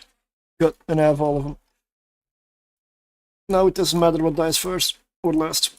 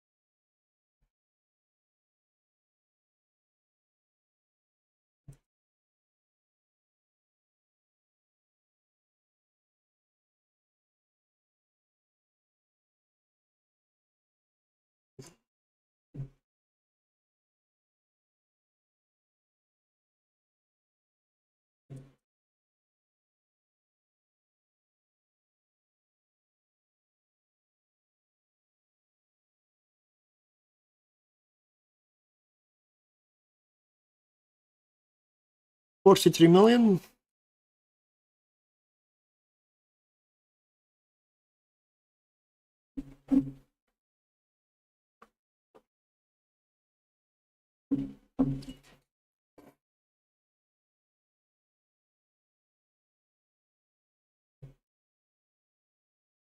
Now I need to go to bed fairly soon. Early shift next week. A shift I don't like.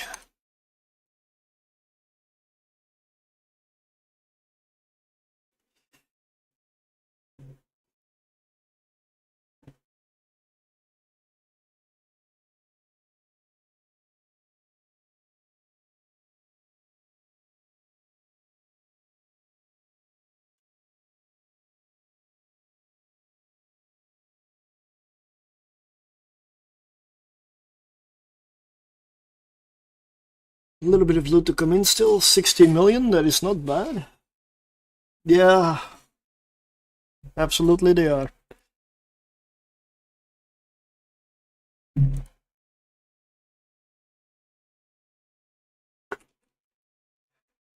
The main benefit is, when this week's over, I have a week of vacation.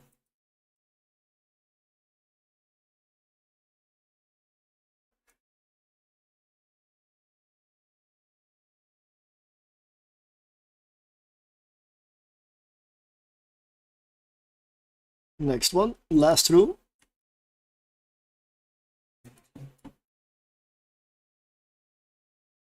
Yes.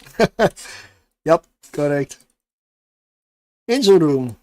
Nice. I needed one.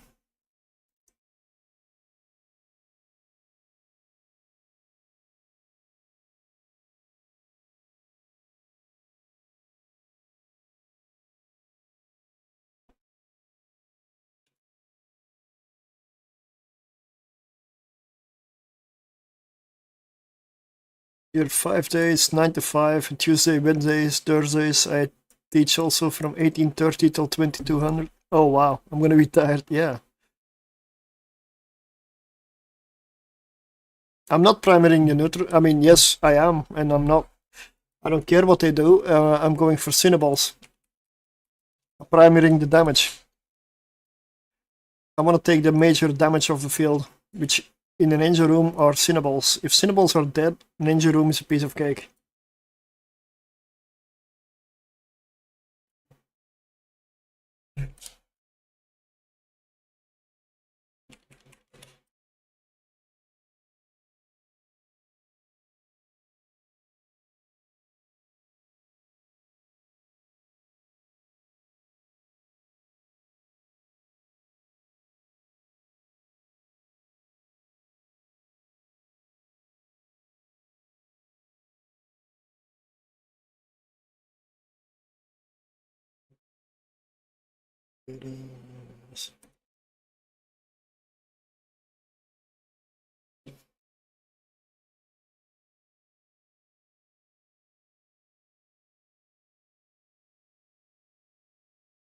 Now in a Angel room, there's always, for me, I kill one elite Lucifer Cinnaball always at the first, always the first one that dies, and then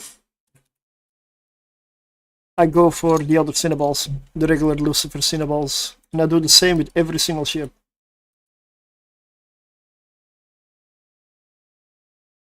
Whether I'm in a frigate, destroyer, or cruiser.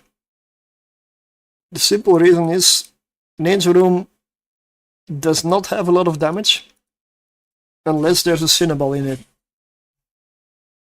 No, that is a Sunshine room. Devoted Knights are similar, but for Sunshines.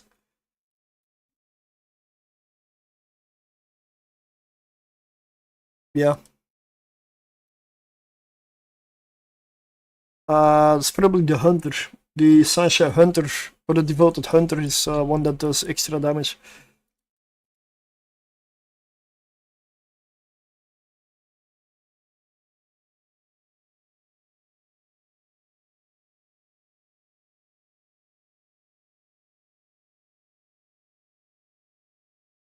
In an Angel room doesn't seem to be anything special, so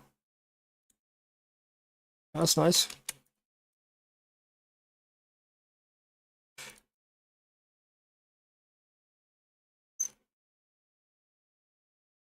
This is one of the last rooms I really needed to beat.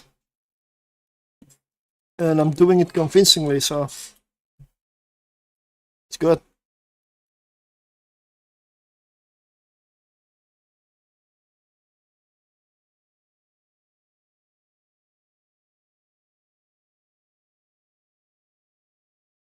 Yep, I'm inclined to say this fit works, but I'll do more runs with it.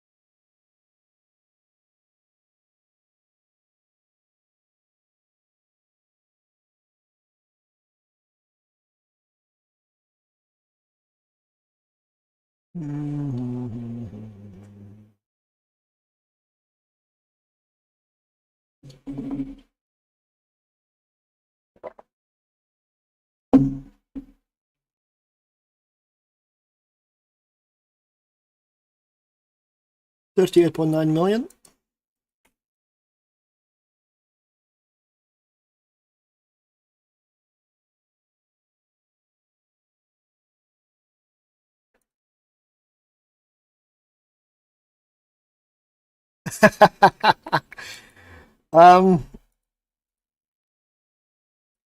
Soon.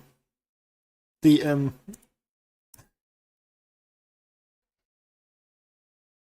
I don't know if I want to go for that one, and I want to go for all the room explanations again, because I had to go for 100 runs just to get them recorded with the other one.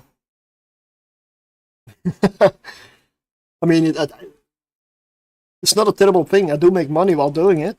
It's just annoying if you want to finish something.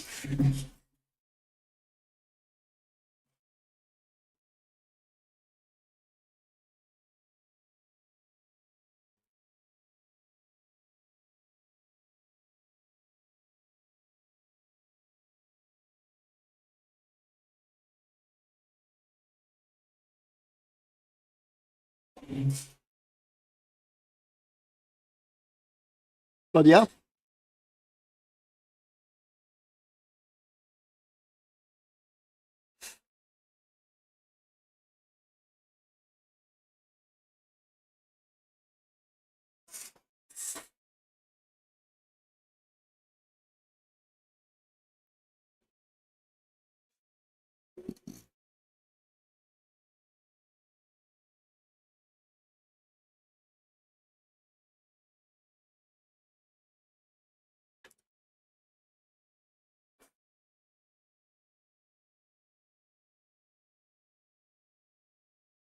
This fit works.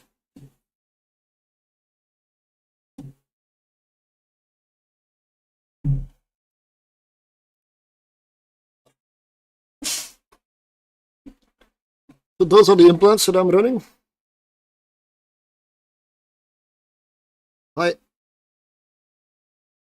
Two high-grade alpha, high-grade beta, and mid-grade gamma, delta, epsilon, and omega. The reason is the alpha and the beta, honestly, they're not that expensive. They're cheap, even the high grades. It's gamma, delta, epsilon, and omega that really spike in price. So those ones I went with the mid-grade. We do have the GNOME Shield Management 705 here. The guided missile precision 804. Shield operation 905. Rapid launch 1004. So shield operation and shield management. I believe one is recharge. Shield capacity, there we go. And this is shield recharge rate to the norms. That's why I plugged him in. No, that sounds even worse.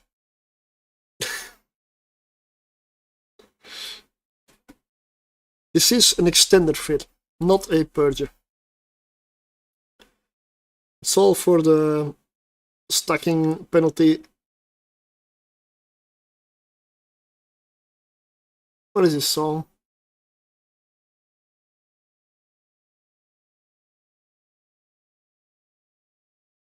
I like this.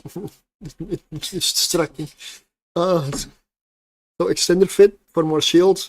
4 shield extenders. These are fucker large shield extenders with a Gravit Abyssal roll. You can do better, but it's more expensive. And you don't really need it. I've got a Gistum B-type multi-spectrum shield hardener here. You can again go to an A-type or some other stuff, but that pushes up the price significantly. And a Gistum C-type Tenement Afterburner. Because that's a... what is it, 40 million? Fairly budget. Triple Rapid Light Missile Launcher Tech 2s. I only really launch Infernos. I still need to work out whether the Novas are better, but I don't think so. Because Gila does get a bonus for thermal or kinetic. You can choose. So I'm using the bonus. And one Undertaker heavy missile launcher. And you need the Undertaker or something with similar fitting. Because your CPU and power grid is not gonna be enough. Unless you manage to free it up with the abyssal rolls. But maybe if you're lucky, you get good rolls or you find good rolled items. You can get away with it. Not sure it's worth it, but because this launcher only costs 18 million. Maybe lower in Cheetah even. And then we have the 3 mutated drone damage amplifiers. And you roll for mainly 1 stat on these. Drone damage bonus. You want as much of this as possible. Fitting, well, roll that according to whatever you have left in your fitting. It's if one is terrible for CPU and the next one is good for CPU, you might free up some stuff elsewhere. It's a bit of a puzzle when you start abyssal rolling a lot of stuff. It's a bit of a puzzle. Drone wise,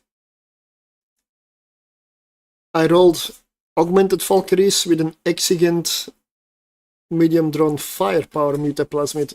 Firepower because again you need all the damage you can get.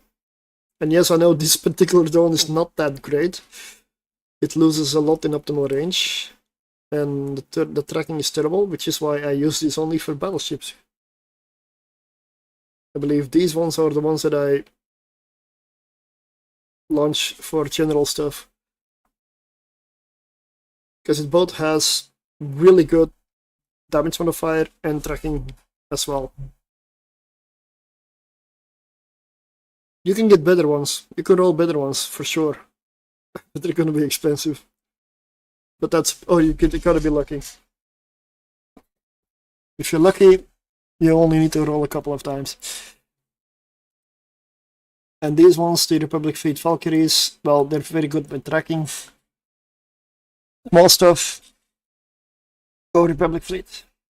And these ones are sacrificial drones for when I get the Ceres. Because I don't like to sacrifice these ones.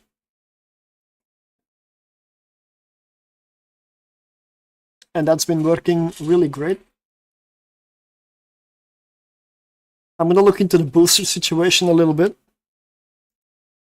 Really finalize like this setup and see what boosters can be useful.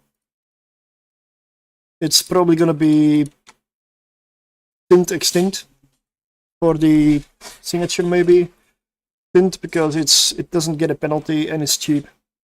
And it isn't really needed, but it's like extra safety again. So this run was 135 million, that's good. The boosters are not 100% with, like the overclocker could be nice if you need to get to the gate fast when you're out of position, but with the pack rat you really shouldn't. This one is more useful, I feel, when you're not doing the tractor strategy.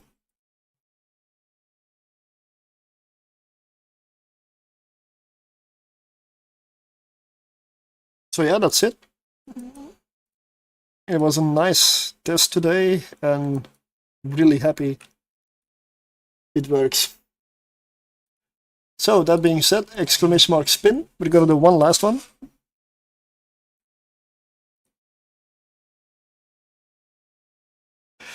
The reasoning is you want to mutate your drone damage amplifiers, faction drone damage amplifiers, and you mutate them for damage. On top of that, exactly, mutated drones as well. It's not super expensive. It's not too bad to be. It's not as bad as I expected. You can roll them with unstable, but I rolled with gravid.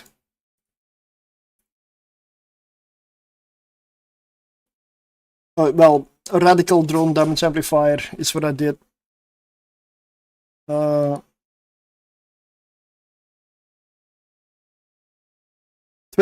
more.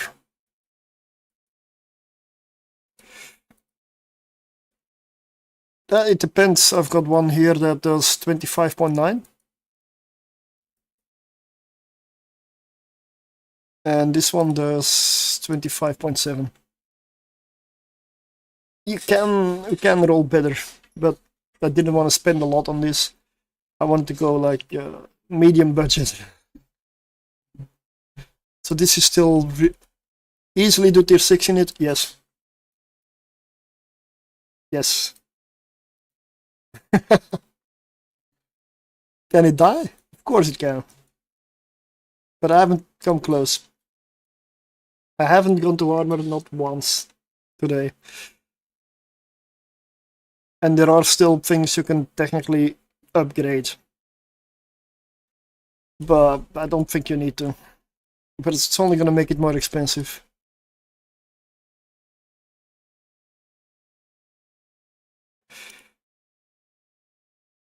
I would still prefer the exotic active Gila over this, because it runs faster. But I haven't done gammas with an active fit yet. So I don't know if the active is better than the passive. But if you're in passive, gamma is the filament you need to do it.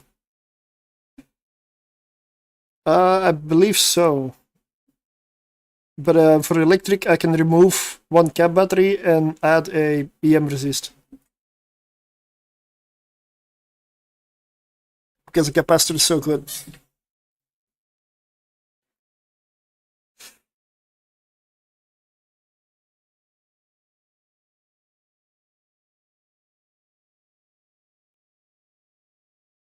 I believe it's this one that I have for now.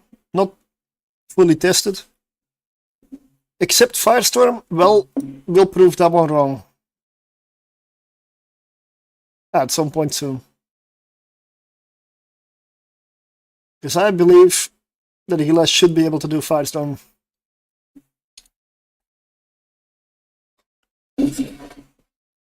Yes. Yes. But I'm gonna be careful and test tier 5 first, although I know tier 5 Gila works. But this is the one that I used for electrical. It's not finished because I didn't do enough runs. And I'm still fiddling with it. But this is the exact same fit as the exotic one, with different drones. And I put a, here it is, Pitum C-type EM shield amplifier instead of the second Tucker large cap battery. No, it will not blow up. You are wrong. At least I hope.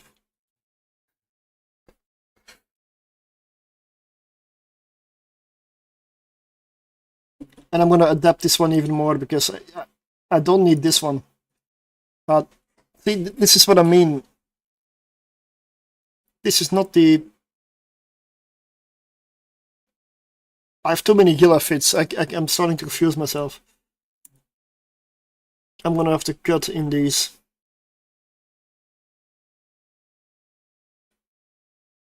Yeah, the reason I added an EM resist is because your EM gets debuffed by a lot in electrical. And I didn't want to die to Sancha. Well, I bypassed that problem by mutating to stack enough DPS so that you don't get to the timer. That is the whole reason I mutated. That is the whole reason behind the mutated drones and the mutated drone amplifiers. Because I was testing in tier 5 before with the same fit, but without the mutations. And that ran fine, but I wasn't confident enough to take that one into tier 6. If you take the regular one into tier 6, you can do it, I've done it. But you might run into the timer a lot. And this one, I mean, the worst run I've had was 2 minutes on the timer. That was the worst. The best one was like 14 minutes for a run, or 13 for a run. So, I would say for tier 6 gammas, it is much preferred to go for mutated stuff, especially everywhere you can push more damage out of it. Because you're gonna need it. And I feel the same about Firestorm. It is actually more expensive than it says in the estimated because the game cannot calculate abyssal mods.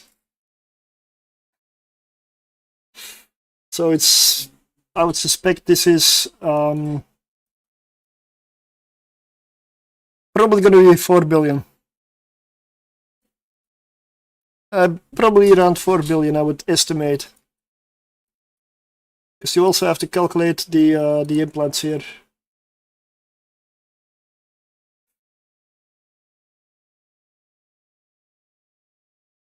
I think it's around 4 billion. I don't kite. With a few exceptions. There have to be exceptions, because if you don't kite in a Karen room, she gets you. If you don't kite with the Tessera battlecruisers, they kill you. Any other room, I don't kite. I just go straight for the gate, drop the tractor, pop the cans, orbit there. And I don't honestly care if I'm babyfied. But only if there's Charybdis Tyrannus, or if there is Tessera battlecruisers. If there are Tessera battlecruisers, you want to kite. And that is for every ship, everywhere. Because those things destroy you if you don't.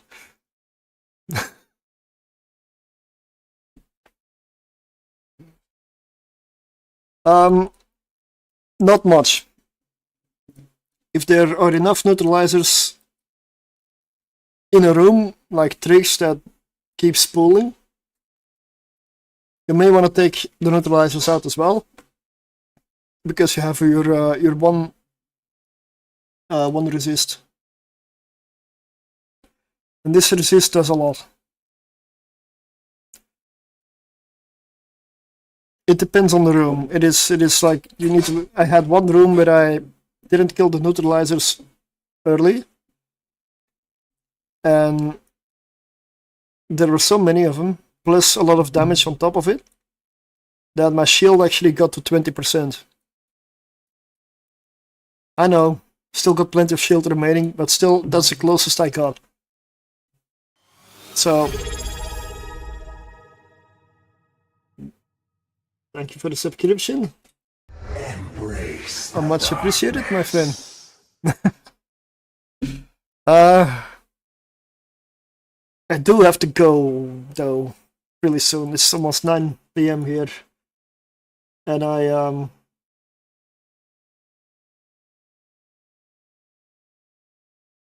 need to get up in less than 8 hours now, at the latest. And I'm not in bed yet. I know myself. I'm still gonna do stuff. Find the reasons to continue. But I'm gonna test this a bit more. Fly this a bit more. Make sure I get all the room sticks off.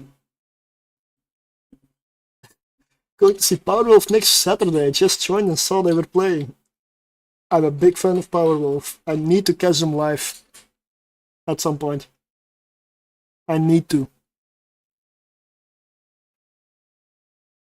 And now it's Primal Fear, but that, yeah.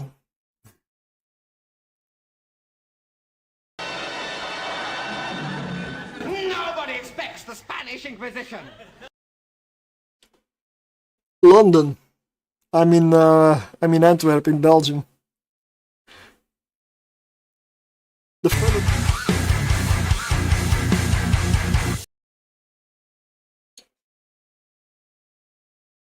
Well, that was really loud. Well, exclamation mark spin. That does mean I'm giving away 100 million, so I'll do that one as the last one. I'm not gonna make it too long. No, 100 million.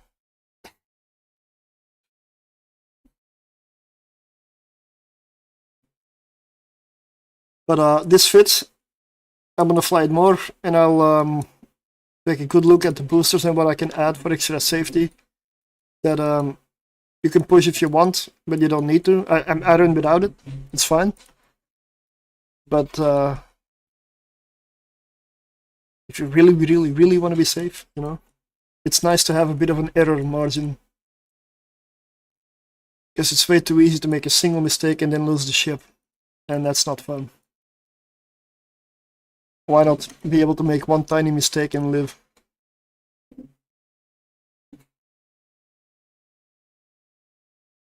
And then I'll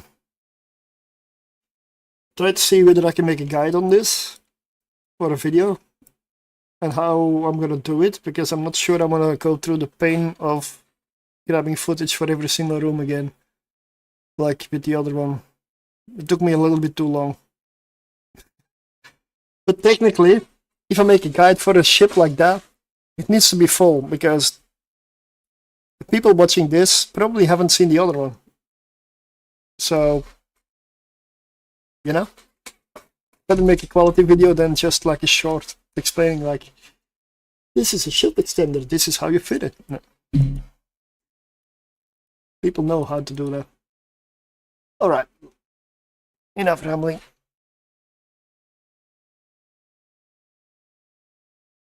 I'm not gonna do an actual spin, I'll just ruffle and... How is that so slow? Okay. Grab Macau. Congratulations. And I'm gonna look into it, making it a little bit longer on the spin, because that's a bit strange.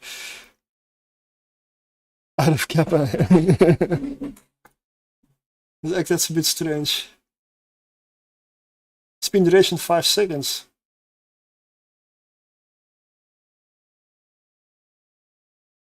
Let's go 15. Alex Quill, okay. Let me see if I have cash on this character. Yeah.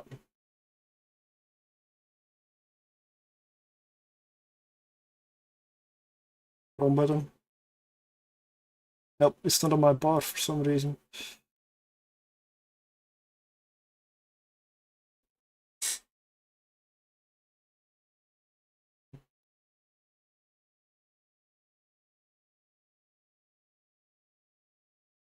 Science and Trade Institute. Let me just get that out of the way. Is that you?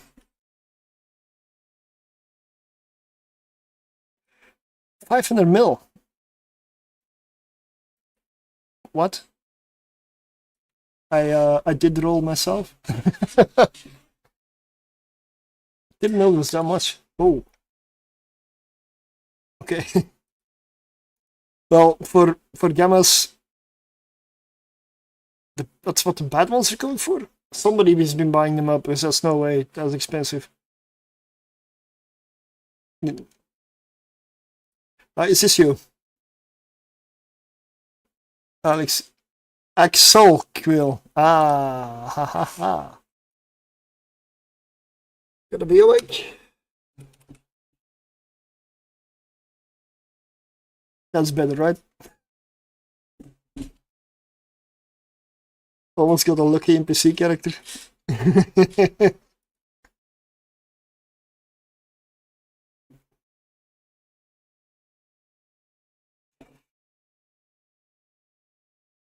There we go.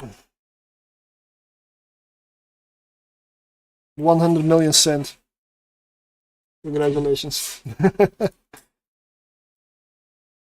Close one.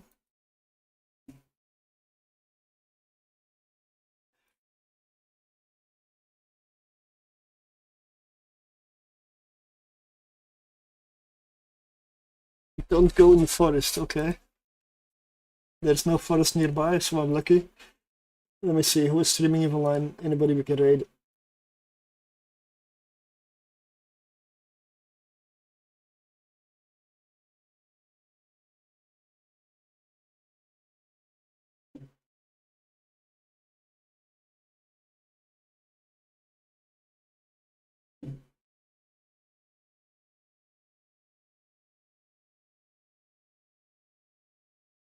Oh, you want to see some faction warfare?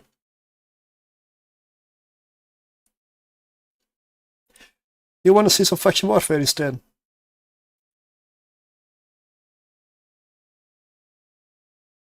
Let's go for Magical Geek. I hardly ever get the chance to raid him, because I'm always online when he is. No tier 6. I'm done for today. I'm already over time. More than half an hour, honestly, than I wanted to go. Early shift tomorrow. I'm sorry, but real life calls, and it's shit, but it's still call.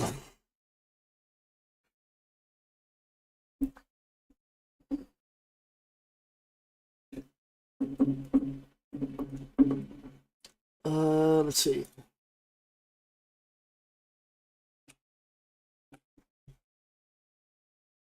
I'm gonna be back on Friday. I'm not gonna stream during the week for this week. I will be doing stuff on the background. I will probably play another game or figure some stuff out. Next week there may be a few extra streams because I have vacation. We'll see. In the meantime, let's enjoy Magical Geek with Galmil. He's a nice guy. Did him twice in London, once in FanFest. FanFest, we'll meet again. I hope you're going. I'm going. And I definitely hope no volcano in Iceland has any weird ideas. Let's wait until May is done. Please.